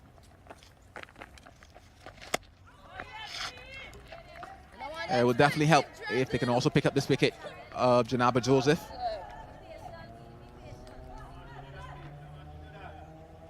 She's been the one that has added the impetus thus far to the innings.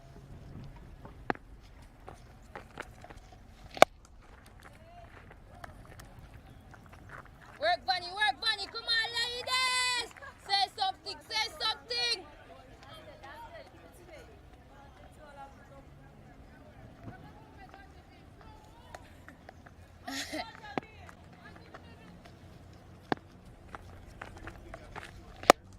No, Gabby!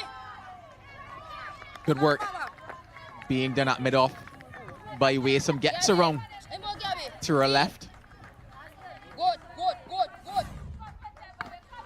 That was excellent work by Waysome. I thought that was a boundary, but she got down in time and prevented a single as well. So good work in the outfield by Waysome.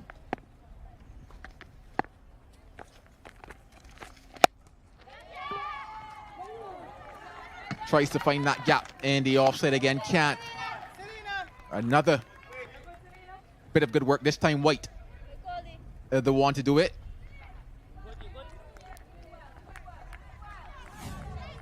Did not prevent the single, but good work again by Jamaica in the outfield. She going down smartly, saving a boundary.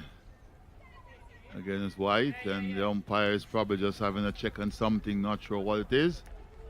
It's taking the ball from what? Maybe they're going to have a concussion check, I'm not sure. But something happened, the umpire walked over, asked for the ball, and the Meds will be running on the field shortly. We'll try to understand exactly what it is. You just wonder if it was the case of when she was diving, if the head went down. But taking you towards the action that we've had so far on day number 1 of the CG United Women's Super 50 Cup.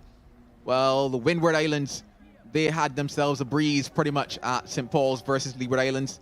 They got themselves an 8-wicket win. We actually had a chance to talk about it, Courtney, just in terms of the intent being shown by Windward. In fact, they chased down that target in less than 15 overs, and you were mentioning that in terms of the signs that it showed as if they were thinking this cricket. I don't know if you want to expand on that after I get to this one, but Barbados versus Guyana, 183 for 5 Barbados, and Guyana need 156 in 38 overs. But yeah, we were talking about that intent, and well, what about it impressed you?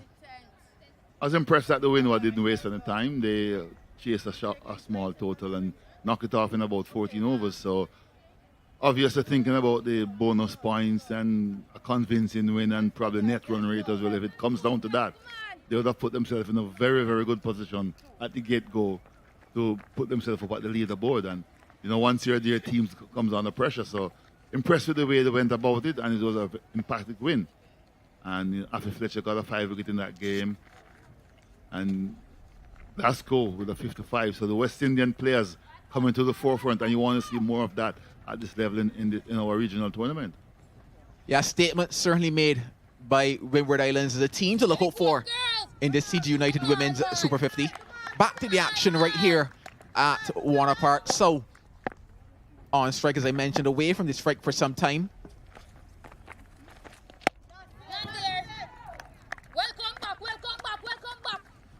You can hear her play saying welcome back. The break we had was for the concussion test, and she has passed it. That's always a good sign. Always a good sign.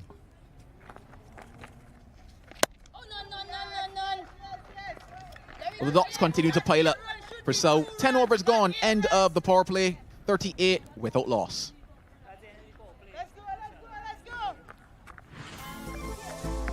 Well, a quick look back at that first phase of the innings, and it was dominated by Janaba Joseph. Anything that was short, anything that was wide, anything that was outside of that off stump, she took advantage of and truly capitalized on it occasionally when it dropped short as well.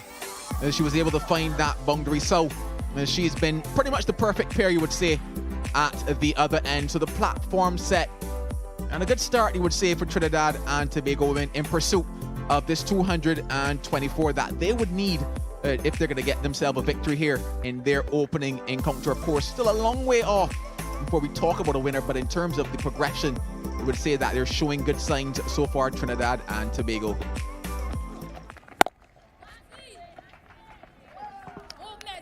Back to live action. Restrictions gone, which means that, of course, more can be outside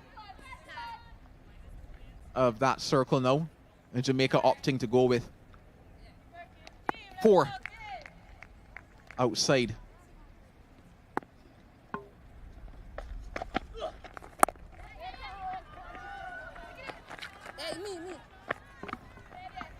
Good decision in the end for not taking that risky single.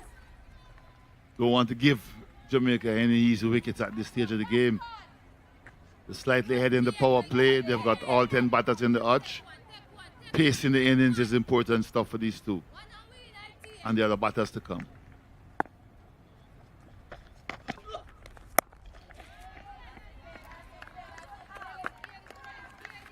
Jamaica, on the other hand, they will be seeking a way or trying to find a way to get wickets. One of the best way of doing that is to build dots together. Let the batter think that they have to do something different, something rash. Patience is the name of the game. Let's see who can withstand it the best.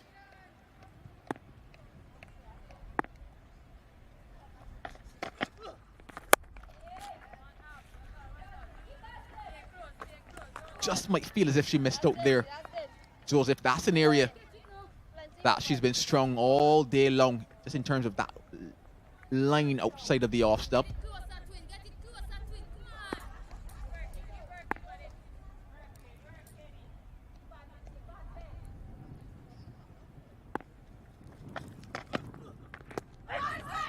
Pace off on that occasion from Wilmot. Nice to see the variations coming out as well.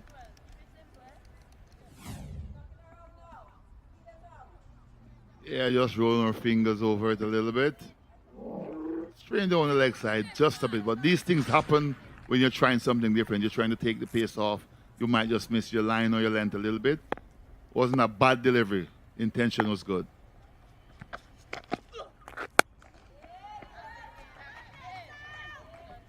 Just one run in the over, 39 without loss.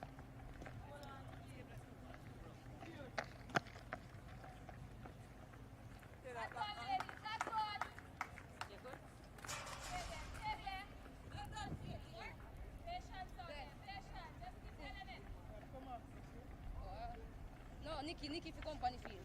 Yeah. Nikki. Somebody going up? Next one. Things pretty much even, Stevens, when you look at that comparison in terms of the phase. That first power play, 34 for Jamaica, 38 for Trinidad and Tobago. So not much between the two sides.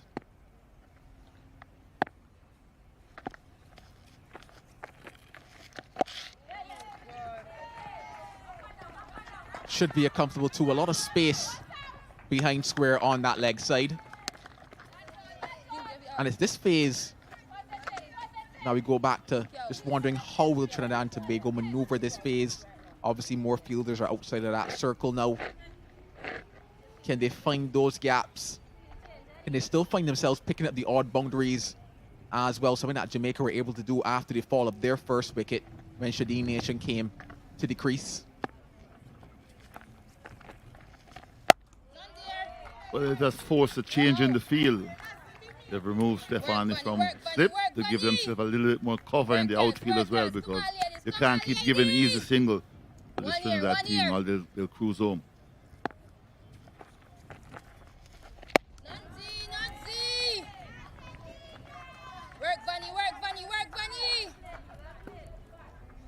And almost brings the conversation of wrist into the question. Previously working behind square, can she hold those wrists and get it in front of square now into that leg side? Can she maybe open up the wrist a little more and get it to the left of cover? Just these little small things that allow for the rotation of strike, maybe taking a little more pace off of it in terms of how she actually hits into that offside as well.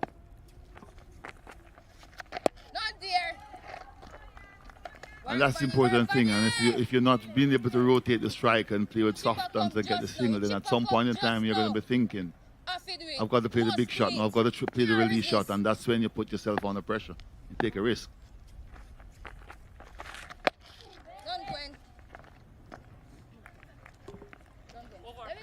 A dot ball to close things out. Just two in the over, 41 without loss.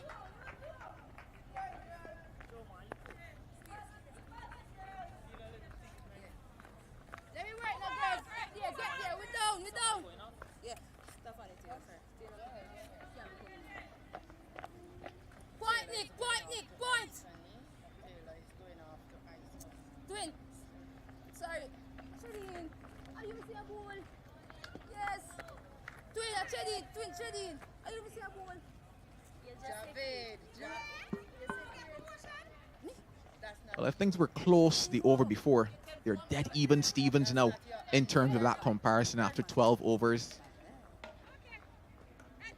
And it was somewhere around this marker, just after that, we saw Shadeen Nation come to the crease, and that's where a bit of impetus came into that Jamaica innings.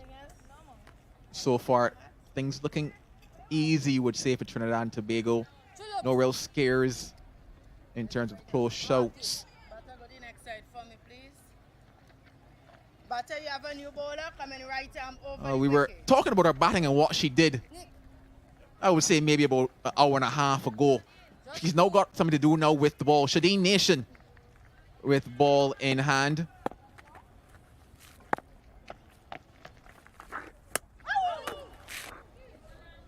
She has a bit of a golden arm. She used to bowl a lot more for Jamaica And I remember she had a bad game and Stephanie didn't give her the ball again after that when she played for Jamaica or the West Indies.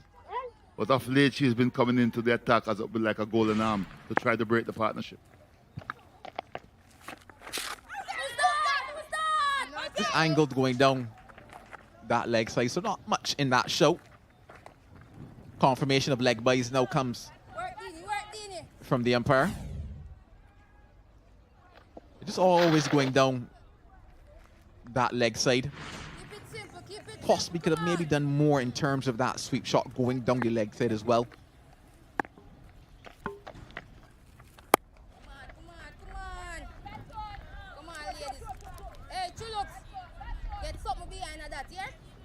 You're asking her to get something behind of it. It was a loose delivery. This time it's short, but in a better area with a little bit more pace on it to prevent that cut shot from Janaba Joseph. She's looking to score off every delivery now, Janaba.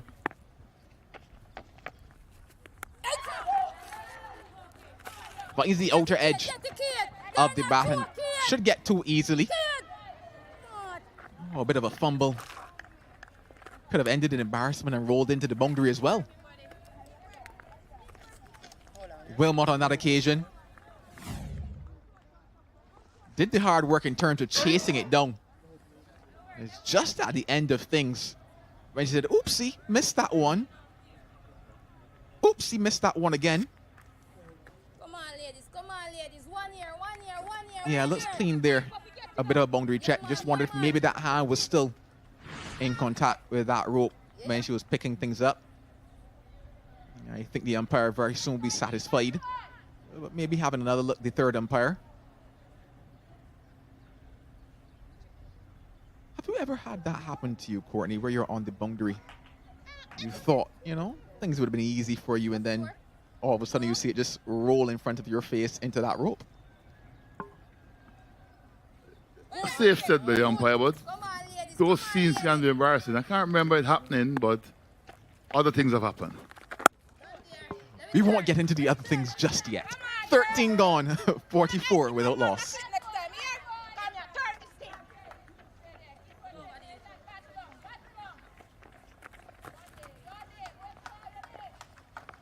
Lena, why you never just stay? Come, alright. Come on, finally. Come on, 45. That is so special. But just stay.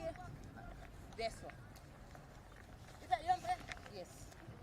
I will set you. Go. Look. Ready, man.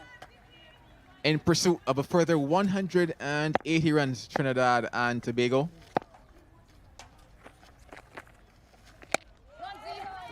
That scoring rate has slightly dropped, you would say, within the last 4 overs or so. Boundaries were easy to come by, especially for Joseph. Now things a lot tighter here for Jamaica. In 27 deliveries. They are thereabouts in terms of the last boundary. And a bit of turn to get them excited. Through the gate, and this must have been very close. With a turn there from Van Essen, missing the off stump. But as you mentioned, the rate keeps, with every dot ball, the rate keeps going up. It's almost 5 and over now, and that's something Jamaica will behind, and Trinidad should do the same as well. This time he's a single down the ground. Back in, Selena. Come no man. Ball here 10 for 5 no. And now if you beg it. Come on. It will come.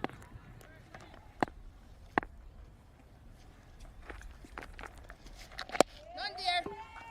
Certainly in no real danger when you look at the full picture of this game. Work, just 1 year. But still just looking at the moments where maybe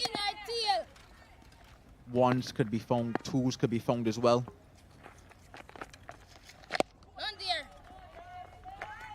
The good thing from a Jamaica standpoint is that every time a dot ball is bowled, the rate goes up.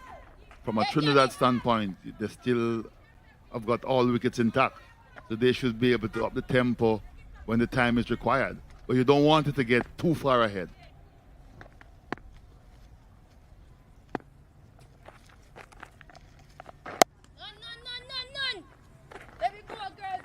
Another quiet over. 14 gone, 45 without loss.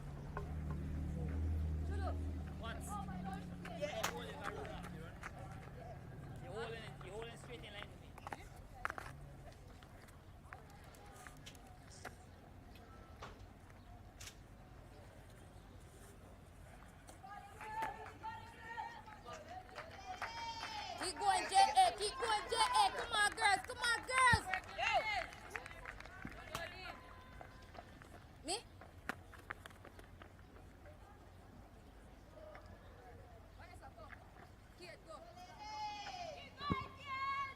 45 without loss. Trinidad and Tobago. After 14. Just starting to cool off here on what has been a steamy, windy day in St. Kitts. Here in the capital, Basse-Terre especially. 45-run partnership between this opening pair off 89 balls. Very steady. Joseph 31 off 51. Janelle Sow has not gotten off the mark really. Only 9 for her 34 balls faced. Don't get too wide, buddy. Don't get too wide. Come on. Still searching for their first wicket, Jamaica. It's a batting-friendly surface. Famously so. So they've got to concoct something here.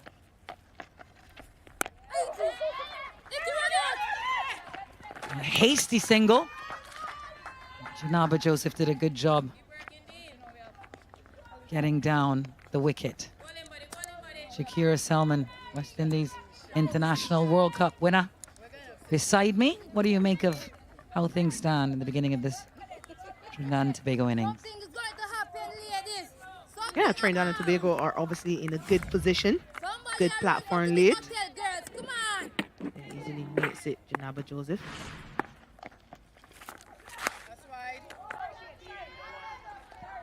Yeah, pretty evenly poised at this stage. Remember, Jamaica got that 55-run opening partnership.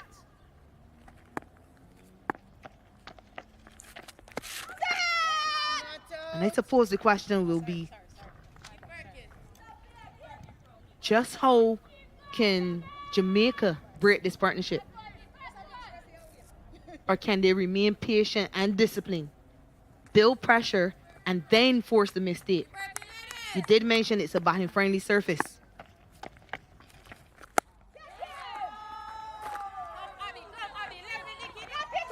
Will they go for the second? Oh, there's a big run down the ground here for the second. She may be run out. What confusion between these two. Janaba Joseph sent back by Chanel Sow.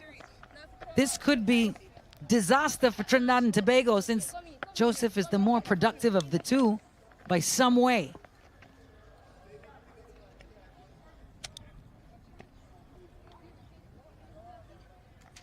I imagine we'll have to take it out to Imran Mokan, our TV umpire.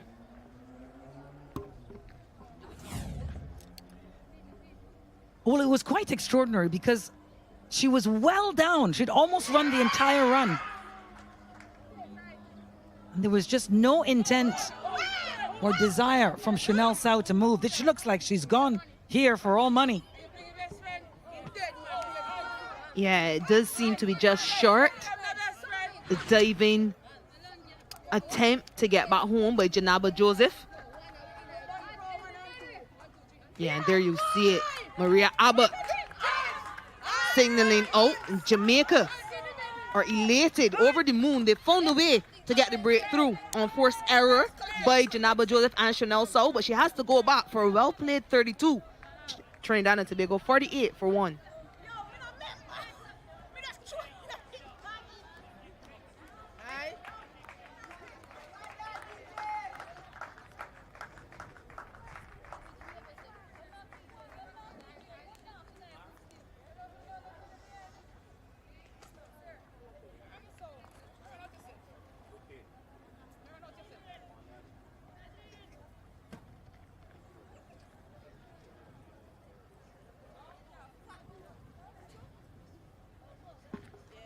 16-year-old Samara Ramnath from South Trinidad. 17 she is. Recently had a birthday. She is tiny, even looks younger than that. Very gifted, a great prospect for the West Indies. Certainly for Trinidad and Tobago.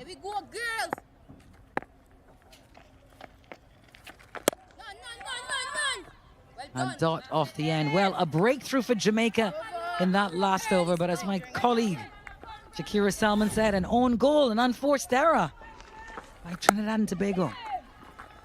Yeah, initially none of them were looking for 2 runs, but then there was a slight miscue, which we cannot see. Janaba clearly thought there was a second run, so was not interested at all. Good cleanup on the boundary by Abigail Bryce. Eventually ends up with a run out. Have a look at the body language of Chanel Sow at the other end when we get a chance.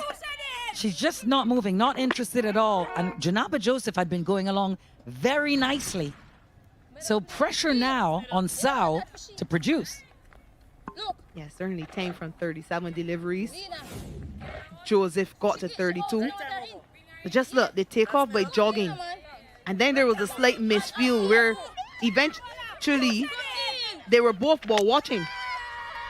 You can see there, Sow is watching the ball. Joseph is coming back for the second, but she's also watching the ball. Yeah, terrible mixer in the end. Not good enough communication between the two batters. It's a bit of an artful dance, isn't it? Certainly, a credit must be given to Bryce. Good awareness to throw the ball to the non-striker's end.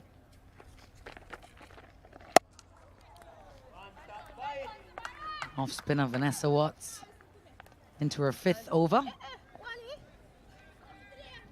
Look at that economy, 2.64.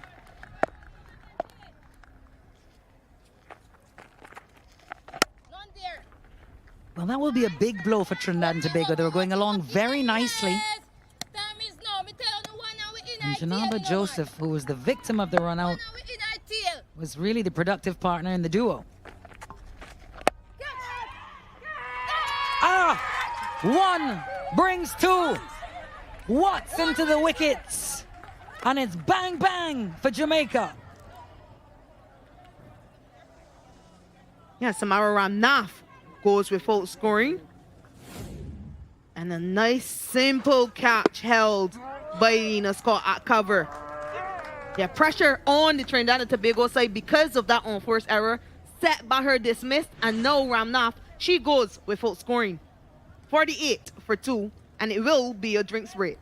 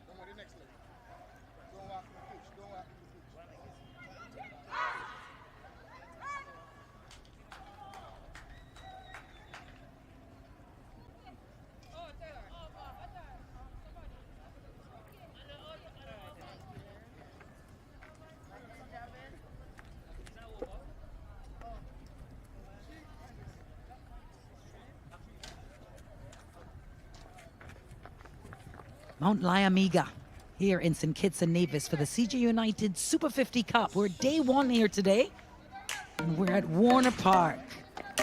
And Trinidad and Tobago now trying to chase down a big score.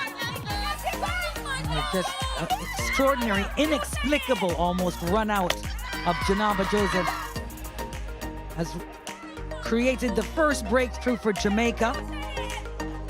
Janaba Papa Joseph had been going so well, had been getting rid of anything that was too wide, hit a lot of boundaries, and this one, Ramnath tried to get it up and over, couldn't get it aerial enough and comfortably taken at cover. Vanessa Watts, the successful bowler. So there, after a long opening partnership, 2 quick wickets put Jamaica into a bit of a driving seat here at 48 for 2.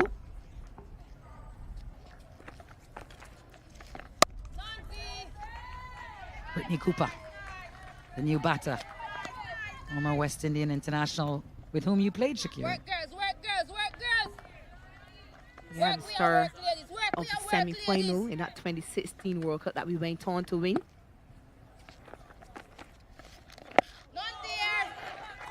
Scored a 50 in that game against New Zealand. Out of nowhere, New Zealand were dominating that game. And luckily for us, Brittany stepped up, got to a half century, her first half century in that format. Got her over the line and then into the final, which we eventually won against Australia. Oh, I remember. Well, what an over that was from Watts. A wicket maiden, 48 for 2. Run,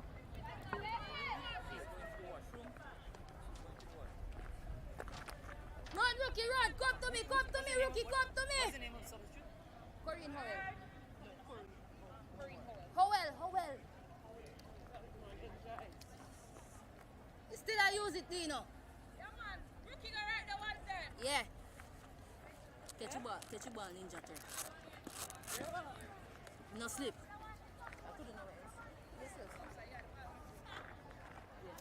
3 games happening simultaneously in this Super 50 Cup. An easy win by Windward while they dominated the leewards. There'll be some bonus points there by Barbados and Guyana ongoing. And we're here at Warner Park for this Jamaica, Trinidad and Tobago encounter. Oh, misfield, allowing another run. They don't want to take their foot off the brake here, Jamaica. They've really created a lot of pressure for Trinidad in the last couple of overs.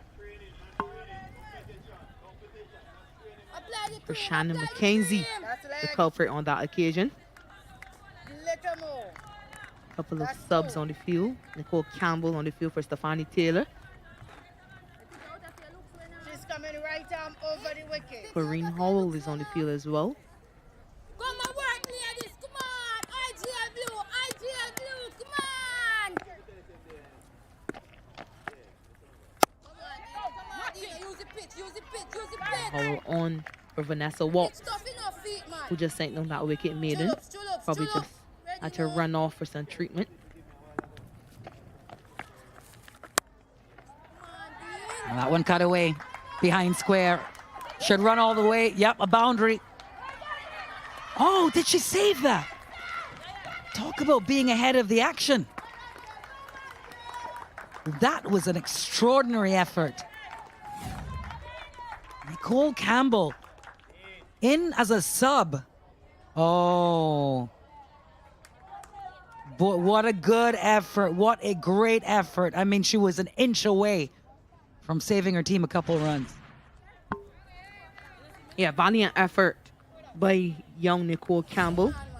In for the injured Stephanie Taylor. Yeah, just there, just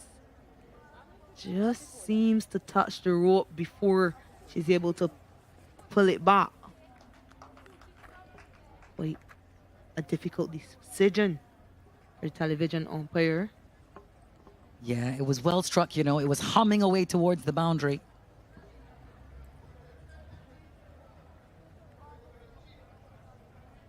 Imran Mokan, television umpire in this encounter.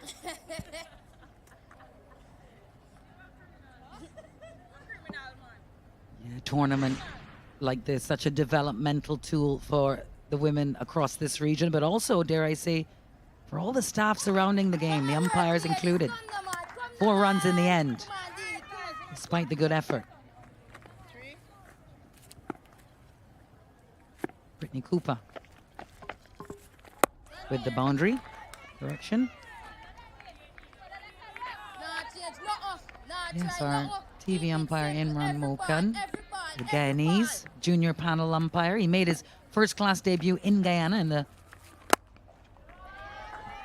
round 2 of the West Indian Championship a couple weeks ago. So we talk about this platform of a Super 50 Cup being outstanding for the cricketers, but for all of the business around the game of cricket in this part of the world.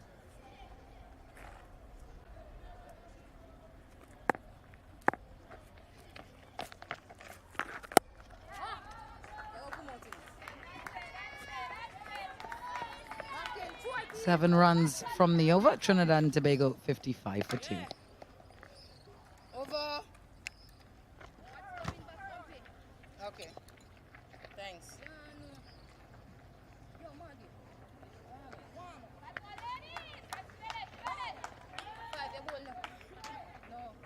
Maggie, go on.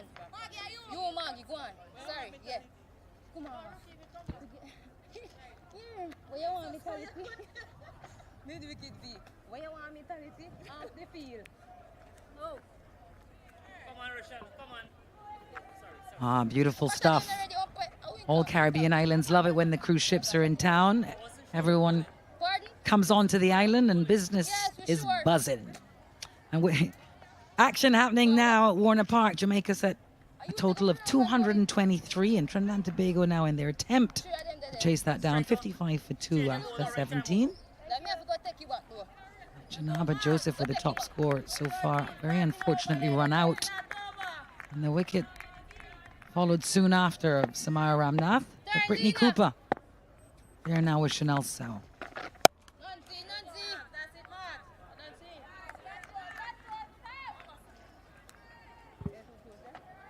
Jodie Ann Morgan now into the attack. Rolling off spin.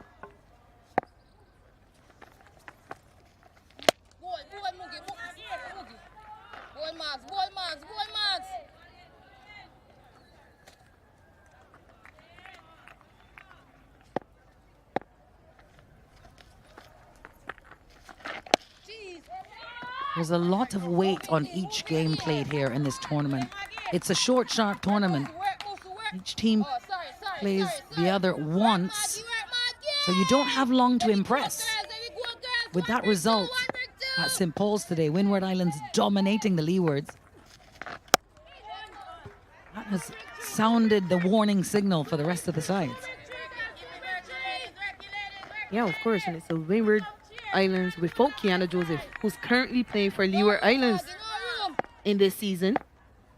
They've really made a statement to her and to other teams in this competition. And remember, there's so many other points up for grabs: bowling points, batting points, bonus points. The next game will be Windward Islands against Barbados. Barbados will be hoping to defeat Guyana over at Connery before they take on Windward Islands right here at Warner Park. Another misfield. Can't let them off the hook here, Jamaica. Well done, Trinidad, for eking out a run there. Just 2 from the over. 57 for 2.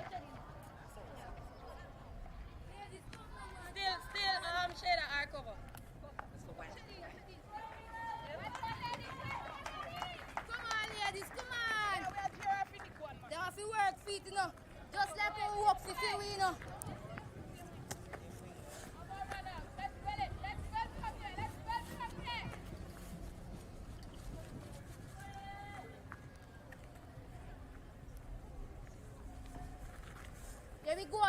Wednesday's games here in front of you. Windward Islands take on Barbados here at Warner Park on Wednesday. That's the one we'll cover, but another couple of games will be happening at Connery and St. Paul's as well.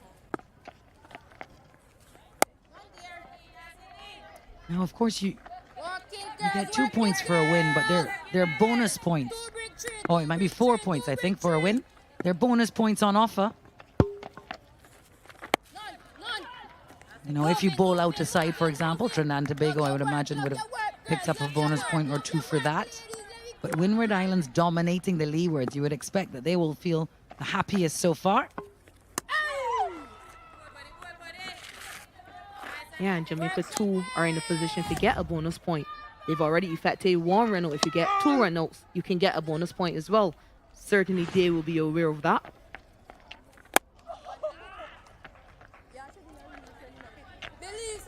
Good incentives. Good incentives in the Super 50 Cup to improve the skills, sharpen up skills, make things happen faster, harder, and in a more dominant fashion.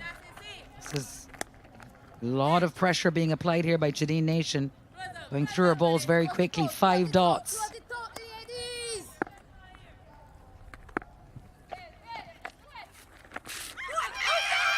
Well, the big shot, and she's got it.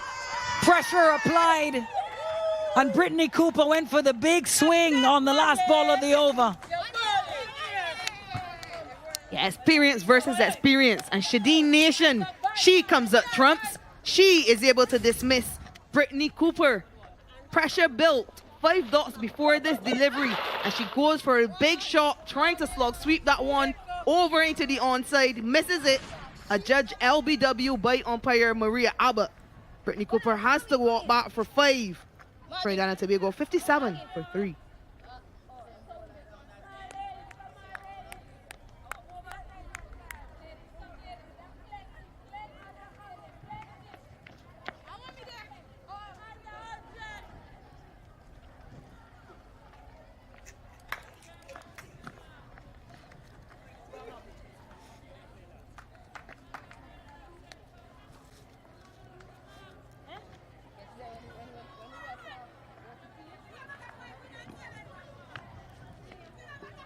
Anissa Mohammed picked up 3 wickets with the ball, and TNT will need her now.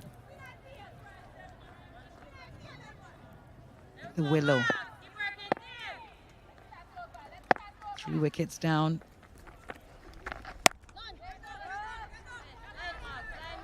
They'll have to build another partnership. They are playing the defending champions. They were dominated by this side in the last edition.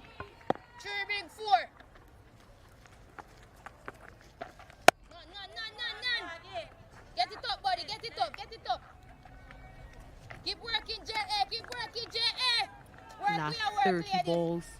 Trinidad and Tobago have lost 3 wickets for just 12 runs. All went downhill after that run out. Yeah, for the Trinidad and Tobago fans will be feeling very disappointed because there was no problem. That opening partnership was looking strong. It was flourishing. All was going well. But cricket, like life, once one thing goes wrong, yeah, it can start a domino effect. Yes, she ready.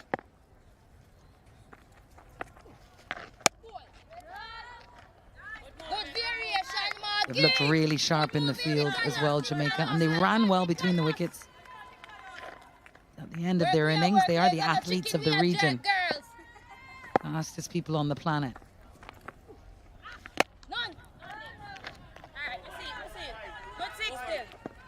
20 overs done. Trinidad and Tobago are 57 for 3.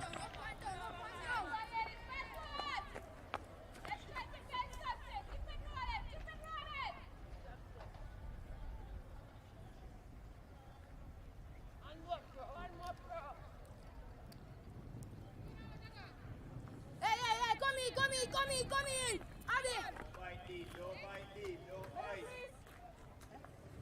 A touch out. Look, that's middle. She's coming right arm over the wicket. Back-to-back maiden overs have just stalled the efforts of Trinidad and Tobago here at Warner Park.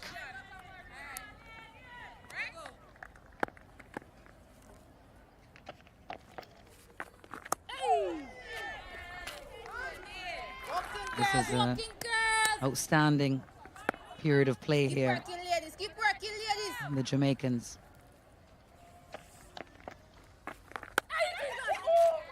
That's the first run.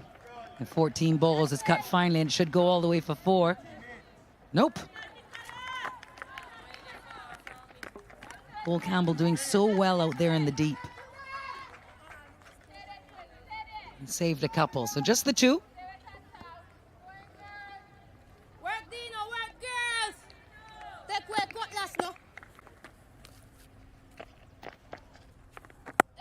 Jamaica will be very happy that they were able to get those wickets, bonus wickets. I think they'll feel. Trinidad and Tobago, on the other hand, will be absolutely gutted because they've let Jamaica back into the game. And they've allowed them to bowl 2 part-timers at the same time. Had Janaba Joseph still been there, you would feel as though they would have had to turn to another front-line bowler. Now it's Nation and Jodianne Morgan operating in tandem. Oh dear. That is an extraordinary miss. How on earth did she not pouch that one? I was just about to say that Trinidad and Tobago have been complicit in their own demise here. Rocked back on one, Anisa Mohammed. It went straight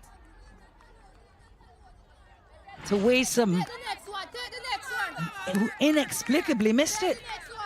It's been a long, hot day, I expect.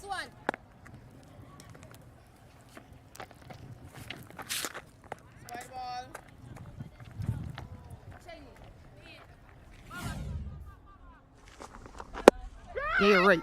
Inexplicable. I thought for certain she had it. She can't even understand how she missed it. Probably a little casual. She thought she'd catched it, eyes off the ball. Thought she caught it, even. Now, and a couple of wides here. Just gotten a little scratchy, this quality, in the last over or so. Nisa Mohammed will be breathing a sigh of relief. She's still out there.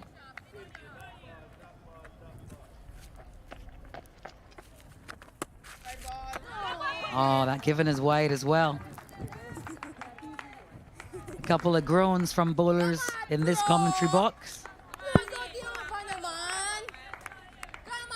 Yeah, lots of frustration now being shown by the Jamaicans, Nation in particular. Yeah, just hasn't been. That's another wide. That's 4 wides on the trot here. What do you make of that, Shakira? Yeah, she just hasn't been able to regain her composure since that drop catch. She has to remember she was given a chance too by Mohammed. Of course, she did not make too much of it.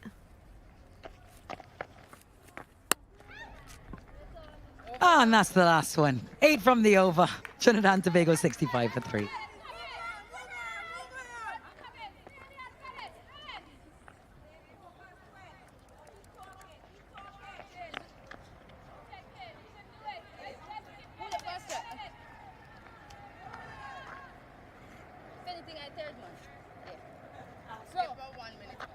Up here now, make we stay up my side.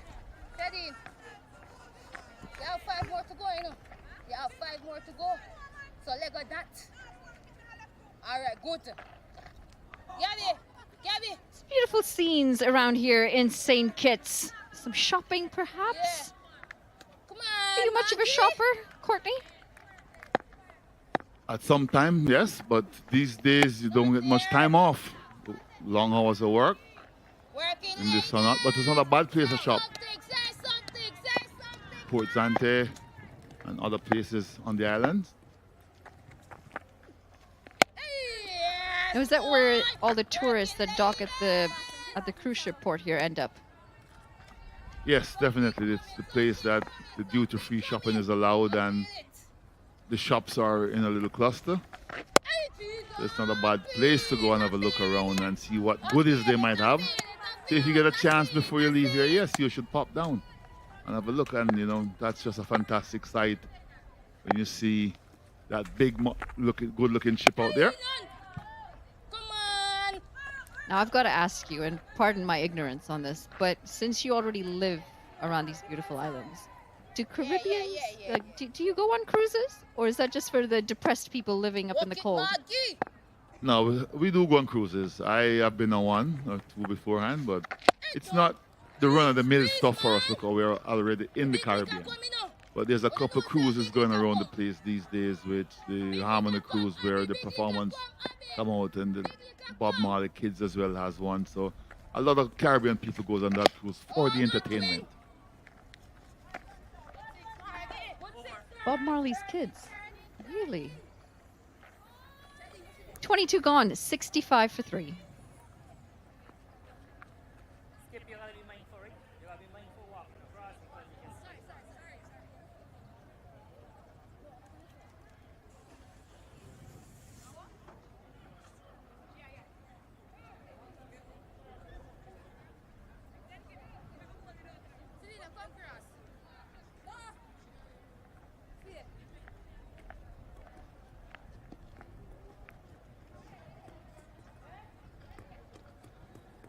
Well, look at the two comparables, and it's the wickets that are slightly concerning for Trinidad and Tobago.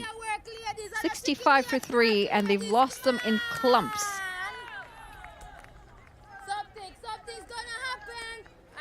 Anissa Mohammed, who is the veteran, nearly caught in the previous over. They're going to need her to stand out there. They're going to need a partnership here. Sao, for me, 14 off 57, might have been some of that problem, especially in a partnership with Joseph. There's just too many dot balls on her part. Maybe her role is to bat through the innings, but having said that, even if that's your role, you have got to find a way of rotating the strike, getting off strike, getting your partner back on strike. Mohammed's going for the sweep, slight appeal. Nation signaling that it's going down. Umpire says one leg by, but it's all happening. And at the moment, Jamaica doing the right thing and getting that run rate up. It's getting closer to 6. Trinidad will have to do something about it. They have lost 3 wickets. They need a partnership. That's a loose delivery. Should be a no ball as well. And a good amount of bat this time from Saw. 4 runs. She's got an extra delivery. It's going to be a free hit as well. Might just get her into that little bit of confidence that she needs. Well, it's a wide going to be a free hit. I think they're going to warn Nation as well, because that's part of the rule. Look at that. Oh, after the previous overs of wides, she's lucky to still be bowling. But they have called a no ball already, and she's got a warning. So it's a free hit coming up. And the boundary was taken as well, so they could get maximum 10 runs in one delivery.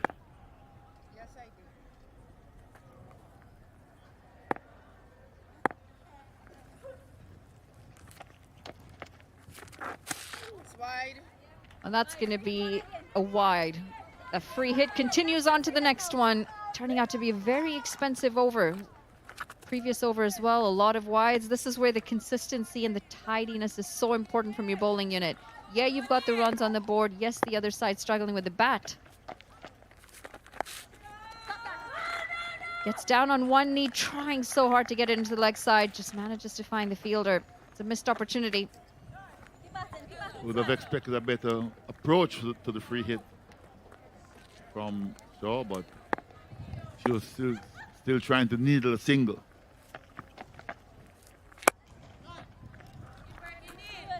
With that low full toss again. It's funny how these extras add up, don't they? I mean, you get the extra runs, you get the extra delivery that's going to go for more runs.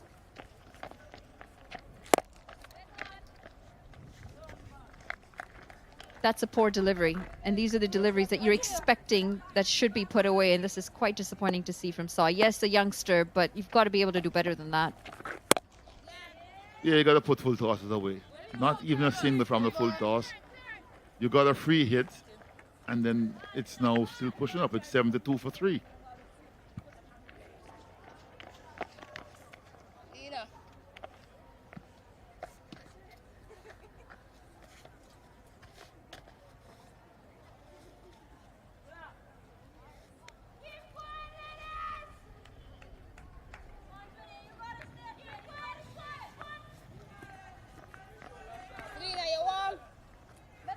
That's middle. Thank you. Right arm over. Thank you.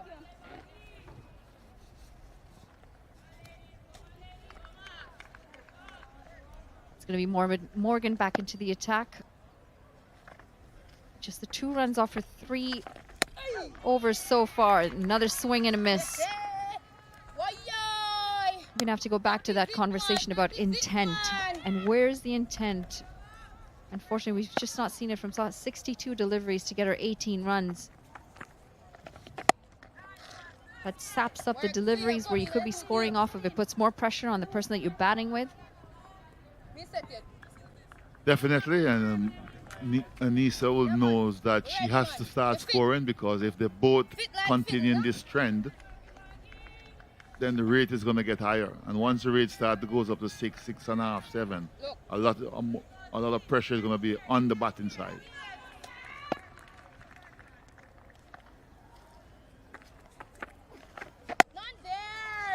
These deliveries are short. Some of them are full tosses, and there just isn't enough being done from the batters. They're not taking advantage of these deliveries.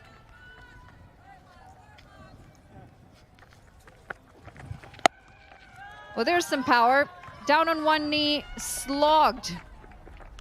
She won't find the boundary on this. It wasn't the best of timing, but it has loosened some shackles for Anisa Mohammed.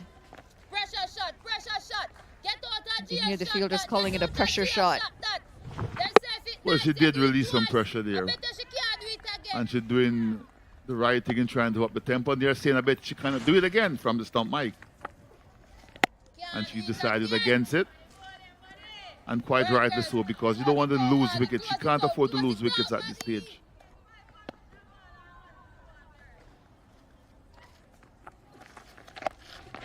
Swept again. This time she swiveled well. No protection in the deep, and she will find a boundary on the last delivery of the over. 24 gone, 78 for 3.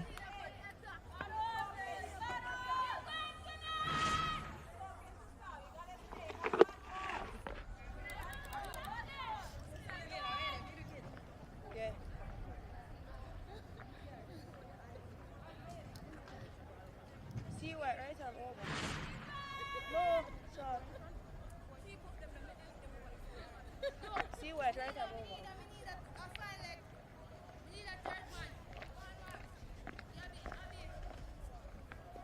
223 runs put on the board by Jamaica, thanks to Williams and Taylor. 2 decent innings. And in reply, there's a bit of a struggle here for Trinidad and Tobago. They've lost 3 wickets in close distances and really put the pressure on themselves now. Saw, who's been out there since the opening stand. 62 off 18 from her. Now you come from an era of some serious pace. Was sledging your thing? No, we just let the ball do the talking. And none of the batters would want to sledge myself or Sir Curtly Ambrose or Michael Holden back in those days. No, you'd be asking for trouble. Bowling change. White is back. Her first 2 went for 12, so she'd want to try to improve on those figures. Trinidad, at the same time, would want to try to minimize the dot balls. I don't doubt you for a second that they'd be scared to sledge you. Half a shout. Going down leg. The body language speaks volumes. Saw just hasn't looked confident.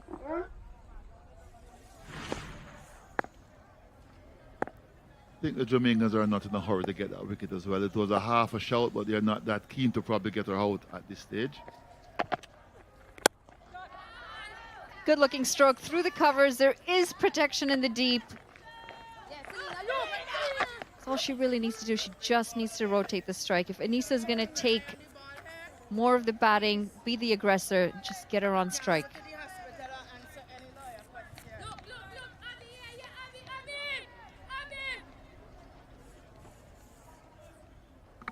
I think Trinidad plan is to try to stay in the game, keep it going, because I know they've got someone like a Kirby who can hit the ball, who can score pretty quickly.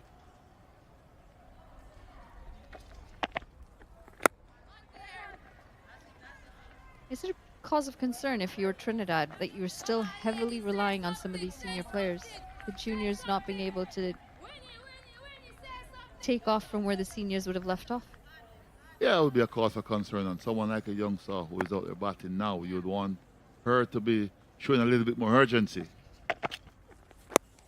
Doesn't look a bad player technically, but she's been around for quite some time. She's been in the West Indies setup as well. So, you know, you want to see that improvement where she learns how to rotate the strike, get off strike, get the partner back on strike. As you rightly say, 19 and 65 is quite a lot.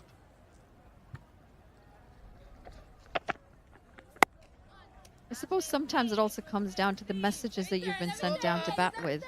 And you could have been said, or that is the end of the 25th. We'll get back to that. 79 for 3. They say we have ball too straight, my side.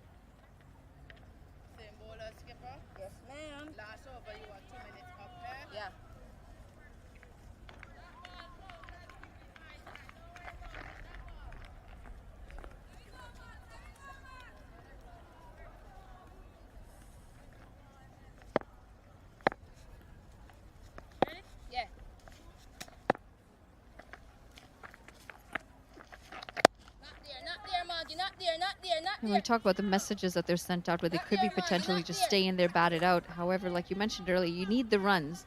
The thing that surprised me is we haven't really seen any messages being sent since she's coming out in the middle. No one running in with a drink or a pair of gloves, something to communicate. And I know that there's a scorecard that they can see. They can see a scoreboard live. They should be able to gauge where they are at this point in the game, what the required rate is. And I don't think they would be too happy to want to get this rate up to 6 and 7, because then it starts to get a little bit more difficult. The higher the rate starts to climb within a couple of overs, then that can double. So you want to keep the rotation of strike going. There she goes again, just finding the fielder. You must find a way of playing with soft hands or trying to get the gap, maneuver the ball to where you. She's there long enough to be able to do so. And that's the difference between playing at this level and the higher level. Straight to the fielder again. We have this conversation quite often in some of our coaching courses. You know, we talk about technique and the importance of technique. But if you can't manipulate that technique and be able to manipulate the field with it, then technique's useless. It's going to be another dot ball. It's 26 overs gone, 79 for 3.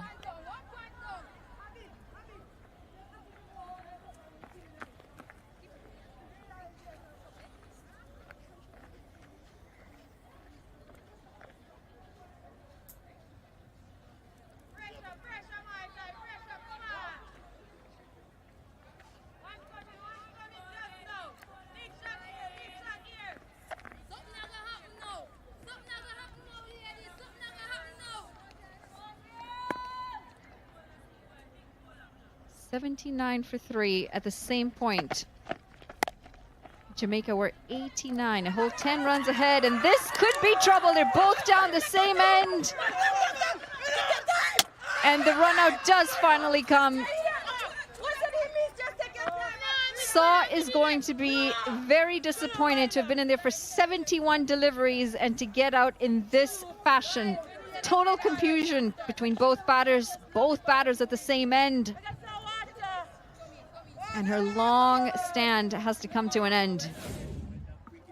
Yes, there's a lot of confusion in this run out from both teams as well. Anissa playing the ball, taking off, then turning back, didn't realize that Saw was coming.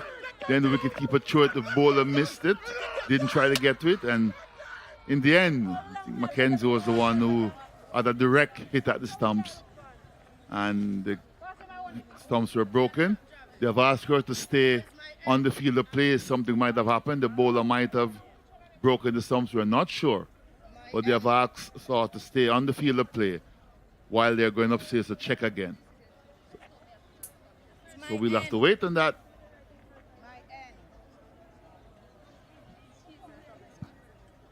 I think she's just saying she wants her end double checked for the run out.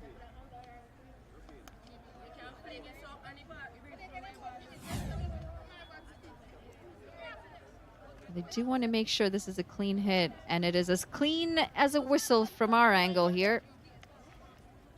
Just wait on confirmation from the umpire. The batter not even in the picture.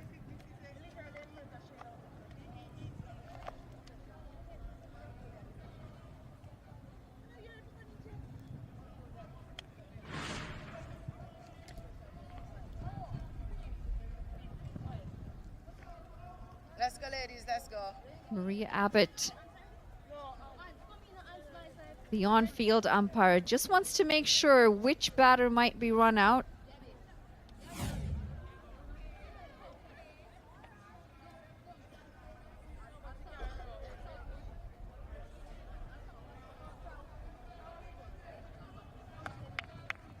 From that angle, it looks like Anissa Mohammed has safely made her ground.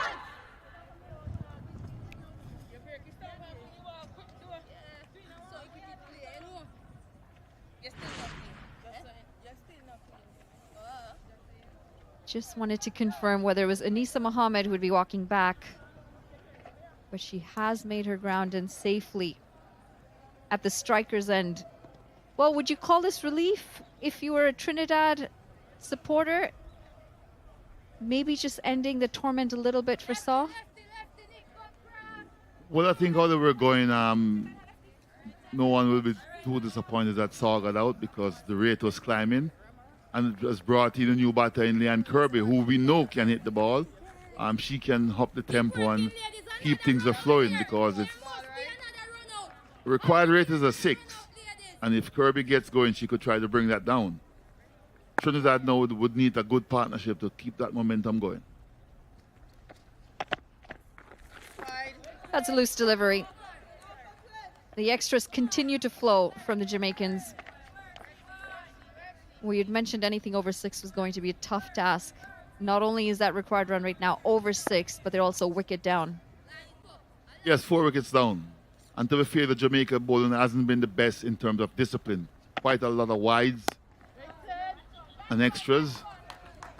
But they have still managed to get four wickets. And here's the run out.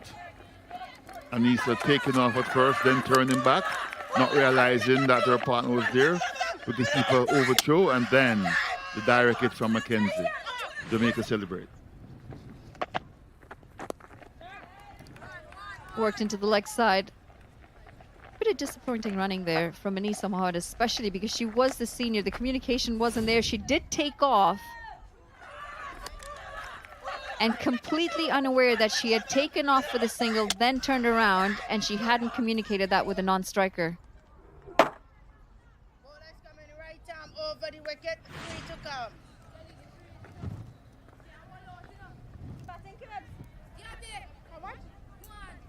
It was Mackenzie with a direct hit. A bit ironic. Mackenzie 16 off 63 gets the run out of Saw, who's 19 off 71. Both youngsters a bit of a struggle up at the top. I'm sure Trinidad would have counted on some runs from Brittany Cooper, not getting them today. Yes, they certainly didn't get the runs today. And for those wondering what happened with the run out, I think the third umpire wanted to make sure that everything was okay and it wasn't Anissa Mohammed that was out. So we had a little bit of a double play with both strikers in the same hand.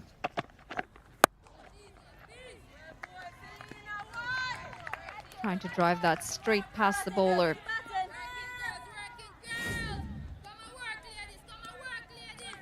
Both batters at the same end. That is never what you want to see if you're the batting side.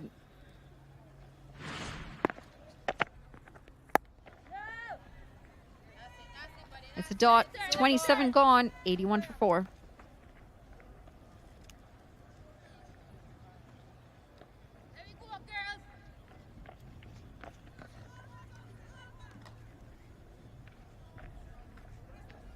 No. No. Round there, so not there, sir.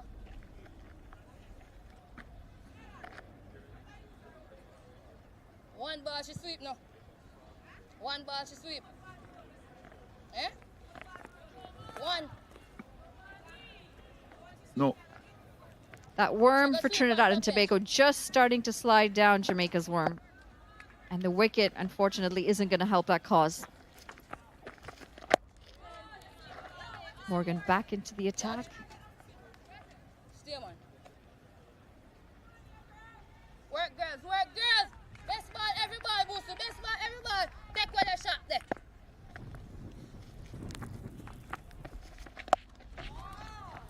Swept away. Tubes, just stay. It's going to take a bit of stopping. Didn't quite have the timing that Anissa Mohammed would have liked, but she does pick up 2 runs here. And a go-to shot. She's played that shot multiple times now. Yes, that's her go-to shots. Her 2 favorite shots is a sweep and a cut. The Jamaica team should be aware of that. One thing I'll say, I don't think we'll see a lot of sharp singles with these toward the crease, but they'll be looking to get boundaries. Throwing the bat a little too hard this time. Work, Maggie, work, Maggie. Work, girls, work, girls. Sometimes you see that short ball and your eyes light up so big. Best 3, Maggie. You want to put it into the stands and you manage to do nothing with it. None there. Love your work, Mark. Not a bad delivery from Morgan, and every dot delivery is what Jamaica wants at this stage of the game to build more pressure on Trinidad. Anissa Mohammed, with all her experience, knows that. Leanne Kirby knows that. Here she goes for the sweep again. This time it's in the air. The fielder misjudging it. Just a single in the end. Could have been worse. At one point we thought should have probably come in for the catch. Wasn't the case. Let's see what plans Leanne Kirby has. And this is the sort of stuff that pressure makes you do. Take on bowlers, take on the bowling. You know there's a fielder out there, especially if you mistime it. 6.32 now, the required rate. Jamaica were 97 for 1. And I think it's the wickets that's made the biggest difference for Trinidad and Tobago. Calls for catch it, and it's a misfield. Misjudged. And this is a poor bit of fielding. They pick up 4 runs off the final delivery of what would have been a very good over. 28 gone, 88 for 4.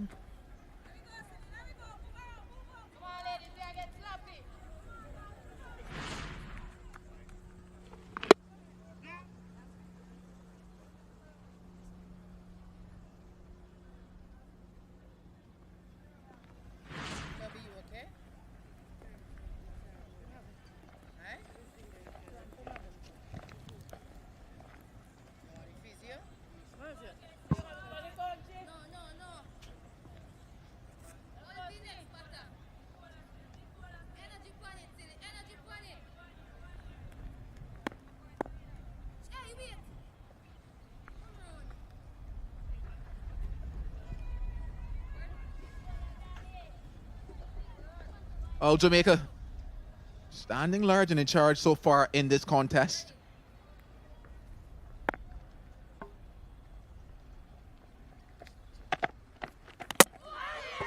And their dominance continues. First wicket of the match for White.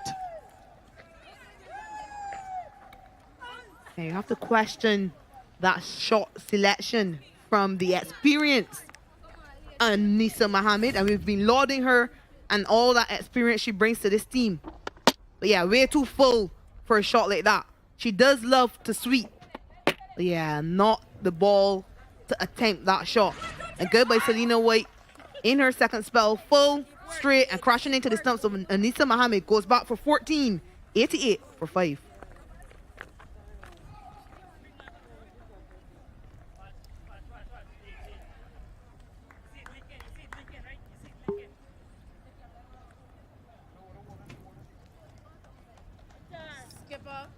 Last over, you are 2 minutes up. All right, good. Thanks, Keep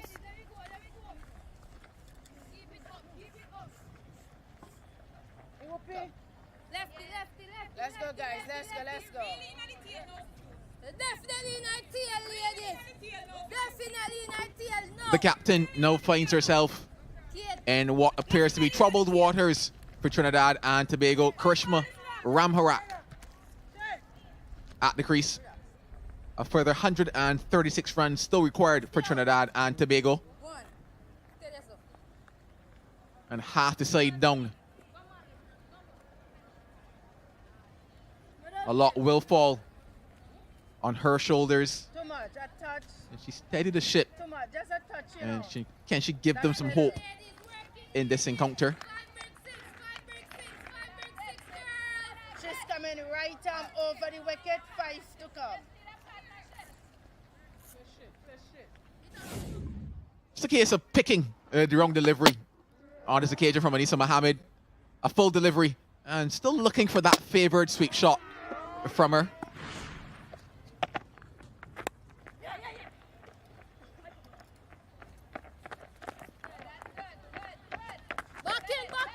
Back up. Yeah, not too often you see batters trying to sweep pacers. Anissa Mohammed, she does favor that sweet shot, as you pointed out. Got a start, but then dismissed. At a crucial time, you would think Trinidad and Tobago in real trouble now.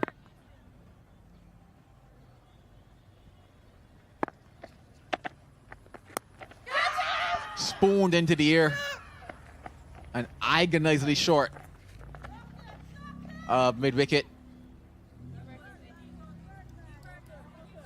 in the air for some time. You just thought maybe it might carry.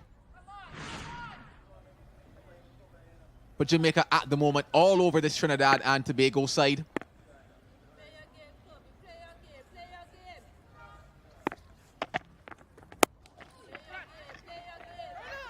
Question for you, Shakira, and it's something that we could talk about, I guess, throughout the remainder of this over into the next one as well, depending. But where has it gone wrong in terms of the batting approach, maybe, for Trinidad and Tobago thus far? Because obviously there's still time in the innings, but what might, you know, be a factor that you might say, okay, this is where they could have done better? And the most glaring thing is the number of balls these batters have faced for just a few runs. Chanel So stands out, 19 from 71 deliveries. That's way too slow on a flat surface, on a good batting pitch. And then those 2 run-outs. Not only did they give Jamaica a bonus point, but they gave up their wickets. A well-set Janaba Joseph really turned the tide. So, in fact, faced 60 dot balls. That's 10 overs of dot balls, and we're only into the 29th over. End of the 29th, in fact. 90 for 5. Come with the shoes now, rookie. Come with the shoes. Hurry up, hurry up. Mackenzie. She tell us that she want the shoes. You know, come as you. And she get 29 overs left. 29 overs ball, right? Yeah. 5 brings 6 girls. 5 brings 6 girls. Kid.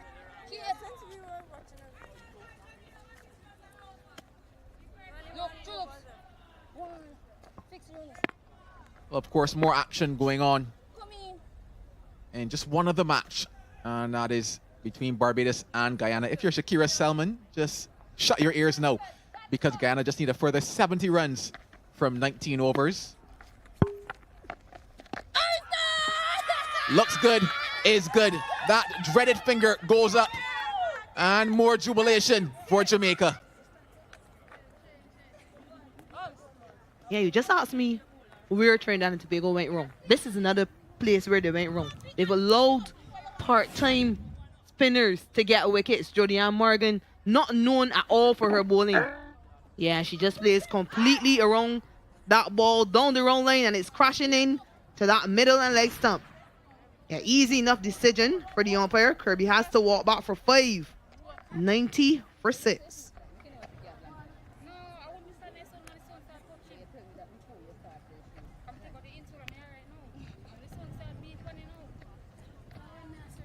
Keep going, Maggie. Keep it simple, buddy.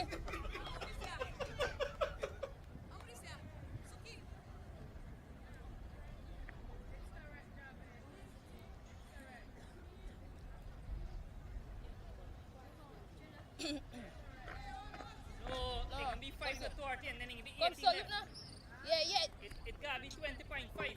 Kanisha Isaac That's you. makes her way to the middle now. And troubled waters for Trinidad and Tobago in this opening encounter. She's here because of this. Looking to work it into the leg side. Just missing it completely. Love it, Maggie. Love it, And that pressure continues to build for Trinidad and Tobago. It's another case of another batter playing an ill-advised stroke. Back face closing too early on that one. You always say it, looking to present that open bat. Probably looking towards that mid-on, mid-wicket type of area. Instead, she was looking to get it behind square. You're mad, man.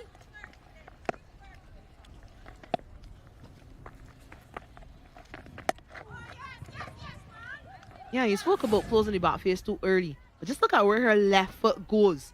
It is absolutely impossible for her to access that ball because of that left leg. It's planted straight across as though she's hoping to drive the ball through the offside. Talk about a back path. There was none. Almost doing the same thing here, Kanisha Isaac. Oh, we love it when the coaching you comes out, Shakira Selman. This is why we pay you the big bucks and put you in that chair, Shakira. This is why we love you and this is why we need you.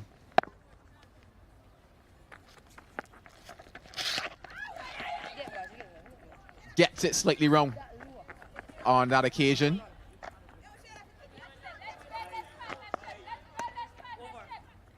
Just maybe bat was on it because no signal coming from the umpire.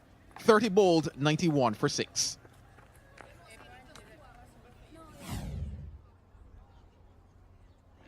Faster balls, sliding down the leg. So he didn't seem to contact anything. Jamaica will be happy. There, Rashida Williams perhaps outfought the umpire, suggesting that it touched something. Keep working, girls. Keep working, girls. That's ball, everybody. That's ball, everybody. That's middle. That is middle. Thank you. She's coming right arm over the wicket. Thank you.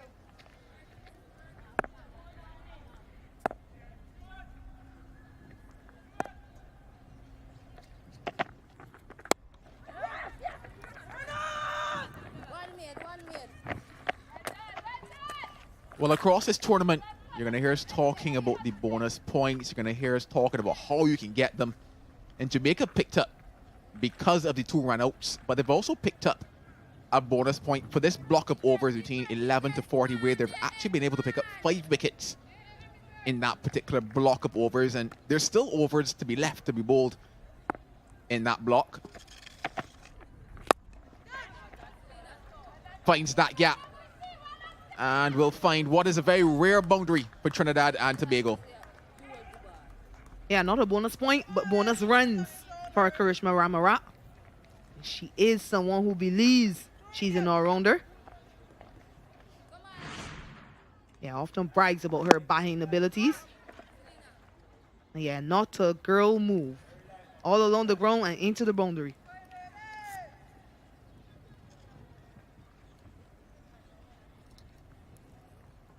Just guilty of being a bit too wide on that occasion, White.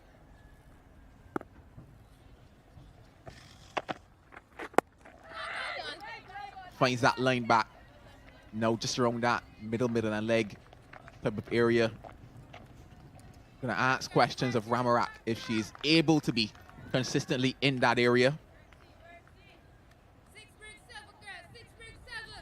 And there you have it. Just 58 runs scored in that 11 to 40 phase. But more importantly, 6 wickets. Wonderful looking shot from the captain. Where has she been all innings? Well, I guess she can bat. And that boundary brings up the 100 for Trinidad and Tobago. Again, just too much room. Yeah, anything finishing on off stump or wider, it's easy for Karishma Ramarat. I'm sure Rashida Williams will know that. Yeah, nothing over. Safe enough with the fielder at mid-off in the circle.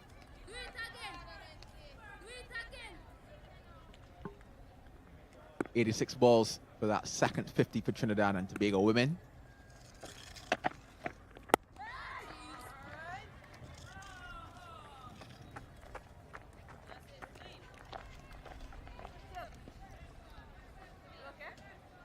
Yeah, 124 runs required from 115. It's not too far off. The problem is that wickets column. They've lost 6 wickets. Still an easy pace pitch to bat on. But you wonder if it's too much left for these batters. Well, she continues to bring that required total down. The captain is putting her team on her back at the moment. The end of 31, 104 for 6.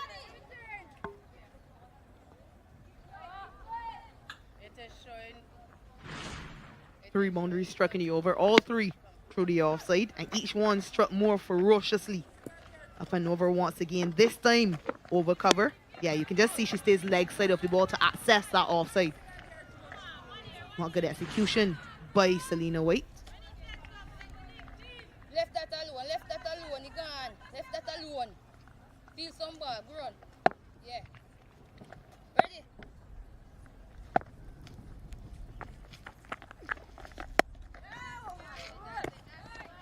Can they find themselves, Jamaica, getting back to that period where they were able to build up some pressure and dot balls? get an enterprising innings of, let's say, 60 or 7, put things back towards even Stevens. All right. Watch it. Since coming to the crease, the captain has capitalized on anything wide and full. Along the ground for that first one, decided, okay, it's time to go up and over for the remainder. It's been brief, but it's been good from her so far. The question, though, is can somebody stand up with her while she does that? Because there's still some distance from the promised land. Work, we are work, girls. Work, we are work, girls.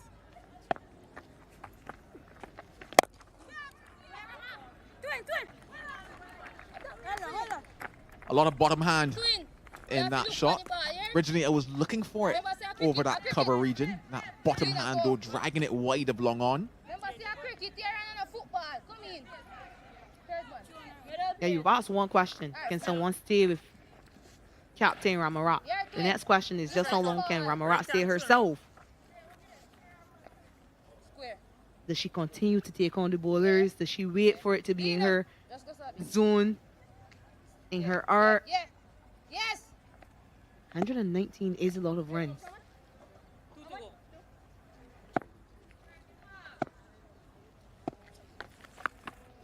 Oh, jeez. Yeah, it is quite a bit. But what it does as well is that it gives us a chance to understand whether or not this is a situation, if at the higher level that Ramarat herself might be able to maneuver. Because once again, even though she is, you want to see a settled member of that side, you're looking for what else can come out. A dot ball to bring us to the end of 32. And it's also time to have a drink right here at Warner Park.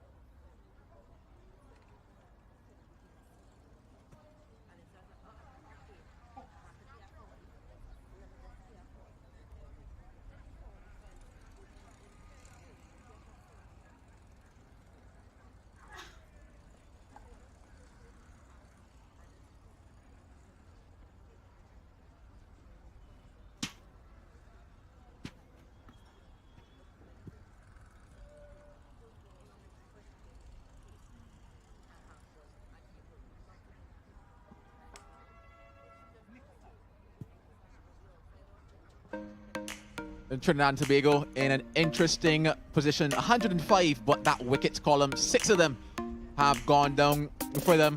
Donaba Joseph, she was the first, and she was looking good. She was looking set at the top of things. And then it's a bit of misfortune, you might say, in terms of the calling brought about this. She was run out, and that was the first wicket down for them. Ramnath, she offered a very easy catch. Didn't do much in terms of that total. And Jamaica from there were looking at things, and then it just kept getting worse for Jamaica, or rather for Trinidad and Tobago. Another moment where a run out brought about the end of what was a very long innings from Chanel. So 2 run outs, which brought about an additional bonus point for Jamaica. And then Anissa Mohammed playing around what was a very full delivery, and the last of them to go was this LBW decision. Struck in front. And yeah, rather easy for the umpire on that one. Jamaica, they have been all over this Trinidad and Tobago side. A bit of a platform at the start, but since then, things have gone all the way right here at Warner Park. Ready, skipper? Yeah. Back to live action with Isaac and Ramarat doing damage for Trinidad and Tobago. Or rather hoping to do damage. Because there's a word that you guys were talking about earlier, and that word is partnerships. Can Trinidad and Tobago find themselves building a partnership here? Yeah, the only partnership of note was that opening partnership between Janaba Joseph and Chanel Soul of 48 runs. Then from the time Joseph was run out, everything went downhill for the Trinidad and Tobago side. They haven't been able to retain their composure.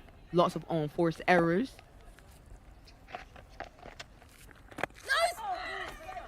They will need partnerships. When you're batting second, and as a management staff, you're hoping that your batters have learned from the team that bat first, whether they went good or not. Jamaica had a few crucial partnerships.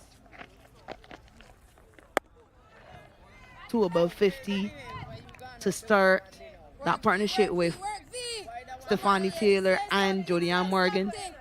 They all contributed to the eventual total.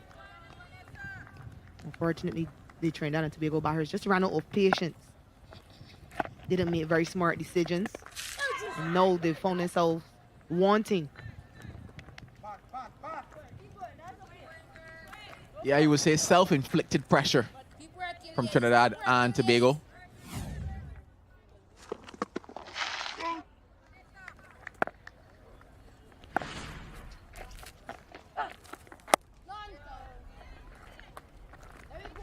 A maiden over to get things going again. 105 for 6.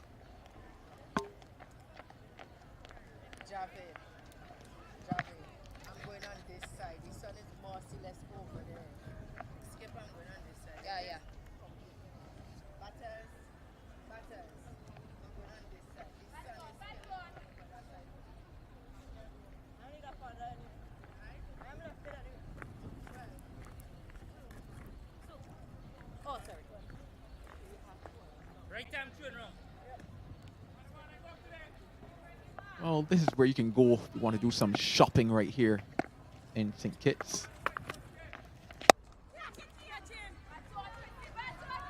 Well, Ramarat has decided she is going to keep going.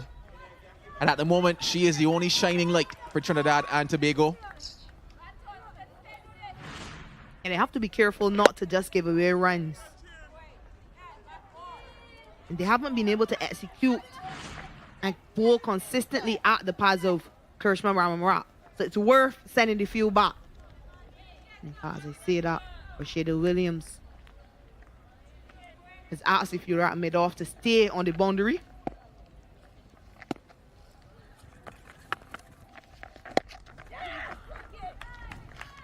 You know, find space at mid-wicket, and that's what you're looking for as well. That's something that I think has been slightly missed occasionally in terms of, okay, even if you haven't been able to find that boundary, can you find space in the field? She found that boundary over long off in the area.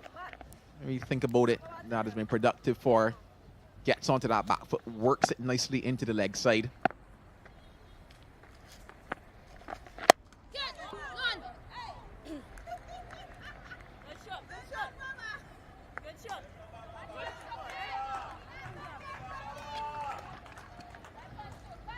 Yeah, when we look from up here, it looks like there's so many gaps in the field. But it just seems as though when the batters look up,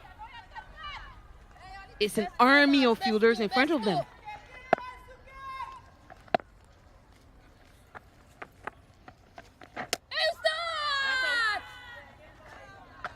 Appeal, but only by Rashida Williams. But then it goes back to our discussion about mindset and intent. Not enough of the batters have been looking to score. They've been waiting on bad balls. They have to be looking to score every ball in white ball cricket. We even see it in Test cricket now. It's just so interesting that they push back the field for this last ball. Maybe hoping that she could have gotten the single for that one. 34 gone. Yeah, just pushing at it. And how close was that? How close was that?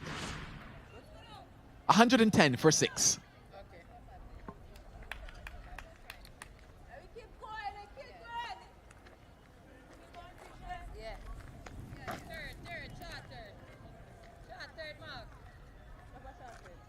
Stay on that side, yeah?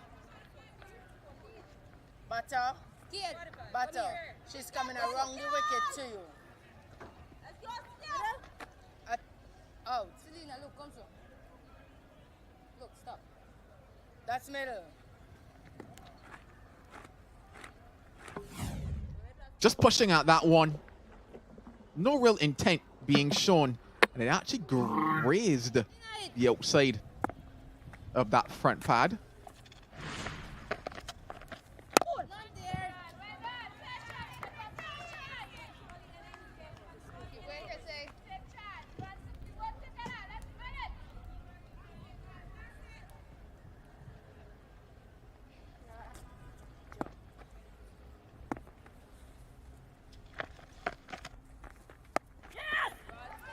Finds that gap. Ramarak gets 2. This is good as you question and you wonder, you know, how long can she keep it going? She's not truly taken any real risk so far, and I think that has been the highlight of this innings. A bit of an injury here, though.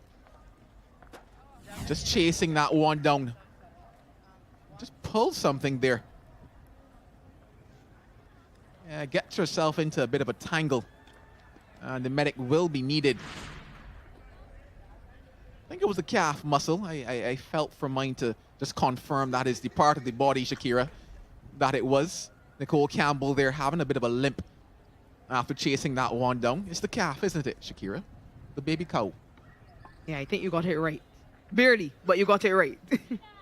Yeah, unfortunate for Nicole Campbell. Remember, she is on as a substitute for Stephanie Taylor, who's injured.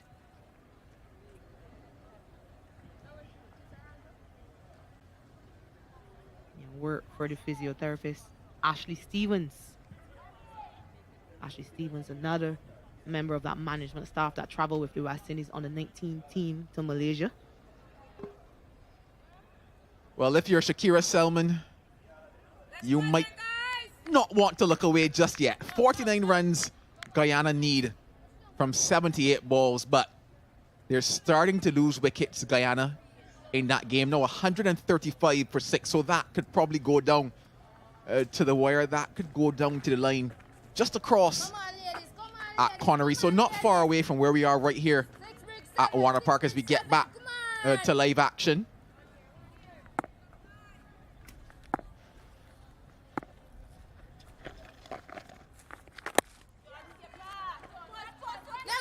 Can they get 2 here? They opt to settle for 1. 3 deliveries now for Isaac, and you just wonder the mentality now of Isaac. Is she looking to score? Is she looking to survive? You just wonder. Yeah, well, she is accompanied by her captain, who's doing the bulk of the scoring in this partnership. Partnership of 23, of course. 1 year. She's only contributed 3 runs.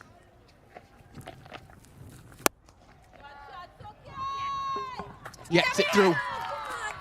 That's going to be a boundary for Isaac. A welcome boundary as well for Trinidad and Tobago. Yeah, and I was just going to ask what her captain is telling her from the next end. But yeah, she's perhaps telling her, don't block the full tosses like she attempted to do the previous over. Score from them. You're good enough to score when you're given loose deliveries. Yeah, loose deliveries, sloppy fielding, and she gets 4 runs.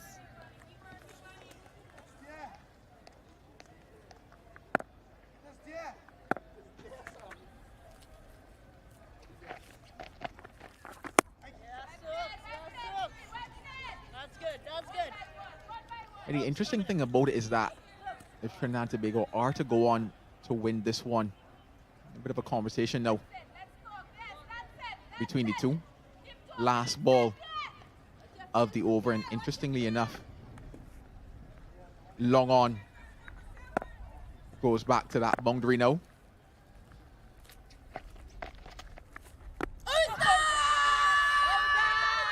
She missed everything, struck in front, and she's got to take that long walk back. Yeah, and you can almost tell from the celebrate appeal from Vanessa Watts. She kept walking while appealing, going to celebrate with her captain. She knew this was stone dead. And there's a mistake again. She goes to defend a full toss. After striking a full toss, the previous delivery for a boundary. Yeah, disappointing for Isaac. She has to walk back for 7.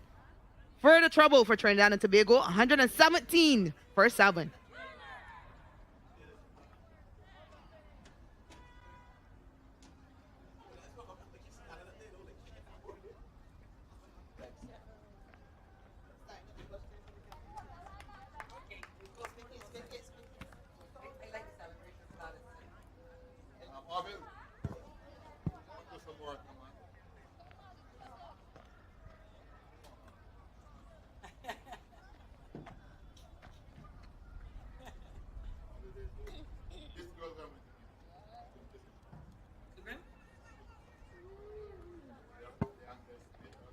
Steffi Sugrim can hit some balls. What can she do for Trinidad and Tobago here? 117 for 7. They've got 15 overs to try to chase this target down. 107 runs still required. Karishma Ramarak has looked stylish and steady.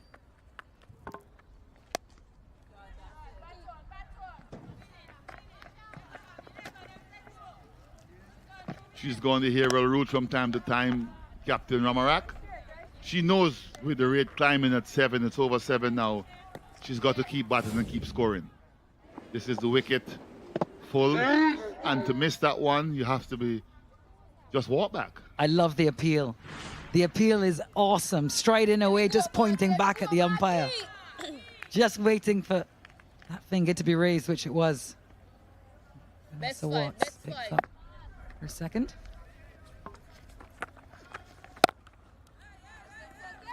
One thing for sure, young Steffi Sugrim will not be hanging around too long. She's going to try to put bat to ball, and even though she's small, I've seen her hit some long balls, so Jamaica should not take this for granted. Yeah, you can sense already she won't die wondering. Showing some intent, which I'm sure will be viewers will be very happy to see. And Rashada is aware of that because she has put back long on and long off, which I agree with. Certainly agree with that. That's a good stop. That's a good stop. Halfway down. Better throw. Better throw would have been threatening. It's a poor throw from Shady Nation, and the throwing and the feeling has been a little bit disappointed from a Jamaican standpoint. The catching as well, the bowling as well. So even though they're in a very good position, I don't think this is the game that they'll be very pleased with in terms of their performances. Batting was okay, but they have not set the place alight with their feeling. Not there. Close it out, Max. Close it out, Max. Yes. Fair enough, Courtney Walsh. And Trinidad and Tobago batting lineup has been brittle.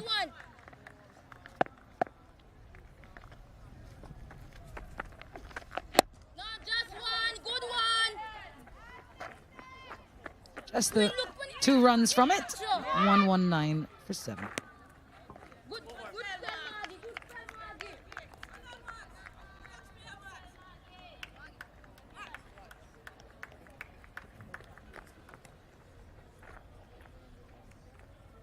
Kid, please look at the ball. Yeah. Let's go, ladies. Let's go. No, but go on for she too.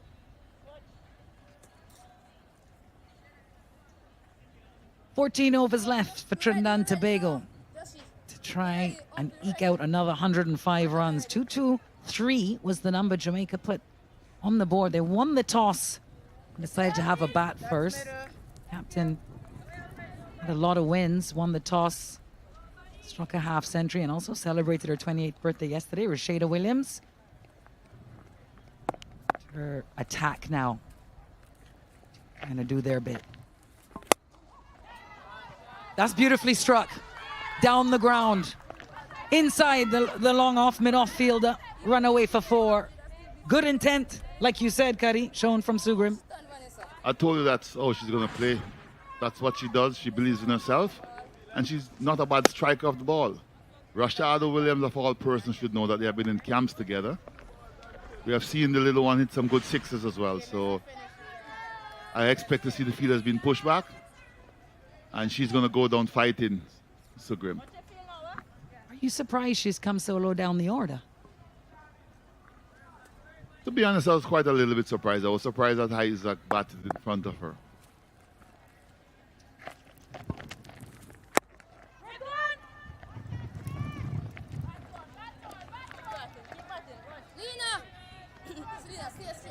Well, it's certainly a topic for discussion, the Trinidad and Tobago side. You see Anisa Mohammed batting at 5, retired from West Indies cricket in 2022. So Leanne Kirby, some of the veterans of the game in this 11. And just a little edge on that. It's gone fine, and it will run all the way for 4. So a couple of boundaries in the over and a little momentum for the ladies in red. Yes, definitely it is. So Grimm has just come to the crease and she's gone 9 in 8.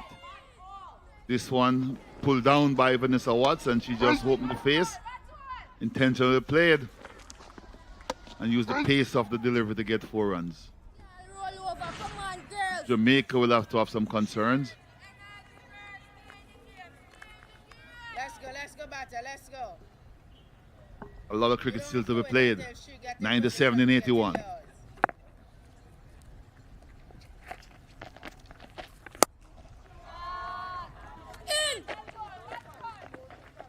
You sense a little nervousness from the Jamaican captain, Rashada Williams, behind the stumps. Hands on the head after that last ball went fine for 4. She knows these 2 players in the middle well enough to know that it's not over. Yes, as cause for concern. She knows it's far from over. Ramarak, with her experience, can strike the ball. So Grimm, I've always believed, is not a bad striker of the ball. And she's shown that, and she's going to keep playing that way. And if she hits it well, it will stay hit. Don't judge her by her size.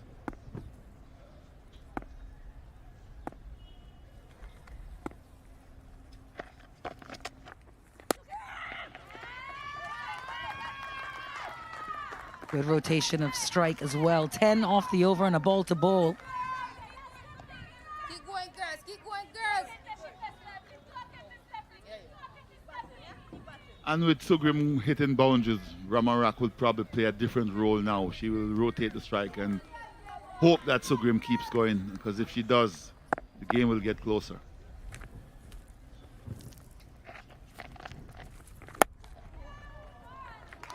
This one launched into the onside. Cleaned up. Restricting it to 2. So a productive over for TNT. 12 from it. 131 for 7.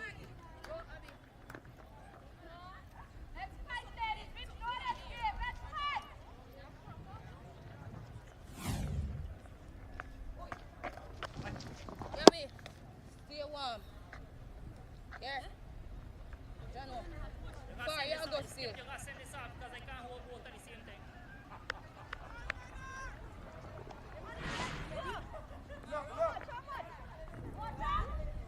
How much? 131 for 7.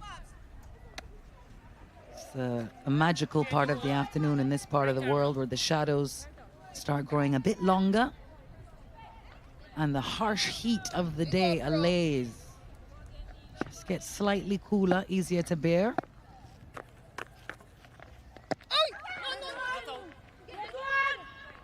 D Nation into her 7th. Stay up on the toes, ladies. Them a look slinkers.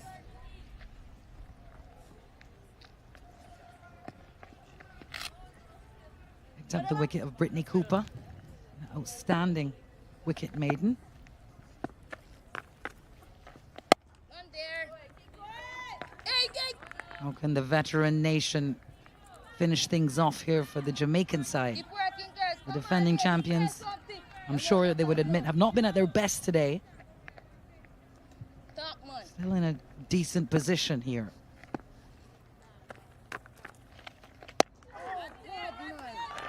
Chipping down Karishma Ramarak. Not be intimidated. Trinidad seems to have regrouped just a little bit and realizing and recognizing that once they keep scoring and keep in close context of this game, they still have a chance. It's important that they bat and bat the rest of the overs out. Keep staying close. She's had an outstanding couple of years, Karishma Ramarak, captaining this Trinidad and Tobago side. She was actually the Trinidad and Tobago Sportswoman of the Year for 2024. Quite an accolade from a great sporting nation.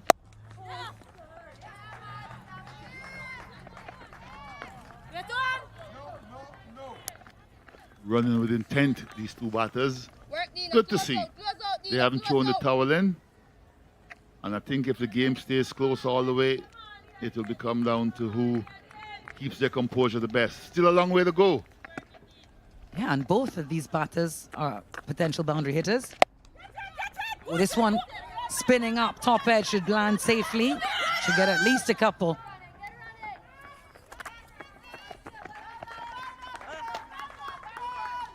Indeed, 135 now for 7.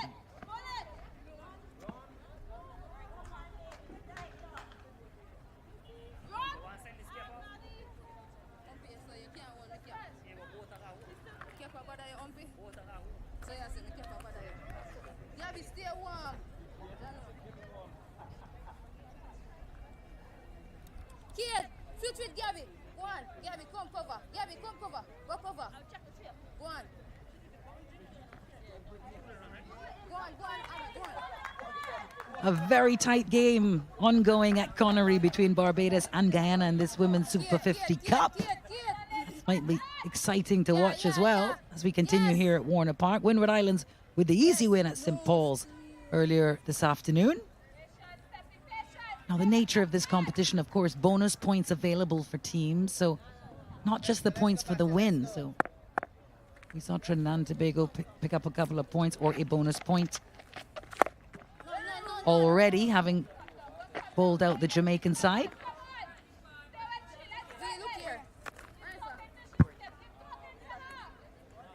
You would imagine Windward Islands would have picked up a bumper load of bonus points, having dismissed their opponents for 90 little bit and chased it down quickly.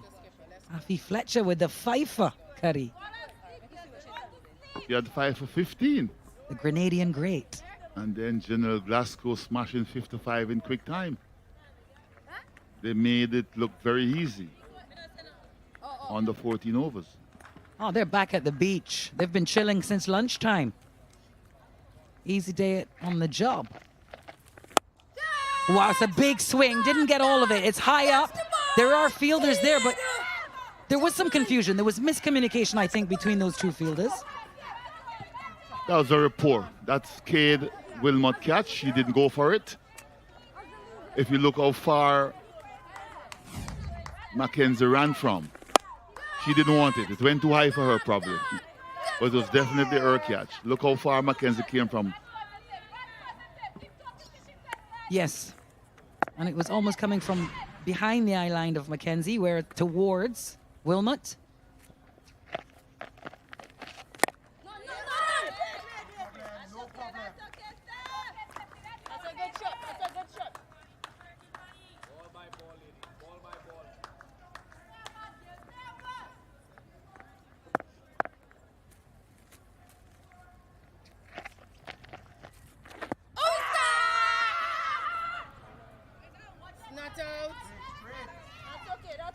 Boisterous appeal, not interested in the habit. Vanessa Watts did celebrate like she did for the previous one, and you could tell why. It's going down.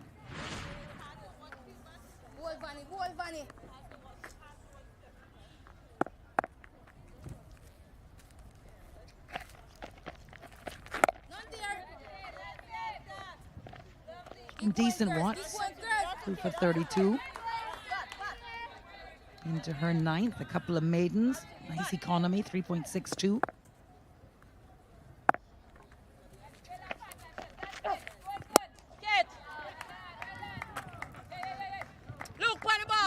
So restricting them to just 3 from that over. So 11 overs now left in this innings. 138 for 7.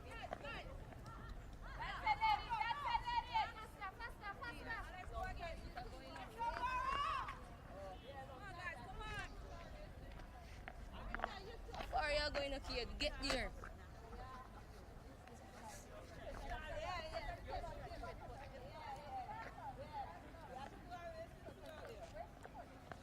Watch out.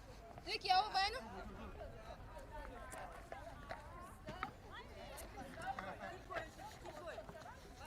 Couple of wickets for Watts, one for White Nation and Morgan. Look at that economy from Jodie Ann Morgan.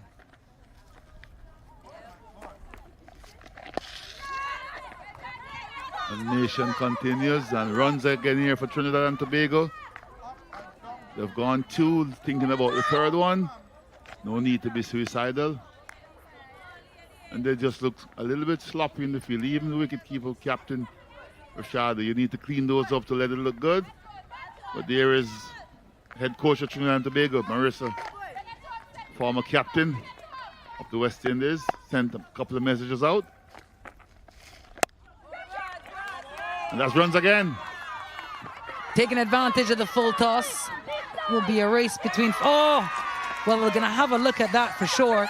The batter's still running. Rashada's left. Rashada Williams has left from behind the stumps now to go and look, and the umpires asked them to stop running. Looks like the fielder may have been hurt. Can't get a good view from up here. Well, he called dead ball, and they ran not for the ball but for the player because Rashada realized she went down very uncomfortable early.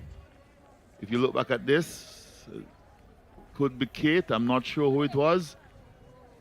Kate. She stepped on the roll and everything, so that will be a boundary at the end of it, I think, but she's hurt. I think she's gone over on that left ankle. In fact. Just a break in the action here as her team gathers around her.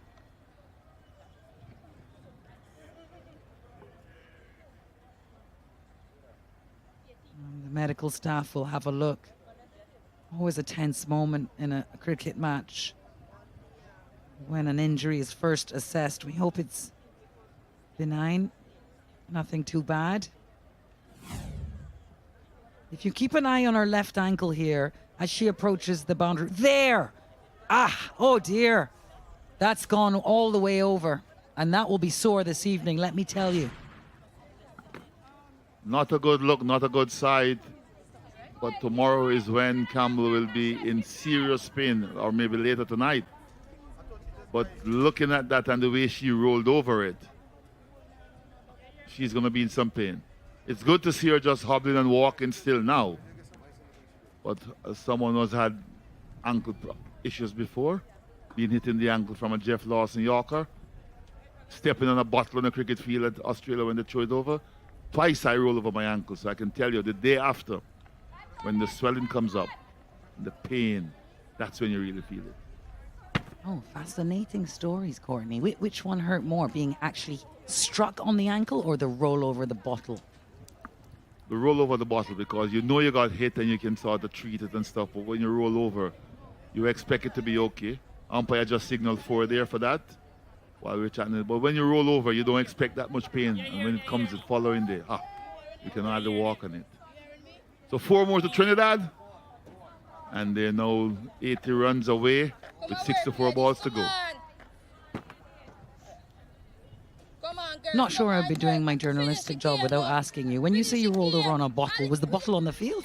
That sounds like action. It was thrown on the field by a spectator, yeah. In Australia. Aussie, Aussie, Aussie. Oi, oi, oi.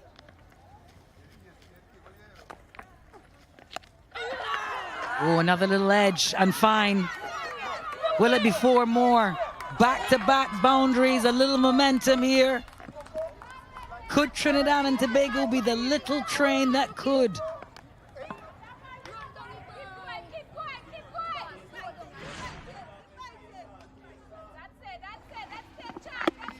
A nice tickle there by Sugrim. I tell you, she's going to go down fighting.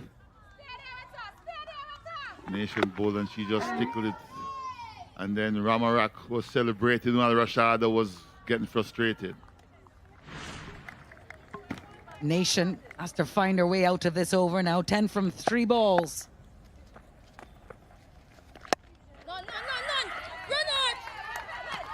And good rotation of strike. Sent back by Ramarak Sugrim. She's been impressive. Steffi Sugrim, 27 from her 22. She's run well. She's looked aggressive from ball 1. Very, very much so. And that's her nature. That's the way she plays the game. And it's good to see that she still continues to believe in herself. Bowled pretty decent, I thought, in the field out there. And she's brought Trinidad back into this game with her batting. This Trinidad side now needs 75 runs. They've got 61 balls to get them. Doesn't seem as far off anymore.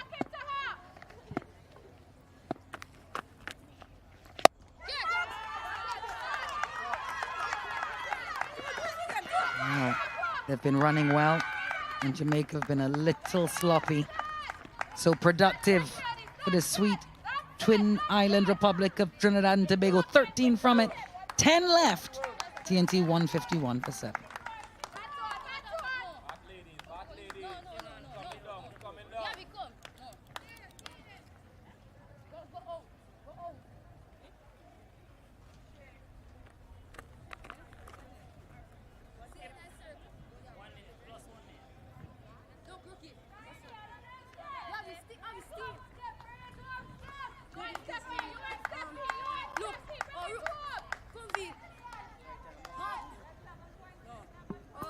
Comparison of the phases here between the two sides. It's a very special time of the year in Trinidad and Tobago. Carnival time. It's a country that revolves its year around Carnival, and this would be one show for them if this team could pull a win off here. Jamaica been in a commanding position. It's had a good total. Waysome is back in the attack. She has bowled her 4 for 12, so they'll be expecting her to tighten things up a little bit. Yeah, great economy. 3.0 just in the one maiden. And this partnership, 34 off 30. How will Sugrim pay the pace? False start. She has to go again. But I don't think it will change her approach. She only knows one way to go. Go for these runs. And she'll be thinking about doing that. A lot of messages have been sent down by the coaching staff and the backroom staff, but Sugrim will be backing herself to win this game for Trinidad. You can see they're buoyed. They believe. Hooked into the onside, into some good space. They'll run a couple. Will they take the third? No, it looked like Karishma might have been interested. Not Sugrim. The feeling and the body language of the Jamaica team at the moment would have been concerning for the head coach, I would think. The bowler's not backing up the stump, the fielder's not coming in to back up, and they're just looking a little bit flat. The senior players now, Shadeen and Rashad, will have to try to get the team together. Yeah, head coach Shane Brooks will be watching on. With some concern, no doubt.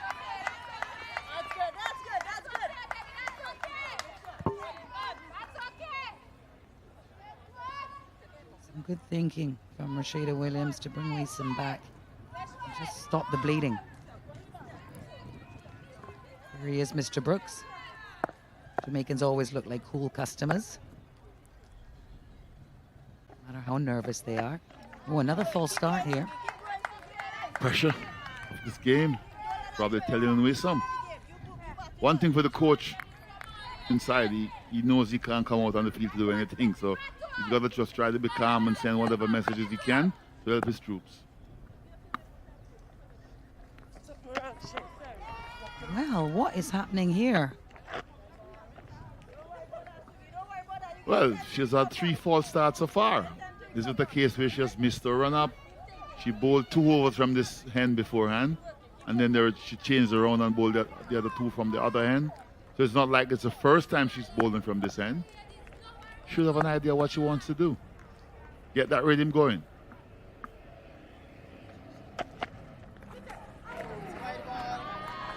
So wide. Sugrim will think she missed out there. She certainly did. And with the field that they have in place, there's no fine leg and there's no deep backward fine. It's more mid-wicket. So if she makes good contact and it's not straight to the fielder, it's every chance of a boundary.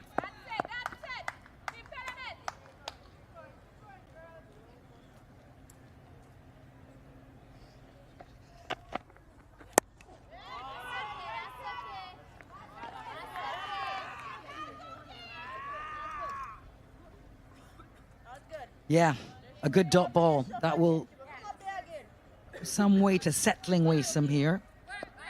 She's got to keep her cool. 70 runs needed, 57 balls to get them. A good partnership in the middle between a plucky Steffi Sugrim and the captain, Karishma Ramarak.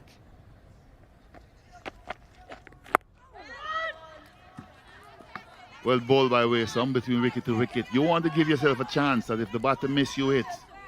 Can't afford to be bowling wides at this stage. I think Jamaica's bowled in excess of 12 wides already in this contest.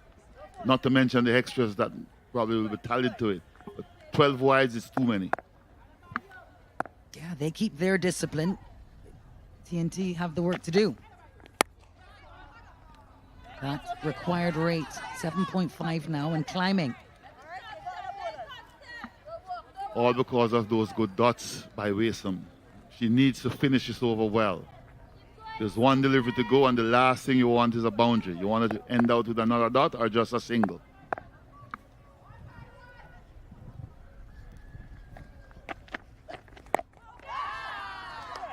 She timed it nicely. It's being chased, but she gets the boundary. Questions around that field, Courtney Walsh. Well, as I said to you earlier, there's no deep backward square and the fine leg is up and the pace bowler is bowling. If you get anything on it, she's going to get a boundary. And that she did. And that has moved Trinidad to 158 for 7.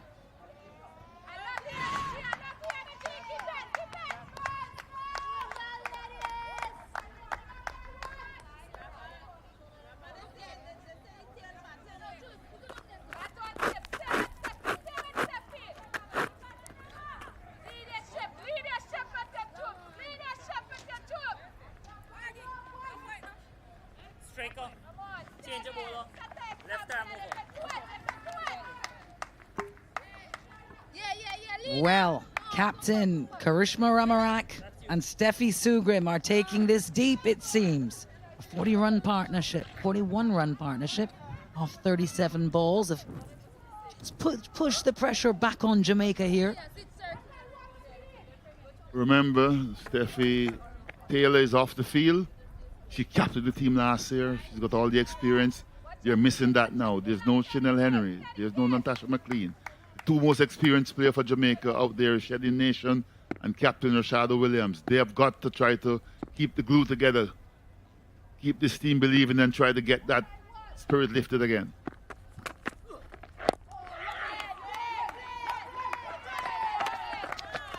That's right. Stefani Taylor struck a nice 49 with the bat. Some question marks now, maybe concerns for the Jamaican side that she was not able to bowl. Haven't seen her on the field. Well, unless it was an external injury, I can safely say I can't see her bowling in this game. Not sure if she'll be able to come back in the field. I think the concern, because she's just coming back from injury, is would she be okay for the rest of the tournament?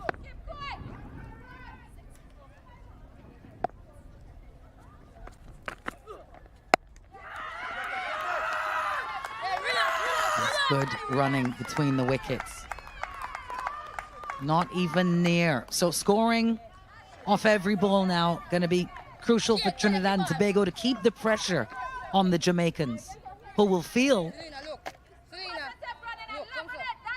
that this game is more in the balance than it should be.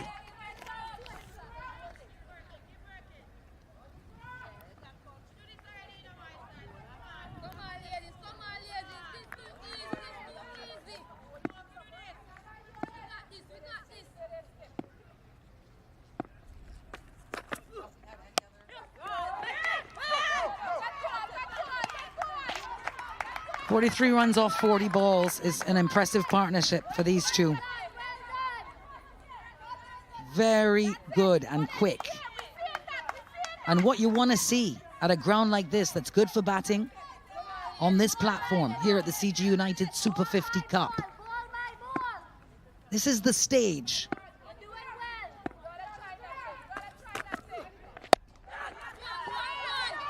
A little duck from Steffi Sugrim as that ball sails over her head. Another single. So it's now 6-3 from 50. Rate is close to 8 still, but at this stage and the way out Trinidad is going about it, they're in the context of the game. As you mentioned, that partnership, 44 and 41, has brought them right back into this game. Who will control the nerves best?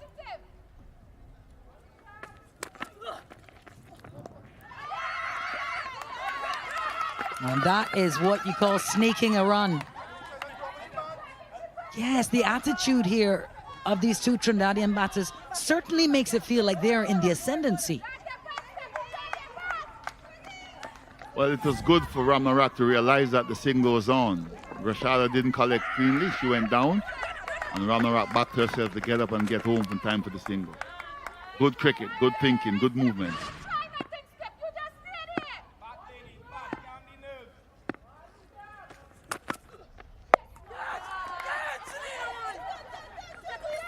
Yeah, they've been poor in the field, Jamaica. Substandard. There's two, I think that's 2 missed fields off the one ball. Allowing 2 runs here for Trinidad and Tobago. 42 gone, 164 for 7.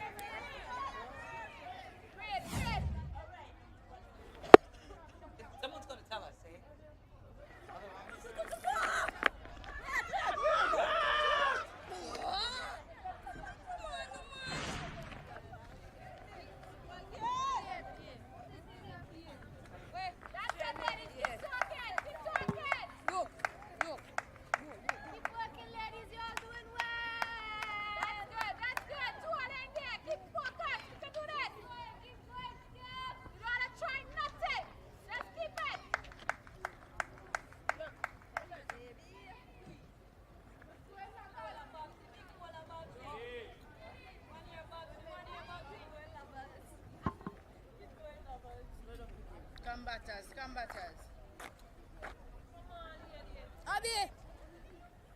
Rookie, come sir. Keep going. Keep believing in yourself.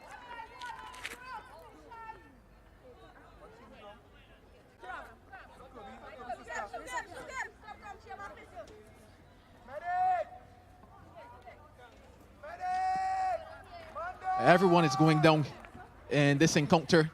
It's been a long, hard, hot day out there for a few of these players. The captain now, and Rashida Williams, is the latest victim to fall. Just maybe a bit of cramp creeping in. As the medic team now is also out there. And this game at one stage, I wouldn't say we were looking at it as a foregone conclusion, but you told yourself that things favored Jamaica. And then we saw moments of sloppy fielding. We saw moments of not attempting to take the catches. We saw the captain, Imran Harak, take the attack to Jamaica. And then Sugrim partnered her beautifully from the other end. And now we're looking at a position of 60 from 48. Manali, I know that you've been taking the action. I don't want to say that you're supporting someone other than good cricket, but what have you made, I guess, of the exchanges, let's say, of the last 10 overs or so?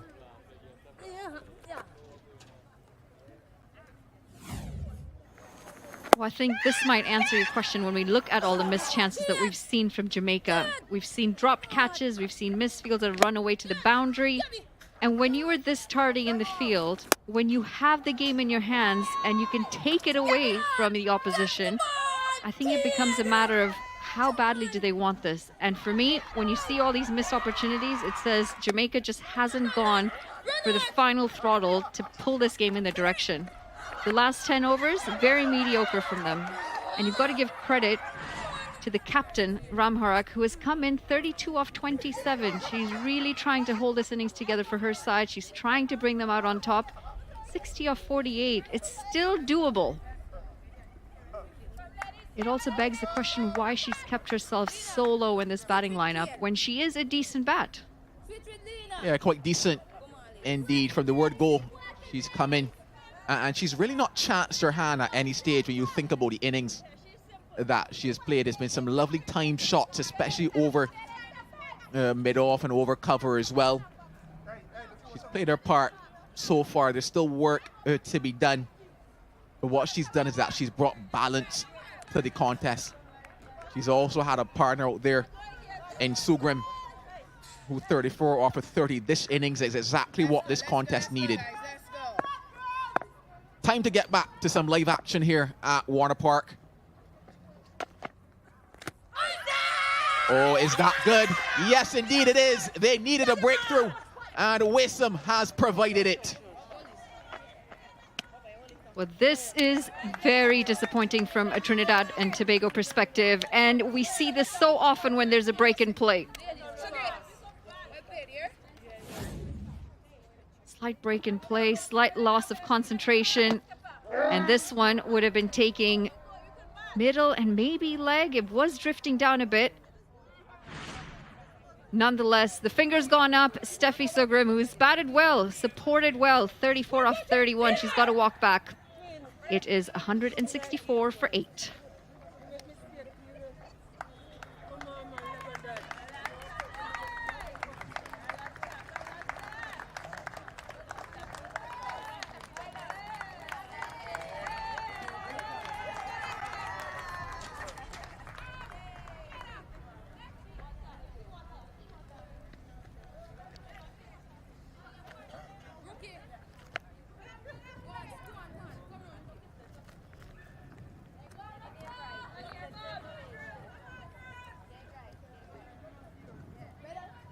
Well, she had a time with the ball and took what was a spectacular catch. Now it's time with the bat. Rita Ramtahal has got a job to do with her captain out there. They still need 60 runs, Trinidad and Tobago.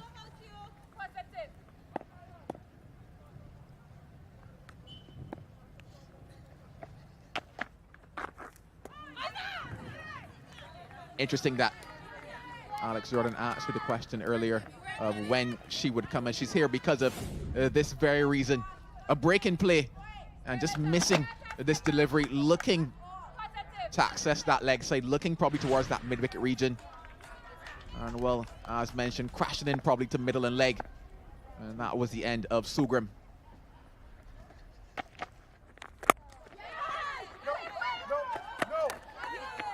Looking to get off the mark. But yeah, bats at the top of the order in that under-19 setup. And now batting down the order here. But what it tells you is that she has batting ability.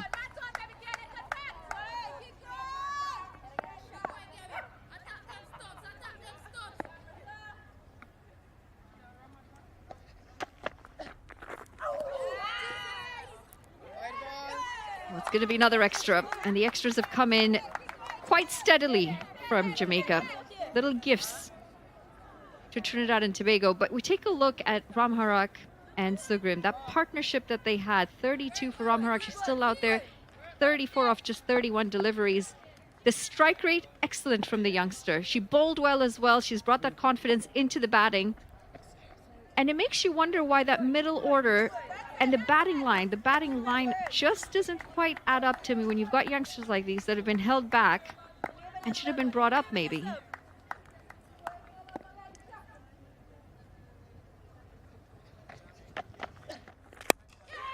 Catches the cry. And another one goes down.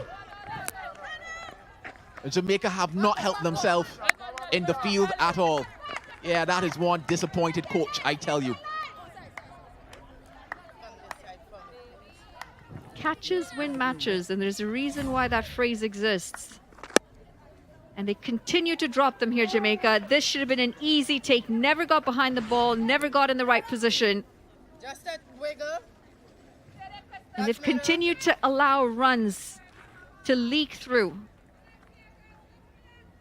We go back a few overs and it looked like Trinidad were all but done. 58 now off 44. Ramharak looks confident.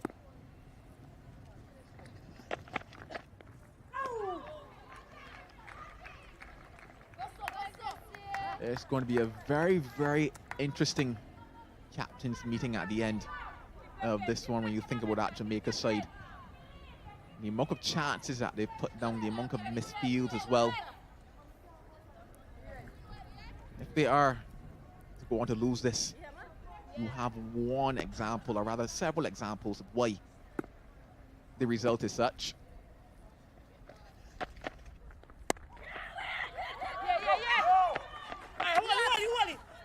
Indecisive and home in the end. 43 gone, 166 for 8.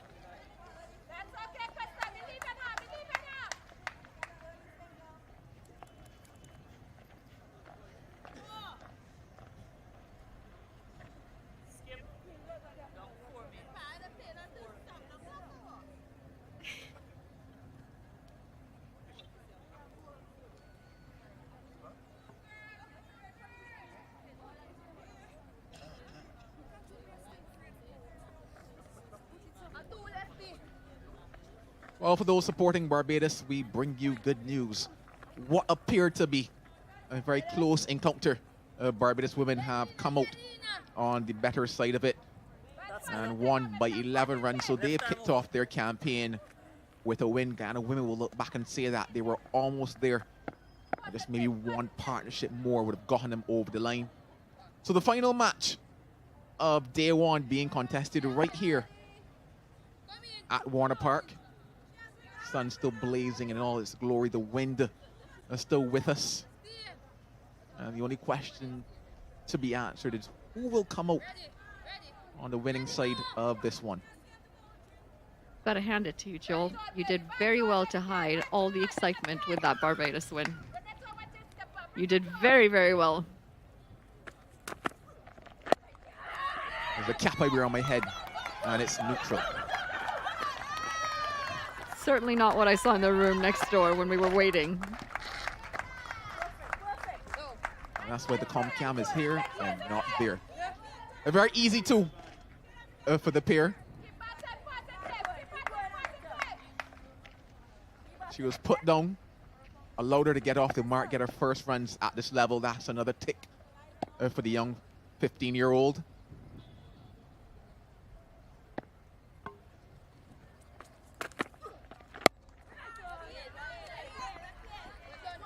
Where she's off the mark. She's got 3 off 4, but this is going to test her because that required run rate is still 8.4. They need 56 more runs and they don't have nearly as many balls. Her job, she's got to rotate the strike, get Ramharak back on strike. You cannot be affording dot balls to yourself right now.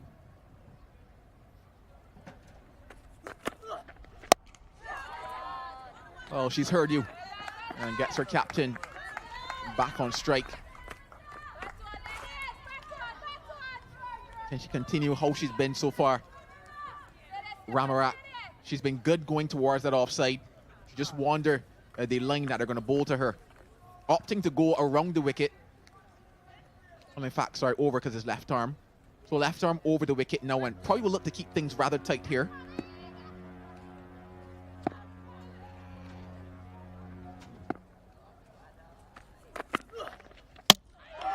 They get the big wicket.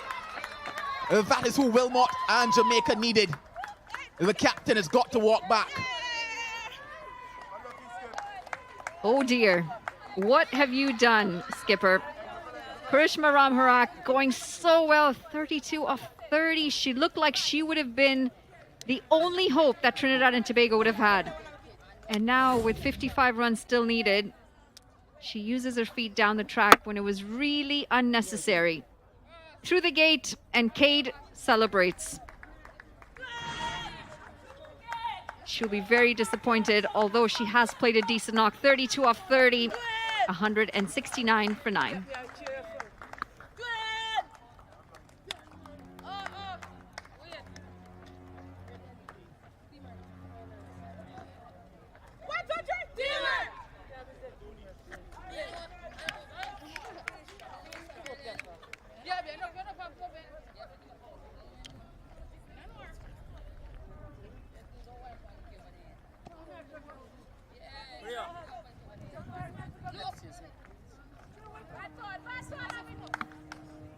Amelia Khan walks out to the middle. This after the big wicket of Karishma Ramharak going so well. And what would have been the only hope for Trinidad and Tobago to try and pull this game to their side. Credit to Jamaica, they've stuck in there with their bowlers. And despite the misfields, despite the drop catches, their bowlers have tried to keep it tight.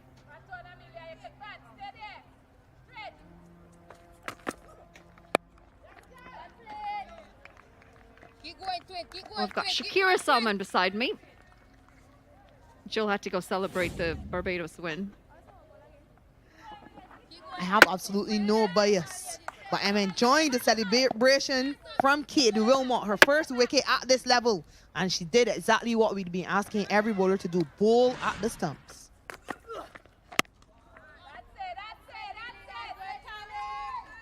It's really interesting when you say that. All you have to do is bowl at the stumps. 44 gone, 169 for 9.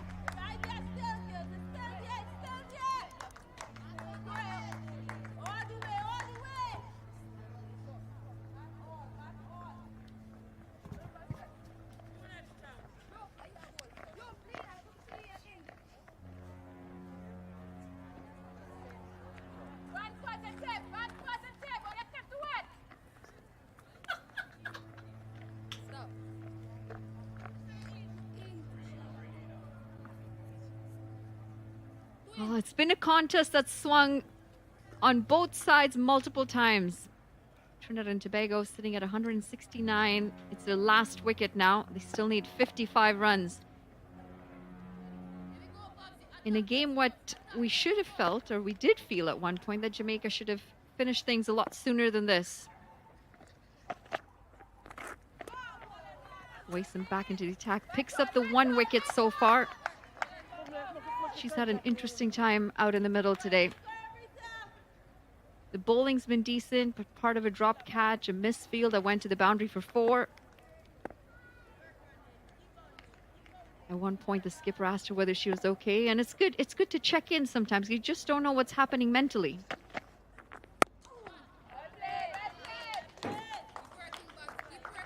A bit on Rashida Williams. I just wonder if there was a bit of gamesmanship when they took that break, when Rashida Williams went down. They wanted to slow the game down, see if they could check in on all the other fielders and bowlers to make sure they stayed calm.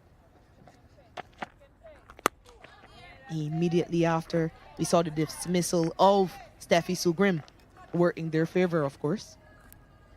Well, one team slowed it down and the other team couldn't slow it down.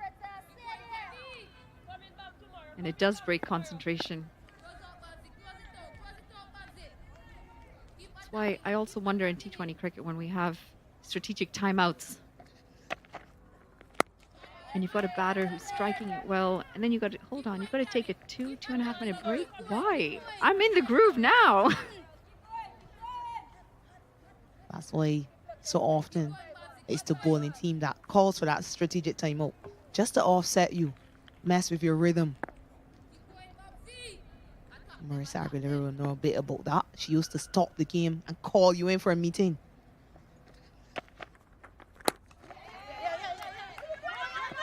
Chance for a run out, and again it's a misfield. Another mix up in the middle. Eventually they cross for a run.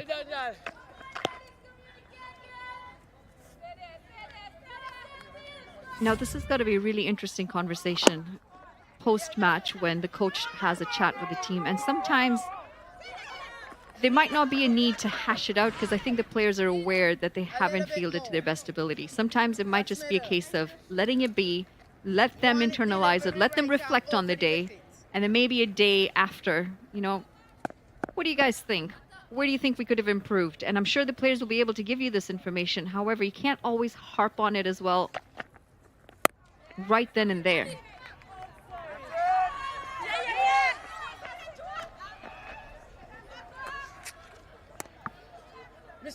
I'll tell you what, their coach is trying very hard to stay calm. 45 gone, 170 for 9.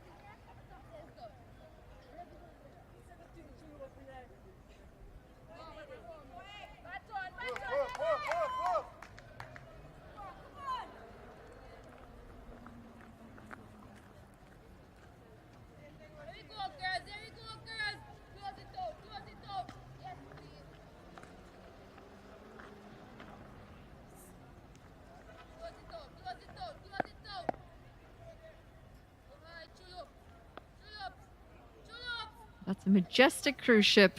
Looks like it's just heading out, or is that the waves playing? They've had their fun in St. Kitts, and off they go to the next island.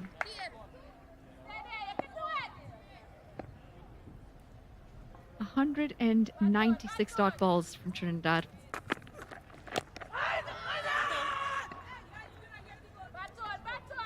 Well, well, well. Just saved. A good length from Kid Wilmot. And just angling back in, but inside edge onto the pads. Make that 107 dot deliveries now. Well, you look at Jamaica and they had a whopping 177. It really paints a picture on the aggression, the intent, the approach in the batting. Surely in a 50-over game, you cannot have over half of the deliveries going for dot balls. Yeah, and certainly both sides will be discussing this after the game. Whether it's today or tomorrow, it's something that needs to be discussed, especially on such a surface. We all lauded the ground staff and spoke about how good a surface it is to bat on. Very easy pace, so many gaps in the field, lovely outfield, get value for your runs. 199 dot deliveries. Something has to be done to address that for both sides. And to be honest, I don't think that is a training session tomorrow. Because certain things, when we see them play out on the field, as they pick up 2 runs, no, they're going to stick to 1. Certain things cannot be addressed and fixed in a one-day training session. That too in the middle of a tournament. This is something that they need to go back and they need to work on it, and not just at their national practices. It's got to go down to the club practices as well. Yeah, it has been a recurring theme in West Indies cricket, both men and women. And it's the reason that West Indies cricket West Indies have allotted points for this dot ball percentage, because it is a worrying factor in our cricket. As long as it's slow bowling, our batters seem to struggle. We haven't seen any real turn today. We haven't seen any extra bounce, any notable deviation, nothing to really cause problems for the batters. So there's really no explanation as to why they struggle to rotate the strike. It's just been a pure lack of intent, if you ask me, from both sides.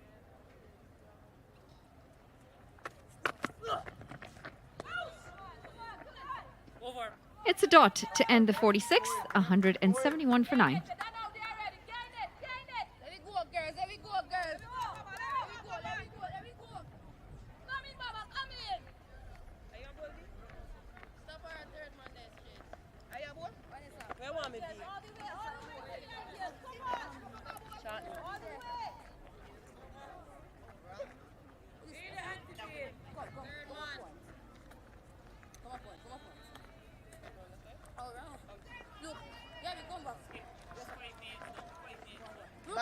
Well, as they head off to the next island, I'm here trying to practice my different accents from the Caribbean.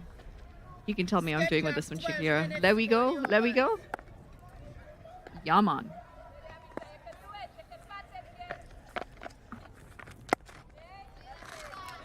Yeah, the Yaman was not too bad if you were attempting a Jamaican accent.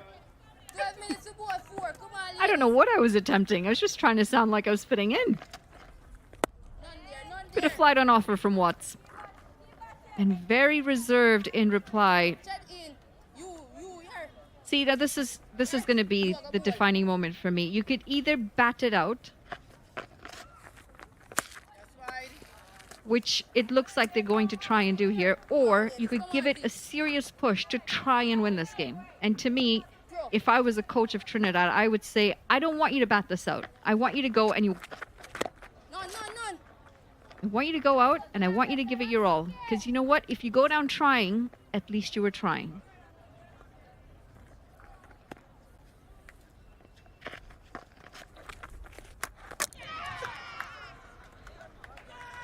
And as I say that, that is going to be the end of the Trinidad and Tobago innings. A little bit of aggression coming out the wicket. And the bails are whipped off. Jamaica have won this contest by a whopping 51 deliveries. Runs, correction. Yeah, a little bit of aggression being shown by Amrita Rantahal, unable to make contact and easily stumped by Rashida Williams to finish the contest. Jamaica winning by 51 runs. Trinidad and Tobago 172 all out within the 50 overs. Yeah, celebrations all wrong for the Jamaica side. Defending champions of the CG United Women's Super 50 Cup. And they've started well enough. They've gotten points on the board, a bonus point for 2 run-outs, a bonus point for the number of wickets between the phase of 11 to 40, and then 4 points for the win. Led aptly by Rashida Williams the day after her birthday. Got off with a statement of 51. Yeah, and the disappointing looking Trinidad and Tobago side. A game that ebbed and flowed. Jamaica controlled the start. Then at some point, Trinidad clawed their way back in. Then Jamaica, they were eventual winners. And first win for Jamaica and Rashida Williams in this year's competition.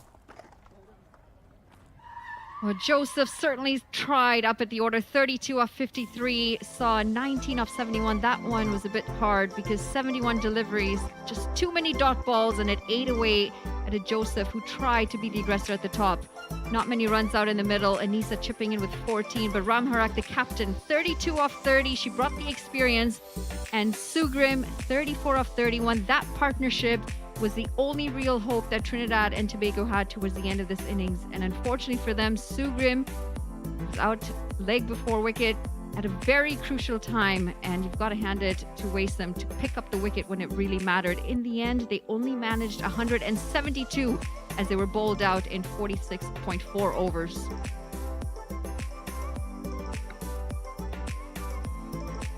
Just makes you wonder, despite the 18 extras, it wasn't meant to be for Trinidad and Tobago.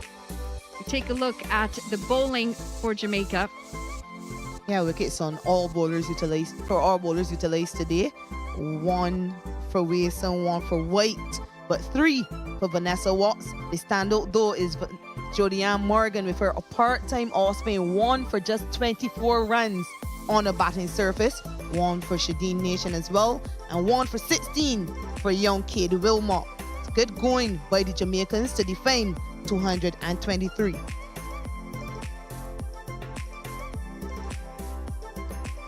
Confirmation, Jamaica put on 223 thanks to a handy knock from Williams, half century to her, and Taylor 49 off 56. They picked up wickets regularly, Trinidad and Tobago, and Anissa Mohammed, the experience coming in with 3 for 40. Ramtahal, standout for the youngster, 2 wickets to her, and Ramharak. Sugrim picked up 1 wicket as well. And in reply, Trinidad and Tobago 172 all out, despite the efforts of Subring and Ramharak. Watts picks up 3 wickets, Wilmot, Waysam, and Morgan a wicket each. We're now going to go down to Alex Jordan, who's got Cheetah Nation with her.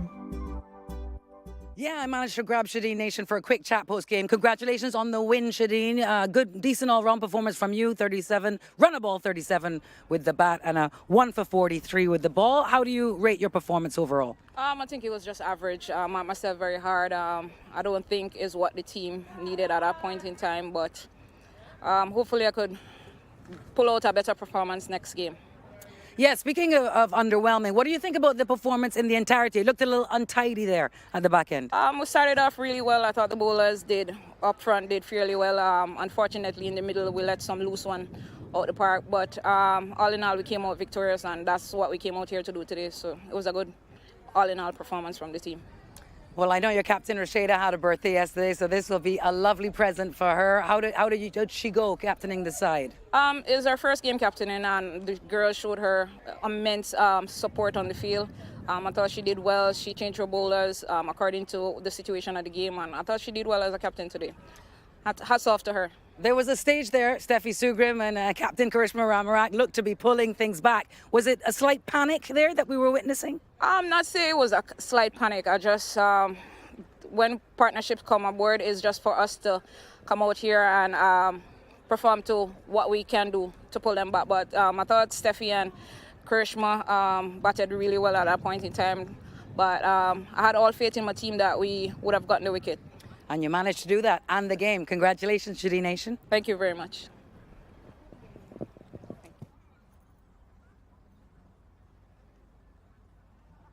Thank you so much, Alex. And we're going to look at the big moment of the match. No surprise whatsoever that it goes to the youngster, Amrita Ramtahal. She picked up a massive scalp in Stefani Taylor, who was on 49. Beautiful cotton bowled effort, one-handed as well. And that's our CG United CG moment of the match.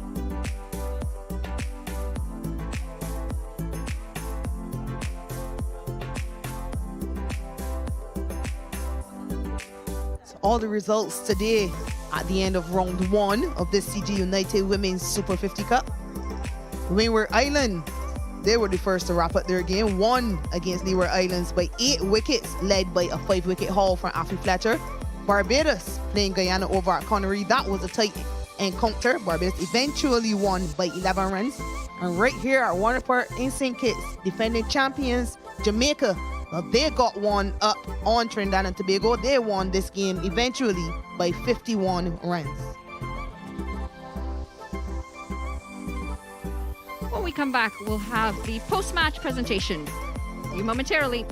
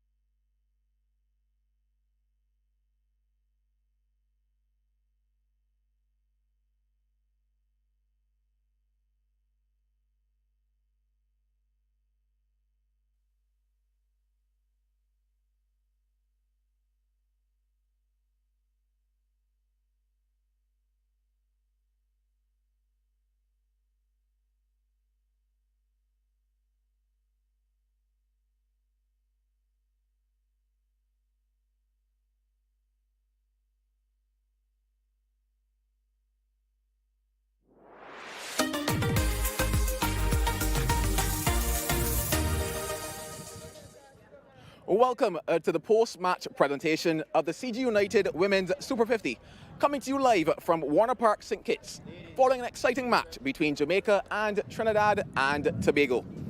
On behalf of the tournament, we extend our heartfelt thanks to Cricket West Indies and all our sponsors for their continued support. We'd also like to express our gratitude for the continued support of CG United title sponsor, Blue Waters, Dafabet, Disney+, ESPN, Jeep Buzz, Macron, and St. Kitts Tourism Authority. To kick things off, let me invite Captain of Trinidad and Tobago, Krishma Ramarak, to have a chat. Krishma, obviously not the result that you guys were looking for. How do you assess this game overall?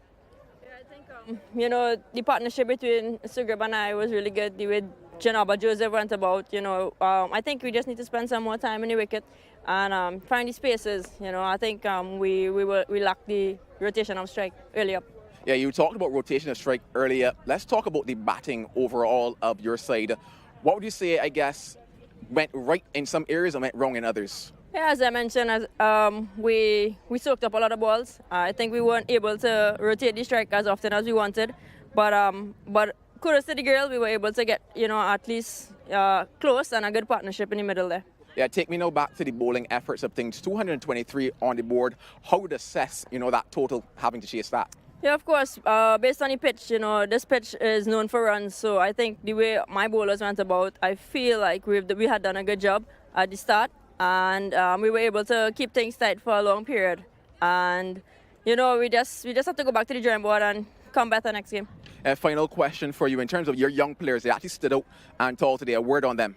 Yeah, I mean, that's why they were selected, you know. I think that they have really good potential, and I'm really impressed with Amrita from the time I saw her. And Amelia is such a good fielder, so I feel like, you know, the more they continue to work on their game, we're going to be in good hands. Well, thanks a lot, Krishma. All the best in the matches going forward. Thank you very much.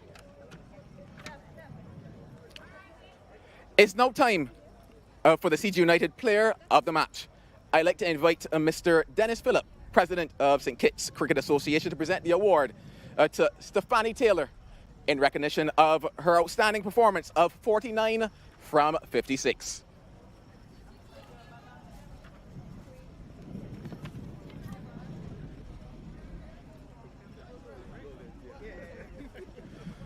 Stephanie, I see a smile on your face right now. How do you feel about how things went for you? I felt good. I mean, the road was a bit hard to get back here, but it's nice to actually be back, you know, on the field and, yeah, playing for Jamaica. Yeah, you talked about that road coming back. Obviously, you missed 2 series in terms of West Indies women's side of things. You know, how good is it just to be out in the middle in the sunshine again? Well, if you like, it was really rough to try and convince my physios and even trainer to, you know, to give me a chance to pretty much come here and, you know, have a feel of everything. But it's under condition. And as I said, yeah, it feels really good to, you know, just come out and, you know, feeling myself again. Yeah, obviously at some stage we saw you have a bit of ice on your knee there. Now, how are things, you know, on the lower body side of things for you right now? Well, it's actually good. It's just, you know, to manage everything. But yeah, it's not like, you know, last year. It's a lot better. So I'm pretty much happy with that. Well, Stephanie, we enjoy seeing out there. We continue, or rather hope to continue seeing that smile, and all the best over the remaining matches. Thanks much. It's now time to invite the winning captain of Jamaica, Rashida Williams. Rashida, you can almost say that this was the birthday gift that you wanted. How do you feel now at the end of the game, knowing that you have a W to your name? It's a really good feeling to know that we're defending champions and we came out here and got our first W. Obviously, in terms now of how things started with you, you had a good partnership at the start of things with the bat. How do you personally feel about your performance today? I think it was a pretty decent start, but I think I should have pushed on more. Unfortunately, I got out, but it was really good to see the other batters coming in and giving the team a good total to defend. Yeah, obviously Shadeen and Stephanie as well had a wonderful partnership and a bit of impetus to the innings. A word on how they went about for you? Well, I mean, they're senior players. You know, Stephanie Taylor, she's a legend of the game. So, you know, whenever she steps on the wicket, she's going to give her best. And Shady, you know, she's a stalwart. So whenever they're there, the team is at ease. Yeah, final question for you. Obviously, yes, there are a couple of highlights from this game, but then there was also that fielding that we saw out there. How concerned are you maybe about the fielding efforts today? I think that was probably the worst part of our game, feeling, but that's definitely something that we'll work on in training tomorrow because we have tougher games to come and we definitely to be on top of our game for the remainder of the season. Well, Rashida, you got a W to start. Congrats on that and all the best for the rest of things. Thank you.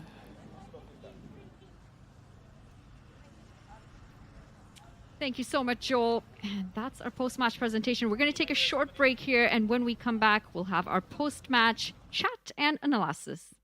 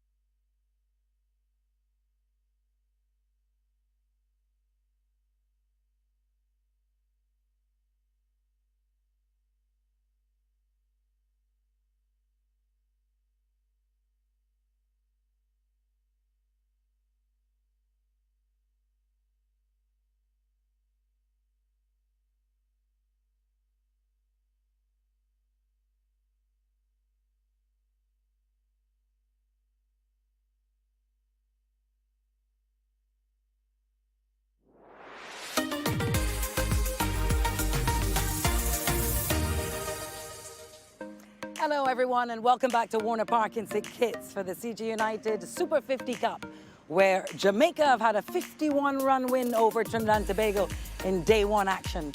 I'm thrilled to have Shakira Selman and the great Courtney Walsh beside me to sum up and assess, look back on all the action. Maybe a quick word just overall, your thoughts on the game, Shakira? Yeah, comprehensive because of the amount of runs they won by, but I'm sure they're not completely happy with the performance out there. But congrats to Jamaica, defending champions. You want to get off with a win. Cuddy, 4 points, and they secured them today. Yeah, that was what matters in the back end. But as Shakira mentioned, and I think it was obvious, even when you listen to Shedin at the post-match conference, yes, it's a win, but they know they didn't have the A game on today. So sometimes it's good to have this kind of ugly win, and then you talk about it properly as to where you need to improve and what you need to improve upon. Indeed. Well, we heard from Captain Rashida Williams, and she said that the fielding was by far the poorest part of their game. Courtney, you wanted to talk about that. Yes, I agreed, and I said that when I was up in commentary. There was too many drop catches, too many misfielding, and also I think too many panicking as well. So catches win matches. You expect one or two to go down, but then at the height of it, you want your fielding to be sharp. And the misfielding and the miscommunication and the overthrows, it just didn't look good from a team point of view. And miscommunication, that should have been an easy catch, and no one went for it. This was very unfortunate when she twisted her ankle, but that she showed commitment then. But two misfielding and one delivery, it just wasn't good enough for me. So that standard needs to be improved upon, and I know Coach Brooks is going to make sure that he reinforces it and have a chat with them about it. But the players themselves are aware as well. Right. Well, Shakira Selman, while we're searching for answers, Jadine Nation said to me she doesn't think that they panicked necessarily. But what would you say to that? Was there an air of panic out there? Yeah, it certainly looked so to everyone that was watching. For a moment, when that partnership started to build, they really started to misfield. There was a lot of frustration being shown. There were many arguments on the field as well. So it didn't look good from the people looking on. And I think there must be non-negotiables when it comes to a team. The fielding has to be won. Everyone has to be accountable because everyone has to field. But you also have to stay calm and accept that it's a good pitch. Partnerships are going to build. And you have to stay calm and find a way to get over that and complete the game. Right, all right. Well, listen, they've won the game for sure here and comprehensively, as we said. But the bowling, it wasn't that tidy either, Courtney. No, too many extras. 12 wides or more in a 50-over game. That's 2 overs you're giving away, plus the extra runs are going to go off it. Then we had a couple no balls with full tosses as well. Free hits. You've got to minimize on those because every extra delivery you have to bowl could cost you. They had about 18 extras. So maybe not panicking enough about that, but you cannot, that's in your own destiny, you control that. And that there's 1 over, that there was probably 4 or 5 wides in that 1 over. You can't be doing that at this level. And I mean, that is another talking point that not just the coach, but the bowlers, the players who are involved, they've got to get that right. I've got 2 bowlers beside me, so I know, Shakira Selman, you have to get a word in on that attack. Yeah, of course. And it takes me back to the question you asked me before about the frustrations. And we think back about that drop catch off Shadine Nation. She followed up with 3 or 4 wides immediately after. It shows the frustration. Yeah. Regardless of what they say, it was affecting them on the field. But Courtney is exactly right. They had 18 extras. That's 3 extra overs if you're counting wides. And then the no balls on top of that. Of course, it's a fairly inexperienced bowling lineup without Chanel Henry, but they have to step up. They do expect better. Of course, a different captain. Maybe they missed Stephanie Taylor a bit not being on the field, but they will want to get better as the tournament goes on. Right, all right. Well, let's talk about Trinidad and Tobago now. They come away with the loss here off their first game. And no matter how Jamaica tried to be untidy in the field, Trinidad and Tobago would not accept the gifts. It's too many dot balls, Shakira. Yeah, way too many dot balls. Over 200 dot balls. That's unacceptable in a 50-over game. And there's no excuse for it on a pitch like this. Remember, we go back to the toss, and Karishma Ramarat said she wanted to bat first as well. So both captains felt it was a really good pitch to bat on. Jamaica, 176 dot balls, so no excuse for them either. They should have done better. The bowling was not that good. We still saw how many extras were bowled. There weren't any demons in the pitch, so both sides have got to get better as they go on. And West Indies will want them to get better as well. There are points on offer for batting better, for their bonus points, for not so many dot balls. They have to get better as the tournament goes on. Whoever is going to go on to get to the final and then win the tournament. Yeah, certainly. Courtney, that strike rate for the Trinidad and Tobagonian batters, a worry. Big worry, big worry. I mean, and you can't be facing that many deliveries and not being able to rotate the strike. And from a coaching point of view, that is something that you talk to the players about. Soft hands, using the angles, trying to find the gaps, and trying to ensure that you rotate that strike. Get your power hitters on strike as best as you can. And there was not enough effort, in my estimation, for that to happen until Sugrim and Ramarat was at the crease. They were the partnership that brought Trinidad back into the game. But it was the only time I saw intent. Special mention to Janaba Joseph as well, who was unlucky. Yeah, certainly. She started off slowly, but then when she was given room outside the Arsenal, which we know is her strength, she really capitalized. And that's a part of batting. It's a part of really good batting. She capitalized when she was given room. Unfortunately, she was dismissed after a 48-run partnership, fire a run out, and that really helped them to stumble. I don't know, it flowed, and they really struggled after that. It was 48-run partnership, and then they were 88 for 5, I think. Yeah, it was a collapse, wasn't it? Yeah, 117 for 7. Had she gone on to score 50, who knows? Maybe they would have gone on to win the game. Certainly with that partnership later in the innings as well. Well, it ends up here today with a 51-run victory for Jamaica over Trinidad and Tobago on this day one here at Warner Park.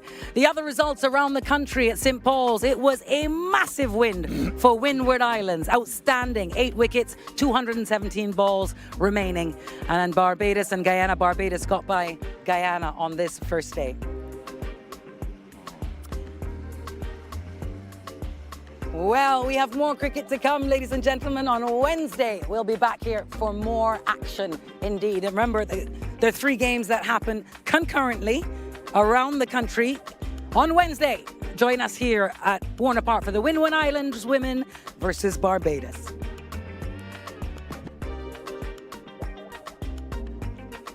So I want to say thank you very much to Shakira Selman, to Courtney Walsh, of course, to all of you watching from around the world. We look forward to seeing you on Wednesday. On behalf of me and the whole production team, it's farewell for now.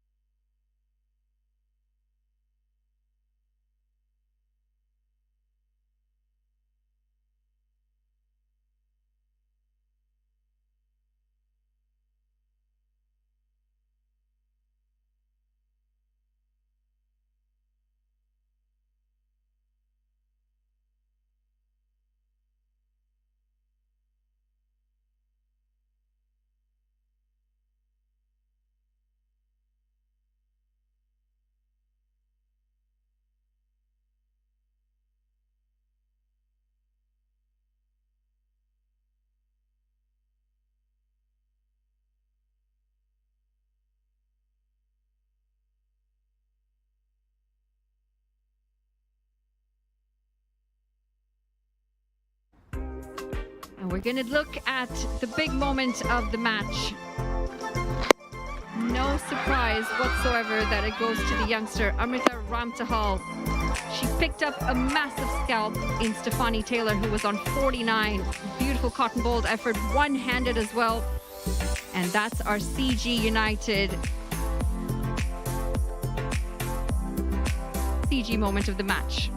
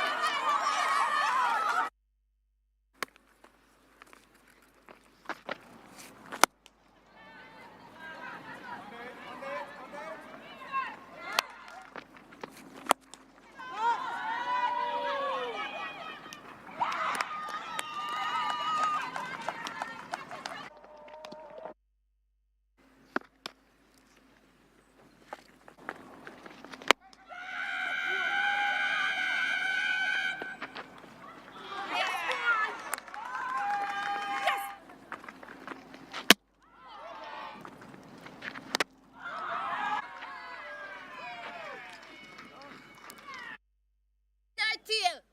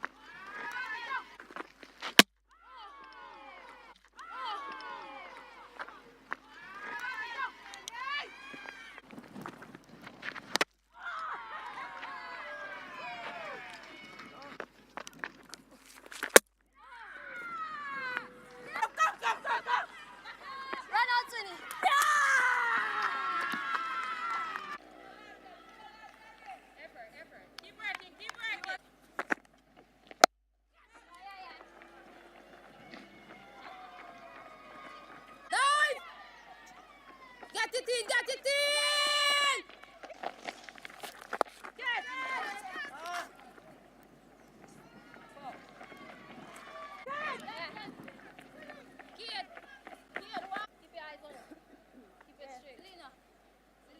She must chip, V. She must chip. Come in, man, no! You said it!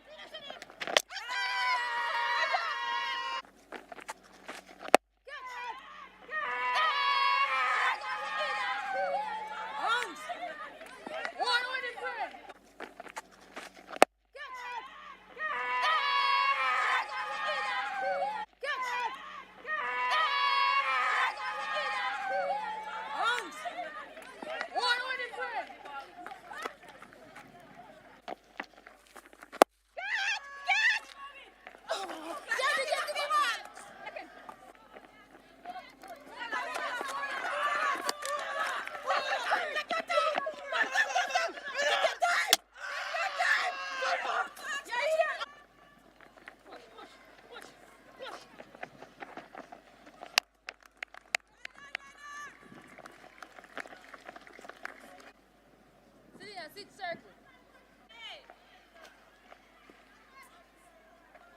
Sit with Lena. Come on, ladies. Simple.